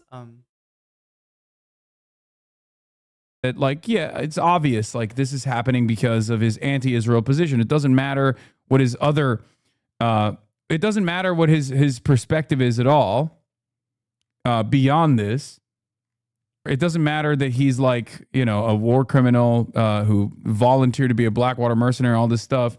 It's very clear that the New York Times is taking on the Graham Plattner initiative aggressively because they don't want another possible anti-Israel vote, right? And that's some weird bed, fellas, when you think about it. Bad Empanada and the New York Times. Bad Empanada and, I don't know, Nancy Pelosi, right? They agree on one thing. Fuck Graham Plattner. Totally different reasons, totally different rationales, but they agree on fuck Graham Plattner. Susan Collins isn't that bad. But this is a fairly decent back and forth. And look, I'll say it. Fuck Graham Plattner, right? He's a bad liar. He's enlisted in Blackwater multiple times. It's hard to tell, when he's telling the truth. But you know what I know? He's less likely to vote for a new Graham Plattner to go into to a war in Iran than Susan Collins. And in the words of Sam Cedar, oh my God, I don't even want to say the Sam Cedar quote. Chat, the Sam Cedar quote is bad, and I've always had problems with it. But he was like, I'm going to vote for the candidate that has one less concentration camp. But he's just talking about pragmatic, use of your right to vote, to even just achieve a slight diminishment of evils. But I would pair that with don't get on the fucking bus. Don't be riding with Biden like Vosh, right? You're not going to the same destination as Biden is. You gotta ride on a skateboard behind Biden's Cadillac, and you hold on to the bumper is what you do. Like in Back to the Future. Just think of the online wish hunt. Yeah, I hate this Plattner thing because it's people are so set for either fuck Plattner or he's fucking great. He's gonna be the next president. He's the voice for the working class, right? And neither of those are true. That I think offers much insight into the mindset of a lot of people and how when exhausted. There's he's an actual Nazi still trying to pretend to, he's a plant trying to get in. He's going to Fetterman, all this shit on one side. And then on the other side, it's, they look at him no, he's a brave, patriotic American who was just serving his country, machine gunning, innocent people in Fallujah. To its final conclusions, it shows you that it's pure reactionary. People on the left that are behaving in this weird conspiratorial manner without thinking critically about it. Zay Squirrel says, I don't like Plattner as an unrepentant war criminal who volunteered to be a Blackwater mercenary, but that New York Times piece is the most Ghost ATW, I just think online witch hunt has been silly. When I saw the surfs yesterday, people were hounding Lance on about his take on Plattner. Look, I can see Lance's face on a Bad Empanada thumbnail coming to a feed near yours very soon. Transparent Israel lobby Zionist smear piece bullshit. Every part of it, from the fake victim to the authors, is fabricated by rabid Zionist freaks. Ridiculous, almost cartoonish that you don't see that this is how controlled opposition is elevated. Controlled opposition is elevated by Zionists in the New York Times publishing a bullshit fake sexual abuse smear piece? What the fuck are you talking about? Do you seriously think Plattner is anything? And that's Zay Squirrel, somebody that, you know, often criticizes Hassan from the left. You know, I think being sort of driven to like a tepid, you know, support of the Plattner candidacy, if not the person. But question mark. And then, do you think that the Zionists at the New York Times would know whether he is or not? Are you 15 years old?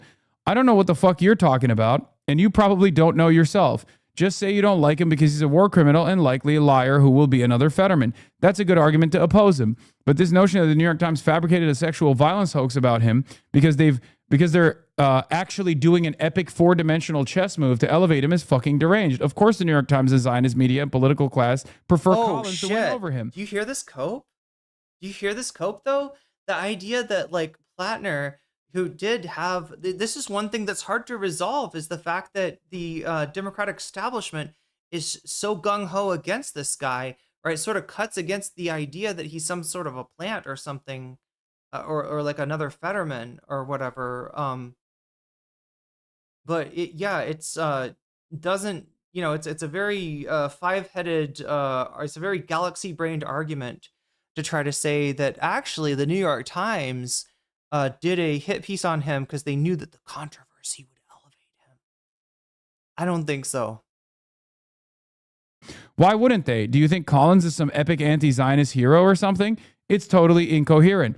It's like saying that the New York Times fabricated the genocidal atrocity propaganda rape hoax about Hamas because they actually want to elevate them as epic resistance heroes. What the fuck does that even mean? I refer to him as obvious controlled opposition, and you refer to him as a war criminal and likely liar who will be another Fetterman. Same shit, different words. You're effectively arguing that the New York Times are being honest in attacking him. Idiotic. That's not what the New York Times are attacking him for.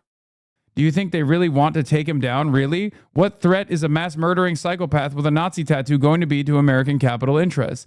I'm trying to comprehend what your argument is. Do you actually think that these articles saying he's a sexual abuser makes it more likely that he wins or less? Is that the argument? How the fuck does that work? And from what I've seen, chat, slightly less, right? He slightly underperformed his polling numbers.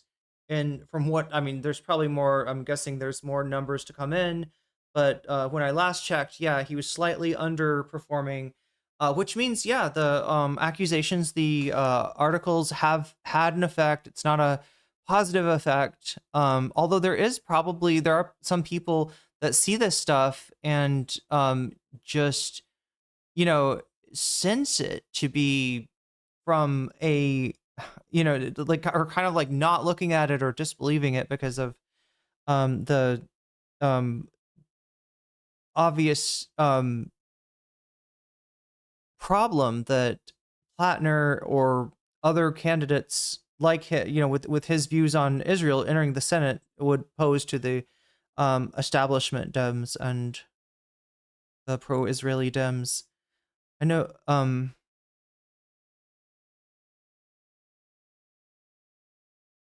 who knows in this climate whether it makes it or makes it less likely he wins or loses. People are seriously entrenched in ways we have. The thing we got to do is stop waiting for a hero. All right. Tina Turner was right about that. We don't need another hero. And if there's somebody that's going to save us, it's going to be us, not some charismatic politician that's going to lead us to greatness, right? That's great man of history bullshit. You know, regular people like you and me have always exerted a butterfly effect on the world. And small though it may be, it's cumulative. And when all of our wings are flapping together in the same rhythm, we can move mountains. We just have to remember that we've done this before, or at least other people who stood in our place have. Seen in generations. So your argument is that the New York Times and mainstream legacy media writing articles about you being a violent sexual abuser is actually positive PR, so they're doing it to help candidates they secretly love? That's awesome. No, that's not what I said, and it's not my argument. You've avoided my question again. I did enjoy your account for a very long time sorry, now. we're going a little bit more in depth than I intended to here. This is interesting stuff, and like Zay Squirrel is a interesting voice.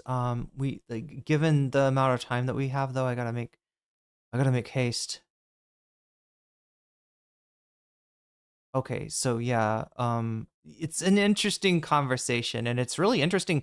I don't think Zay Squirrel started as anybody like I think Zay Squirrel, was pretty negative about Plattner from the start, and it's only kind of this conspiracy-minded brain rot that and she even says, like, look, if you don't like what he did with Blackwater, and you think he's a bad liar, then yeah, that's a good reason to be against him. But the reason that you're putting forward here, it just doesn't make any sense. It doesn't pass like the logic check.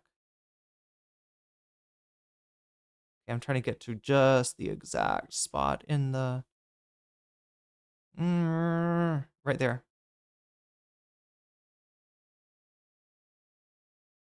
Oh my god, come on. Over and over again, repeatedly. All right.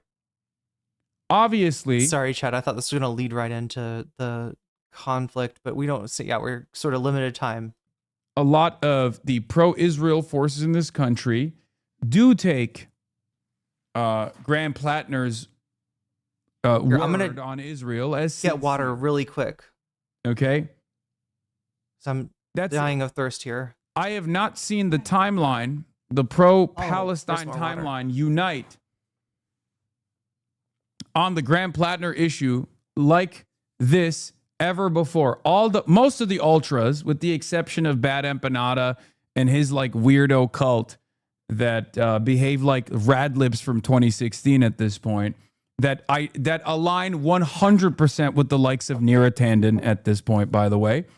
With the exception of guys like that, most people realize exactly what's going on and have even changed their perspective a little bit on whether or not they think that Graham Plattner is sincere with his anti-Israel sentiment, because they have recognized that Israel and the pro-Israeli lobby and all of its little Hasbara operatives do take that shit seriously.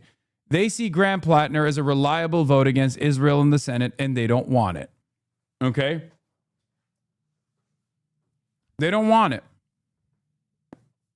They're obviously worried. So regardless of Graham Plattner's shortcomings, his setbacks, his inconsistencies, right now he's a reliable vote against Israel, and at least the Israeli lobby sees it as such. Not wanting to dunk on Cavernical. Yeah. Yeah, he's wrong on this too. I like Cavernical. Okay? I like him a lot. We disagree on this. Over the last 3 days, Democratic and Republican operatives created the narrative that Graham Plattner sexually assaulted someone. When the story came out, there was no sexual assault allegation. It was mostly a conservative activist saying he was a bad boyfriend. Fuck, it started as soon as I left, didn't it? I could hear it. I could hear it happening. Just trying to refresh my tea and my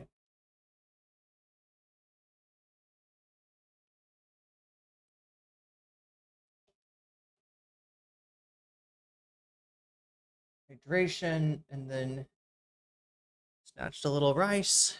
All right, let's go. Oh my god, 19 minutes left. Wait, is that what that says? 19? Oh my god, I can't tell because of my... Oh, that will make it easier. Yeah, 19 minutes left here. So yeah, he started talking about it just as soon as I left, didn't he? At 29:00... What? Is that the timestamp I'm looking for? No, 32 something. 32:00, okay. So 2 minutes earlier than this.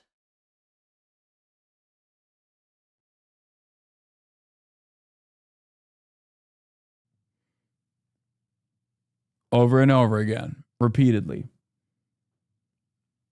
Obviously, a lot of the pro-Israel forces in this country do take Graham Plattner's word on Israel as sincere. Okay?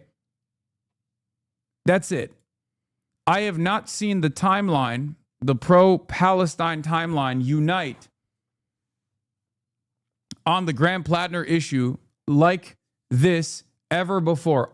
Most of the ultras, with the exception of Bad Empanada and his like weirdo cult that behave like Rad Libs from 2016 at this point, that align 100% with the likes of Neera Tanden at this point, by the way. With the exception of guys like that, most people realize exactly what's going on and have even changed their perspective a little bit on whether or not they think that Graham Plattner is sincere with his anti-Israel sentiment, because they have recognized that Israel and the pro-Israeli lobby and all of its little Hasbara operatives do take that shit seriously. They see Graham Plattner as a reliable vote against Israel in the Senate, and they don't want it. Okay? They don't want it. They're obviously worried. So regardless of Graham Plattner's shortcomings, his setbacks, his inconsistencies, right now he's a reliable vote against Israel, and at least the Israeli lobby sees it as such. Not wanting to dunk on Cavernical. Yeah. Yeah. I always wonder, chat, does he say people's names wrong on purpose? He's wrong on this too. I like Cavernical. Okay. I like him a lot. We disagree on this. Over the last 3 days, Democratic and Republican operatives created the narrative that Graham Plattner sexually assaulted someone. When the story came out, there was no sexual assault allegation. It was mostly a conservative activist saying he was a bad boyfriend. But even she says there was no domestic abuse. And he said, yeah, they are trying to ruin Plattner because he criticized Israel. Not that the biggest Israel supporter, who just led a genocide celebration in American politics, just endorsed him a few days ago. To which I responded with, okay, they're definitely coming after him because of Israel. Come on, you don't have to defend his Remember when somebody brought up Xanderhal and he called him xylitol? track record to see that. The standard of scrutiny is never applied to centrist candidates who pledge fealty to Israel. It's not even just about him. It's a message for everyone else.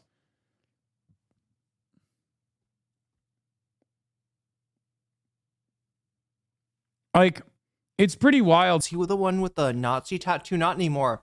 He got it lasered off and he replaced it with the what is it called? The brand of struggler, with the brand of what is it called? The brand of sacrifice, right? Or the mark of sacrifice from Berserk. Like, right?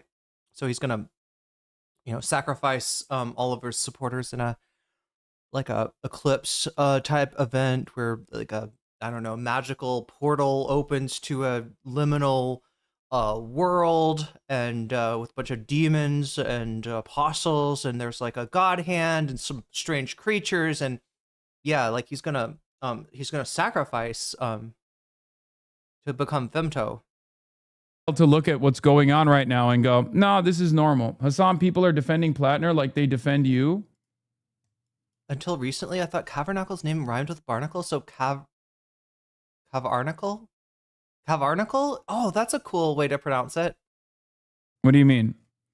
Plattner doesn't have inconsistencies. Plattner is ideologically... No, we're talking about his background, man. We're talking about his background. I'm not talking about his inconsistencies now. I say, I have been fairly clear on this. The things... But when Bad Empanada says this same thing, you say he's crazy. Bad Empanada doesn't just say this, okay? Plus... Wait, what?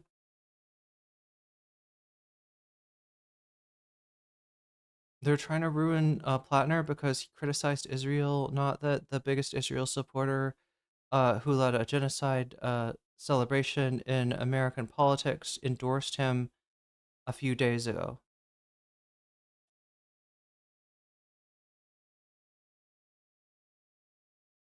I mean, I disagree with Cavernical, but he's not as insane as Bad Empanada is. It's that simple. That's it. Bad Empanada has been posting almost singularly about Graham Plattner. The weird thing with Empanada is it almost feels like he doesn't have as much investment in, you know, the candidacy of Graham Plattner or what Maine voters decide on, and it seems like a vector to attack people, which is kind of in line with his recent appearance on Noah Sampson's stream. For like, I guess, the last couple of months. And he has openly admitted that he takes credit and ownership. The amount of hubris from this guy, the narcissism from this guy is alarming. No, show it, don't say it. Okay? He is literally taking credit for American, like the American left turning on Graham Plattner, like he did that on his own. Okay? And they were also the other day, amidst the back and forth debate on whether or not it's appropriate to use the term Zog slave, okay, and harassing content creators, they were also fucking talking about how wonderful it is. Is there any need to call people insane in the membrane or in the brain? They got FD Signifier to do a critical piece on Graham Plattner. If that's your peak activism, if the peak of your praxis is getting a fucking YouTube commentary person to write a critical article about an American Senate candidate, you're not doing anything. You have already recognized that you're just circle jerking into the... Yeah, I know, right? Atomically powered, the brain membrane dialectical is truly something to ponder. Fucking wind. You've already recognized your powerlessness. Okay? Bullying YouTubers is not fucking praxis, dumbass. Whether that's legitimate or not, whether it was actually your impact and your community's impact or not, you should probably prioritize better targets. I'm not even saying that that is the reason why FD wrote an anti-Graham Plattner article. FD has been critical of Graham Plattner. So has Sean the Black has also been critical. As a matter of fact, a lot of black leftists have been critical of Graham Plattner from the jump, a lot more than myself. It's something that I actually respect and have paid attention to. Okay? It's not new. The notion that these guys are taking credit for it now is very silly. Look, even if that's like, and I'm skeptical of the guy too. I'm very, very skeptical of Graham Plattner. I don't like the way that people are treating him like a messiah. But again, you know, he's now the only well, there is Susan Collins. I mean, so but yeah, I think he's the only you know, unless like a independently wealthy billionaire from Maine buys their way onto the ballot. I don't see who else is running. But yeah, he's, you know, he's a bit sketch. I hope he doesn't Fetterman. I think he's less likely to Fetterman than Fetterman, but again, a lot of what was wrong with Fetterman is people just did not look at or care about that much his views on Israel prior to October 7th. But yeah, he probably turned bad even before that. Wait, what is going on? What is that sound? I feel like Sam Cedar here. Just saying, with the super, just, there we go. The 5 gifted memberships. Shelby Lee, you just got weaseled. Baron of Baobabs, you just got weaseled. Wait, can I not scroll up with this? Okay. Oh, God, I don't know what I did. Lachelle Butler, you just got weaseled. And Zagno, I think is how you pronounce that. You just got weaseled. Oladipool, Oladipool Uwasigon, whose name I hope I'm not mispronouncing. You just got weaseled as well. Wait, did I miss somebody? No, wait, did I?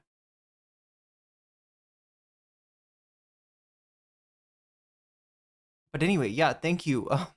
Thank you for giving me more time to work with. Let's try to add that time in. Sub add time.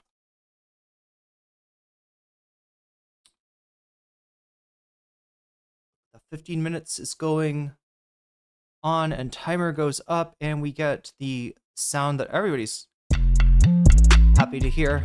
Sound of continuity. And I pressed the wrong button. What is he drinking? Oh, Dr. Pepper Zero.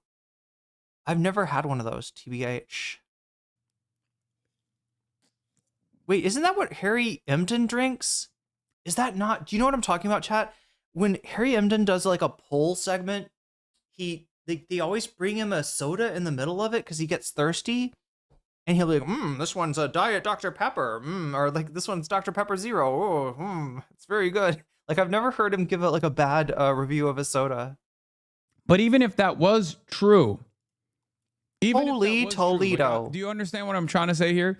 Even if it was literally like bad empathy. Oh, thank you. Well, I hope your DIY repair goes well. I need to learn more DIY skills. In his community that finally got. I want to see if I could somehow open up my USB fans. And I don't know, like there's repair shops here, chat. They'll repair like fans and shit for you. Like, if you could identify if you could identify what's wrong with it. Like, I think my fan, my big fan, I think the belt burned out. So if I could go to one of those places and get a new belt, I mean, that's a minor DIY. I'm sure you're doing much higher grade DIYing. Anyway, but yeah, thank you for the gift subs. And yeah, here we go with the FD signifier to right. So he hadn't really responded to this, and I sort of know why he did, because again, it was I almost didn't want to respond. I just feel we should be okay. I felt like everybody's getting it wrong, and I wanted to give my take. So that's why I covered it for 3 days. Goddamn. I feel we should be okay as long as Graham doesn't get any extensive head trauma. True. Good point. An article that was critical of Graham Plattner. That's the peak of your activism. That's the peak of your goals. You've achieved something. You feel like you've achieved something. Holy Toledo. YouTuber to make a YouTube video. Wow. Brilliant. You've done it. You've done it. Oh my God, hot. Let me see. Oh God. Oh. You only do this because you recognize your powerlessness. It's not dissimilar to like 2016 era peak woke radlib activism. It's literally identical. You're basically a fucking Minecraft stan at this point from 2020 saying, oh, Tommy Innit wasn't sufficiently woke in this conversation that he had with another Minecrafter, and I'm writing a fucking 30K a Twitter thread about it, and we're going to get Tommy Innit to actually apologize. Does he mean Reddit thread? And then when he does end up apologizing, you're like, we did it. We did it, Twitter. We held our content creator accountable. Is that politics? You've done nothing. You've literally done nothing. And you recognize your powerlessness when you actually take ownership over actions like that. It's literally nothing.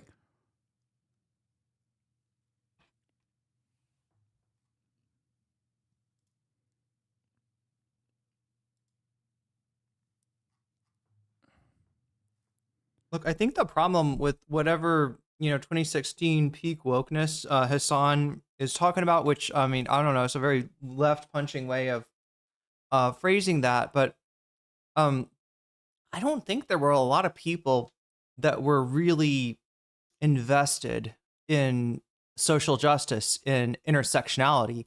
I feel like there was a lot of people that didn't want to get canceled and that were sort of going along with what they thought was, a radical activist viewpoint without even taking the time to understand what the fuck they're talking about. And I saw it with like a lot of cis people, right? Where there was a lot of like good intention and kind of maybe even some walking on eggshells, but it wasn't about, you know, these people like, you know, care about trans people or feel really bad for trans people. It was that they were afraid of being perceived as a transphobe. And that's why you'd have people do things like misgender somebody and then freak out and, you know, try to justify it, right? Because they felt like, you know, if you don't, you know, correctly interpret somebody's gender identity based on their presentation the first time, that's some kind of immortal sin. It never was. And trans people were never, you know, trying to say that, right? It's just that, you know, trans people are adamant about their pronouns because it's like a virus, right? If you're trans and you're at work and somebody calls you the wrong pronoun, other people are going to hear that and that's going to get normalized. So, right, trans people are pretty much, hey, let's get this right, right here. But it doesn't mean that anybody is looking at you as like, oh yeah, this guy's fucking transphobic. What a piece of shit. What a chud. Nobody's fucking thinking that. All right. You do it over and over again. If you don't give a fuck about it, if you try to turn it against like the trans person and be like, you know, it's your problem for caring about it, then yeah, we got a problem. But you know, people were walking on eggshells, and that's not the right way to be. You got to be in solidarity with people out of love, not out of fear. That's fucking crazy. But that being said, I feel like sometimes the way that Hassan phrases it validates kind of like a Ben Shapiro view on wokeness, and even down to him saying, well, Ben Shapiro was right about facts don't care about your feelings. I mean, look, that's true when you're doing a material analysis on something, okay? But feelings aren't bad and facts can be used to lie. And we've seen a lot of that. We see that with Ethan Klein. We see that with Trump. We see that everywhere. You found me from Twitch? Congratulations. I think that if in response to what have you accomplished, the first thing that comes to mind is internet beef. I'm on both, so whichever chatters are more comfortable. If you have more fun in YouTube chat, hang out there. If you have more fun in Twitch chat, hang out there. We'll try to bring you some new platforms in the future, although it's a little bit difficult. Like, right, Kick. I don't want to contribute to like a internet casino and be on Kick. Although it has been, you know, I know people that have been unjustly banned from Twitch and had to go there, and no shade on them. You do what you got to do. But I don't want to be on Kick. TikTok, owned by the Ellisons, probably not a good idea. Also, very hard to integrate. You know, right now we're on YouTube and Twitch, and it works. It works somewhat. I mean, there's some things about YouTube, the way that I structure my stream for YouTube that maybe the Twitch chat would prefer I not do, and vice versa. But we make it work. I thought about adding Twitter. Again, I'm not, you know, it wouldn't be for money or anything like that. This would just, I guess, be like another place to, you know, try to pull people in from. And I do see, you know, people coming over here from Twitter, which is great. Hopefully, yeah, Adrian, like, I don't know what the fuck, was it emote or something? Anyway, you know, if you're gonna give all of these, you know, bigots so many fucking chances, think about Asmongold literally dehumanizing people on the daily, and yet he only gets banned, what, like once? In the, I don't know, once, twice in the past 2 years or something like that? Yeah, it's ridiculous. And then Adrian, they're just like, nope, you can't do it. You had, I don't even know what the fucking offense supposedly was, but yeah, it sucks. And it sucks that there's just not more options for somebody like Adrian. To have better priorities, 100%. If you don't rock the boat, you get way more fucking views. Noah Samson does not criticize people on the left, even though I know for a fact he thinks way less of way many of them than he will ever say. It's because he does not want to compromise his audience. Sorry, Noah, you know it's true. No, I don't think so. I disagree. I think it is. Well, the reason I don't do that is I know because that you agree with me on tons of things that you will never say publicly. You will never make content. It's fine. Listen, no. Like, I didn't wade into this drama and shit because I think it's like the most unserious, the most unproductive, dumbass bullshit of all time. Okay? I like, it's not even the racism conversation or it's just like you have to pull yourself out of the content that you're consuming for a brief moment if you're watching shit like this and think to yourself, like, what does this accomplish? Like, is this actual politics? Am I watching actual politics right now? Am I learning anything right now? Is this in any way, shape, or form productive? Or is this the exact same dog shit that we rail on? And my concern about this was a little bit more on the practical side. I mean, I get what Hassan is saying, but I'm concerned that Noah didn't reach his goals because we started out the fundraiser on a fairly toxic note here, and they all are a little bit to blame about that. Obviously, Bad Empanada is bringing a like, I don't know if it's a personal beef. It feels like a pretty persistent beef to a fundraiser stream, but he's there because FD responded to some of his viewers in the comments, and they ended up talking about the guy for like 30 minutes. So it's like at that point they kind of had to. Yeah, so in a lot of, I mean, like, anyway, I don't like how it went down. I wish that somehow FD and BE's community could come together, if only for a competition to see who can donate the most money, who can generate the most money for Noah's lawsuit, because that shit needs, that's he needs, I don't want to see another person fold because they don't have enough money to, see the case through to the end. And that's pretty much what we found, is that Ethan's weakness is somebody actually being able to take the case to court. A lot of people can't do that, and we're really kind of hoping that Noah would be able to. Anyway. On Hutch for, that we rail on Sexpestiny for. Okay? Debates are kind of pointless. Yeah. It was very much a clusterfuck, yeah. Why do we rail on these fucking neoliberal losers? Not just because of their ideological predisposition, the fact that they're rudderless, the fact that they're reactionary. We also rail on them because all they care about is fucking drama, because they don't have any interest in moving the needle in a significant way. They have no interest in like actually offering coverage and analysis. Bad Empanada used to, at a certain point in his life, genuinely do that. He used to offer analysis. Maybe he still does. But somewhere along the line, he literally just flipped a switch and became this insane person. He was always insane. I've, always said that, obviously. But like, in spite of his insanity, in spite of his fucking insanity, when you watched his like comprehensive breakdowns and his YouTube videos, there was obviously like a lot of information there. There was some utility to what he was doing. You take, for instance, I covered his debate with President Sunday. I covered back when President Sunday was a Vosh orbiter, I believe, and defending Vosh, and wrong, confidently wrong with a whole bunch of books behind. That's the problem with Sunday, right? Is he's wrong, but he's got to prove to you that he's got so much authority, so much knowledge over you. He's so much better read than you that he couldn't possibly be wrong, even though there's bullshit coming out of his mouth half the time. Half the time he's kind of based. So again, but yeah, that was, saw that with, Bad Empanada, his debate with Sunday, and the reason he was able to debunk Sunday is he just had a much deeper historical perspective. I'm not trying to take that away from the guy. I'm not trying to, resent that or anything. He can still be wrong. He can still be full of shit, but yeah, he, was back then doing drama, to, for instance, expose aristocracy's Zionism, which nobody was talking about Zionism back then. Nobody gave a fuck, right?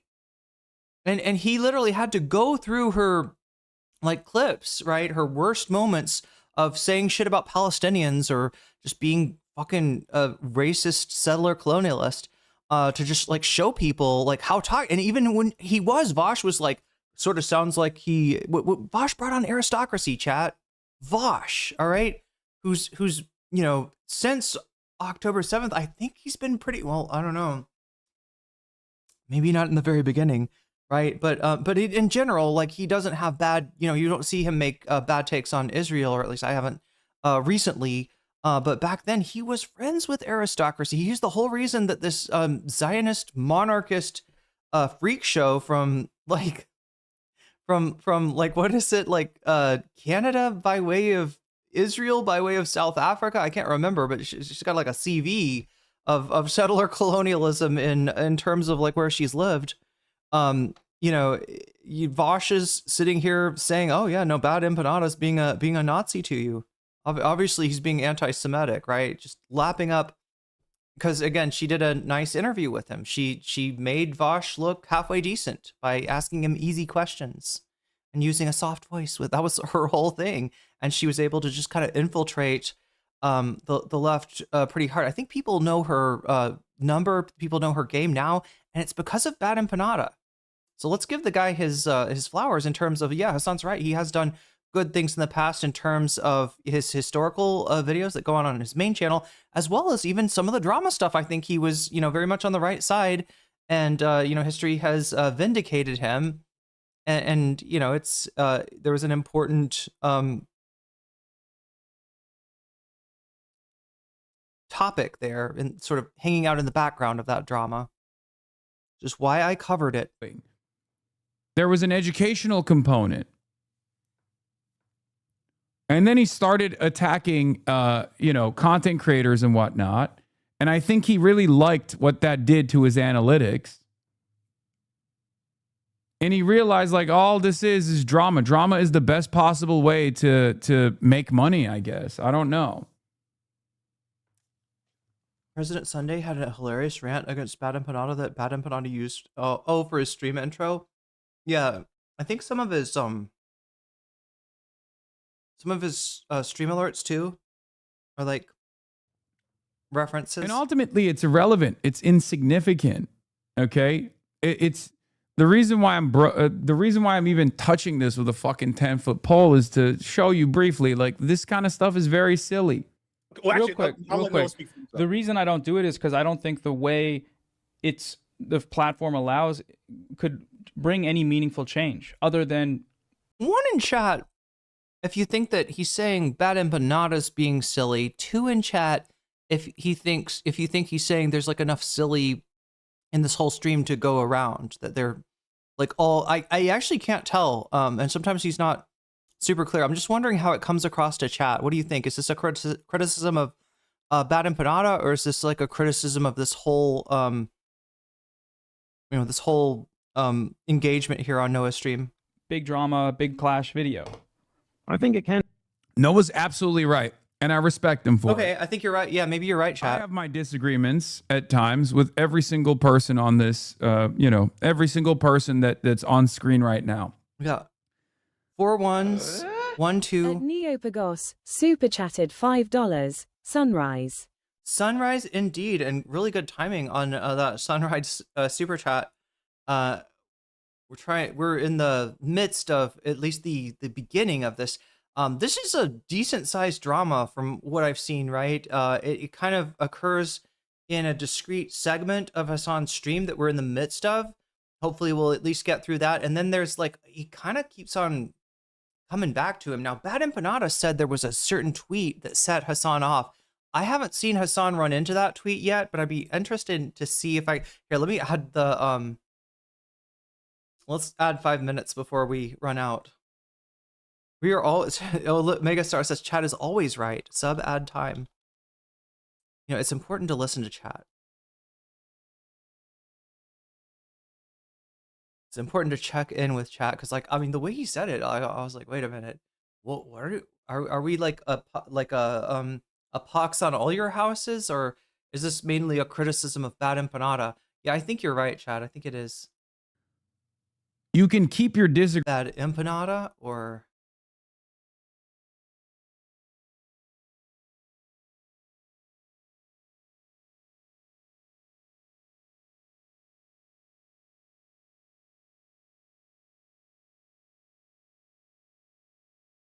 Bad Ethanada. Oh my god, chat.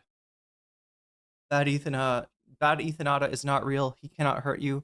Bad Ethanata is not real. He cannot hurt you.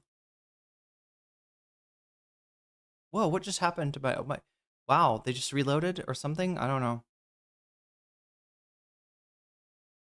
Oh my god.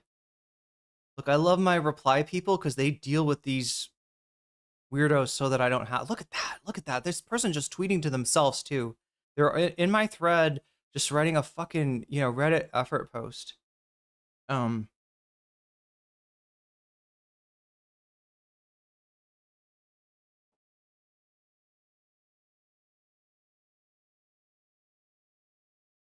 it this one? Yeah. This is what I'm referencing with the bad Ethanata here. It's rich of Hassan to say that it's rich of Hassan to say this now that he barely talked about these lawsuits and did nothing to help the victims. It's a 8-minute long clip from Yeet.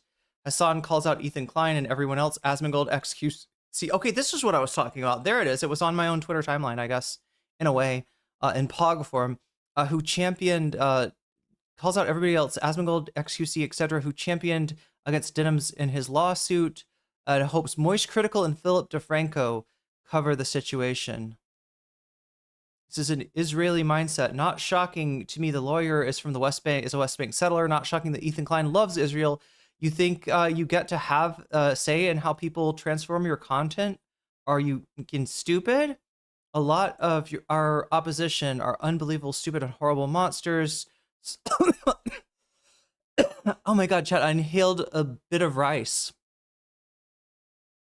Are unbelievably stupid or horrible monsters, sometimes both. Every single major content creator on this platform was championing this lawsuit. It would have gutted React content. They should have be kissing Denim's feet, screeching at Ethan, but no, they were too horny to bully a bunch of pro-Palestinian women they don't like, and they didn't even think about the consequences. Yeah, there we go. So that's what he's responding to. Bad Empanada says, it's rich of Hassan to say, I can't do his voice, it's rich of Hassan to say, now, given he barely talked about these lawsuits and did nothing to help any of the victims, yo, I'm sorry, but that sounds like this guy. That sounds like we got a little,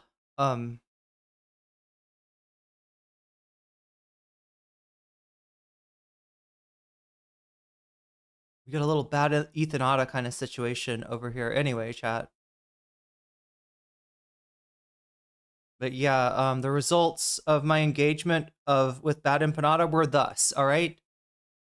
First tweet that I quote retweeted on him on that you saw there, I ratioed him. Just barely, not bragging about it, but I think it says something when a nobody is able to ratio a somebody. It's that the somebody, in this case, Bad Empanada, should maybe take a look at what he's doing. Should maybe do a little soul searching there, right? See why, you know, that shouldn't be happening, right? And then the second second thread also ratioed the third thread, which was to a Bad Empanada orbiter. It was a little bit indeterminate because I think I fucked up on the meme, right? I put a little too much into the meme. It wasn't clear what exactly I was saying, but oh yeah, but the second one you can't even see, or it's not showing up my notifications. So this was the interesting part. The second, so I quote retweet him here, right? And I think he showed up. No, that's not it.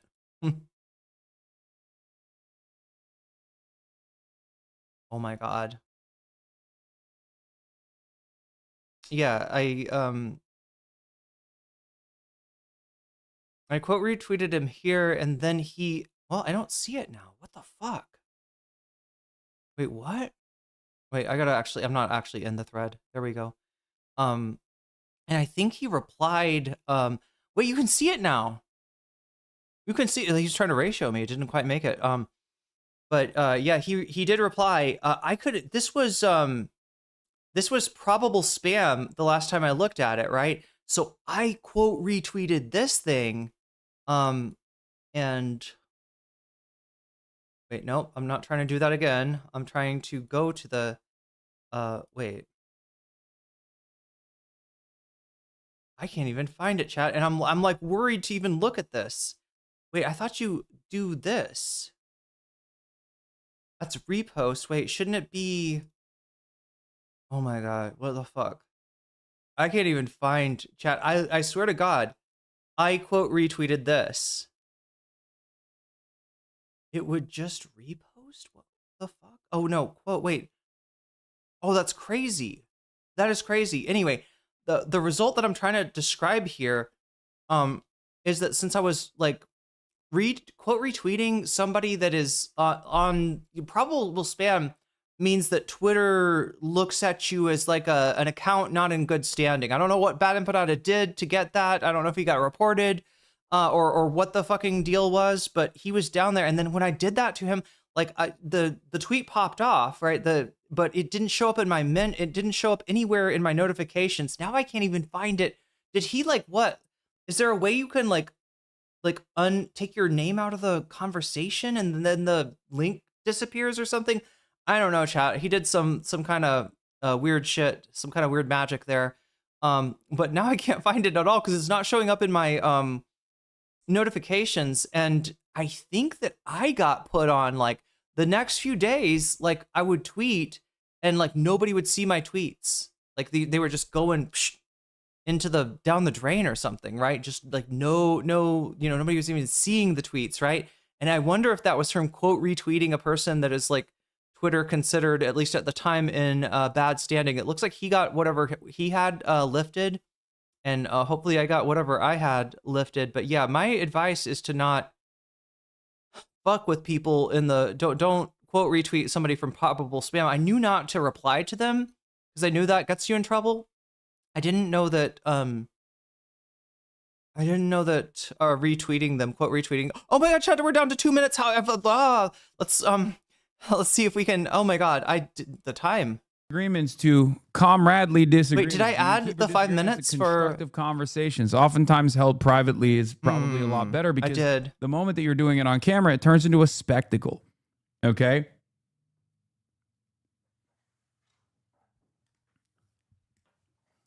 If that's the only thing you have, if that's the only type of output that you engage in, then all of a sudden you're just nothing but a wrecker. You're just making money off of being a wrecker.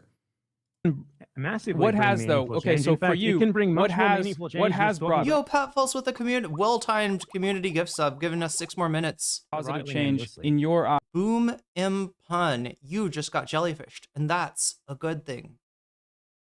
From what you do from other creators.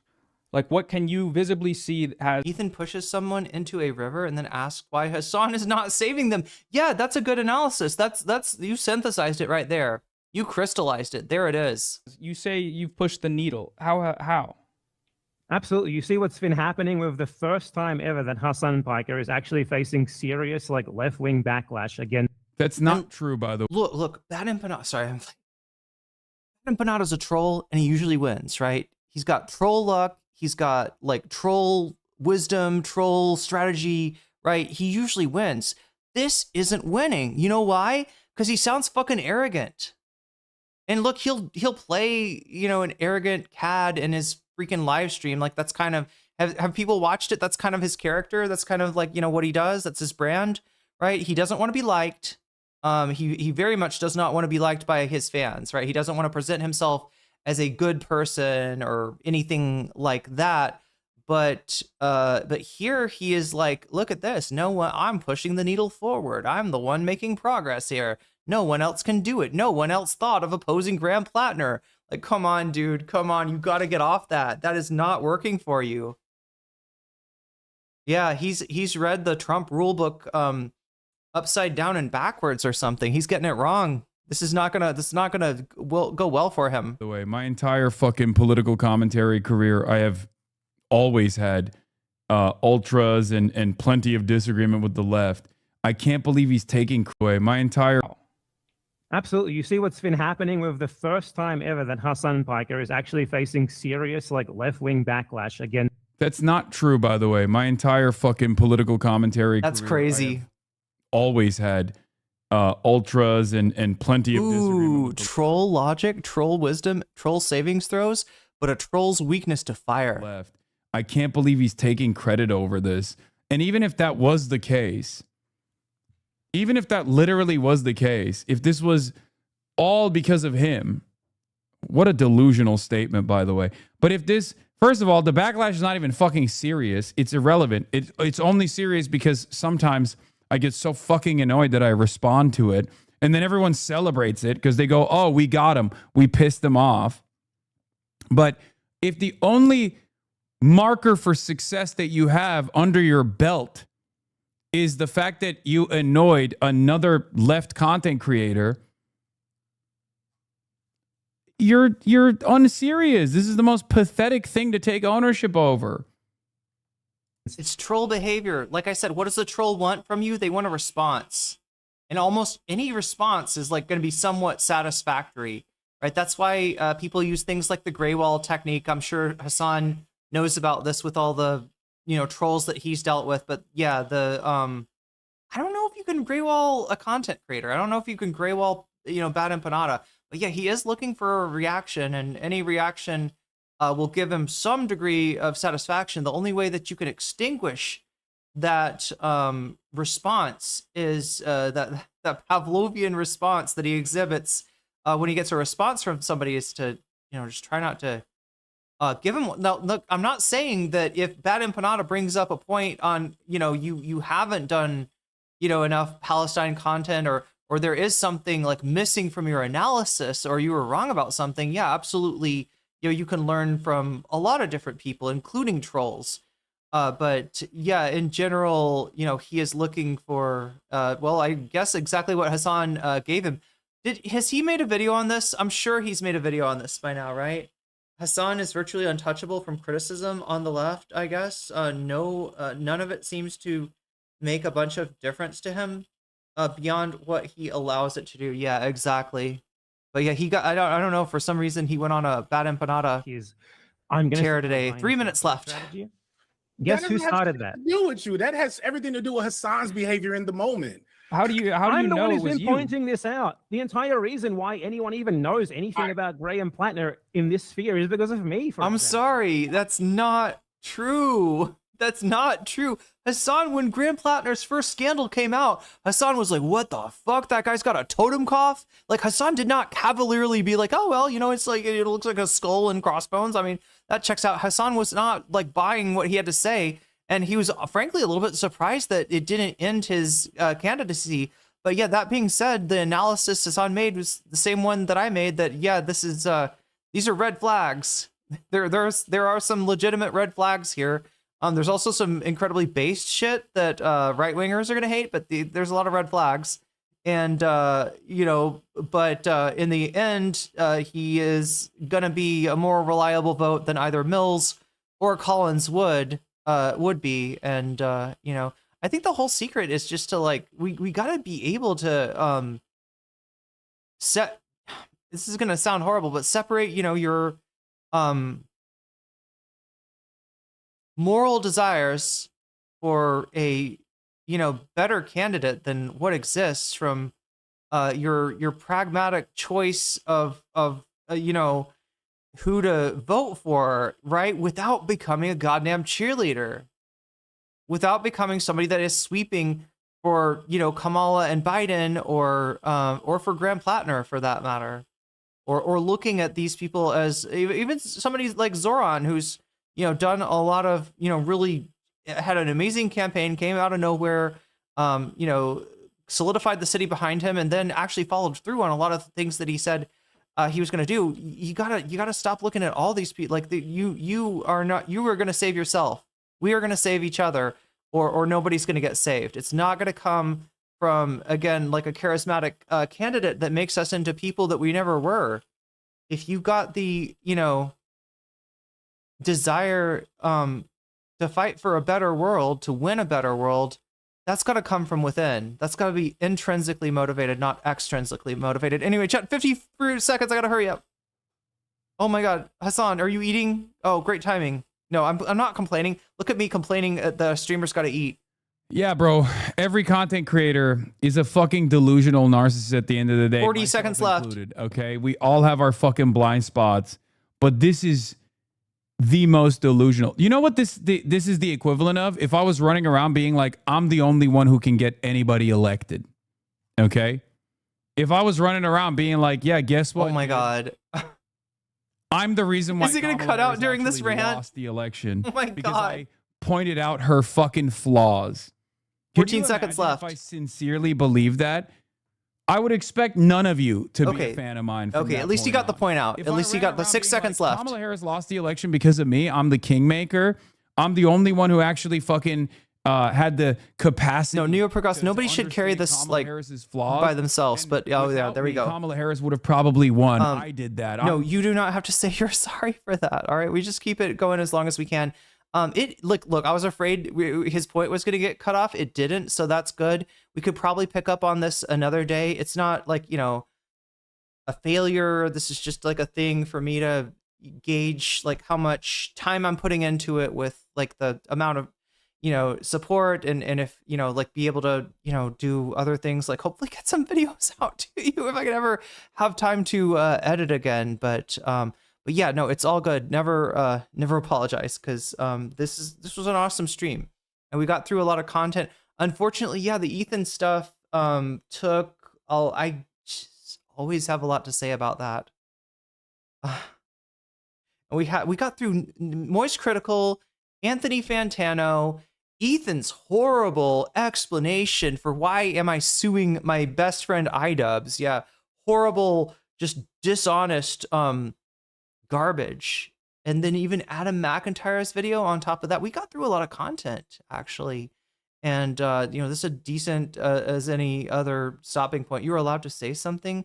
Is a problem without people telling you just shut the fuck up in chat. Happens to me in the Vanguard. Always know phony are with the behavior. Oh yeah, so it is chatting struggles are real. And I try to facilitate that, people can disagree. Just everybody's nice to each other. And yeah, don't like dogpile people, like I guess is what you're describing there. That always sucks to get dogpiled. But yeah, we'll I don't know if we're gonna pick up on this tomorrow. I will try to get back to it. Let's see how much. I'm gonna look in my timestamps. We are at what is this timestamp? 146:38, and Direful has this going for another 15 minutes, almost 20 minutes, and then skipping to another point. So for 5 minutes, no, for like 7 minutes, 27 minutes, and then 7 more minutes, so 34 minutes, and then 30 minutes, so an hour and 4 minutes. Yeah. Wait a minute.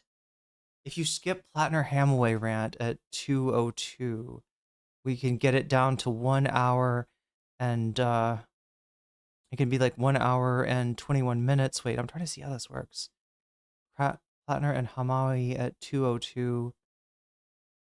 Okay, so that was 15 minutes from now. If we stop there and skip it, wait, how is this only 121? Because I just counted like I think there's like an hour of content left, chat. This might be like a whole segment here. And there's also potentially a bad empanada response to this, just to give the devil his due. But anyway, chat, I am gonna I'm gonna try to get back to this because it does look like there's more to be gleaned. And I kind of built this up. I even made a thumbnail, chat. I even made like a Mad Max Beyond Thunderdome style, because this is what it was. Welcome to Thunderdome, Hassan. Ha ha ha. He's a troll. And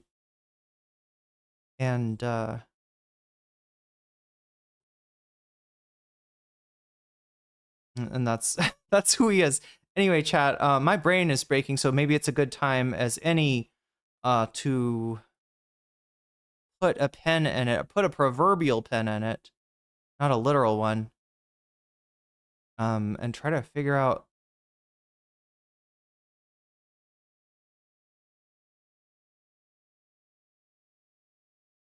You know what? Hmm.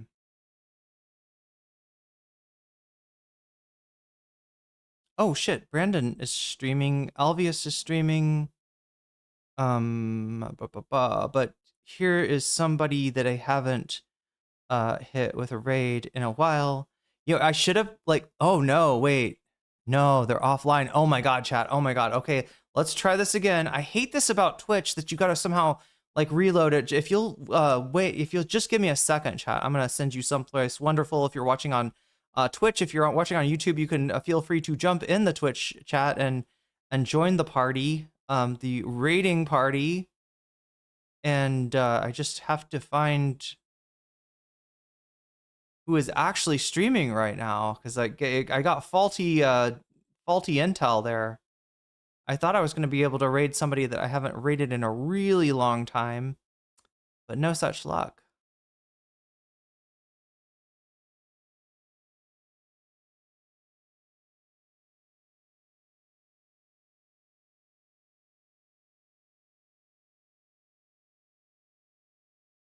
Oh my god, I can't resist it, chat. Oh, I was thinking it'd be really cool to wait. No, could we do that? There's no way for Pride Month, like raid into LGBTQ creators. Okay, well we can do it this time at least. I will have to. Yeah, I was gonna raid you into Struggle 4 because there's a train on the. Oh, I love the train streams. I love the train streams. But yeah, we're gonna raid into a socialist lesbian with a mullet, chatting about life and politics and looking at some. Oh, like it looks like a weird animation and a UK garage and house mix. So like a DJ. I don't know. You're in for maybe a treat here. With lesbian hot sauce.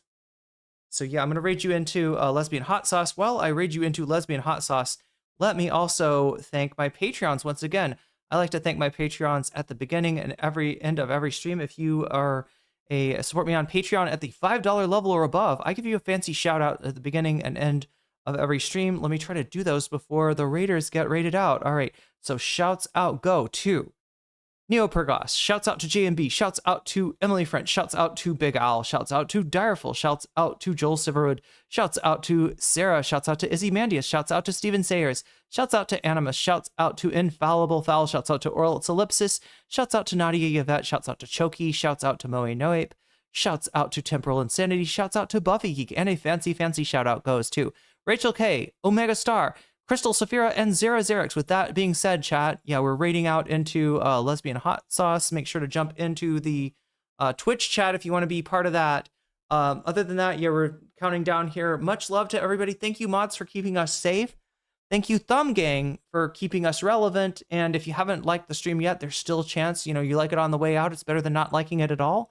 And it will bring more people by to see my content. That being said, chat, I will be back to you either tomorrow or the day after that is the gaming stream. And yeah, I'm going to try to, you know, that one's like written in stone unless I get sick or something. I do need to get better about, you know, gauging my stamina to do streams, because I did have to miss one of those, but I'm going to try not to miss the gaming streams.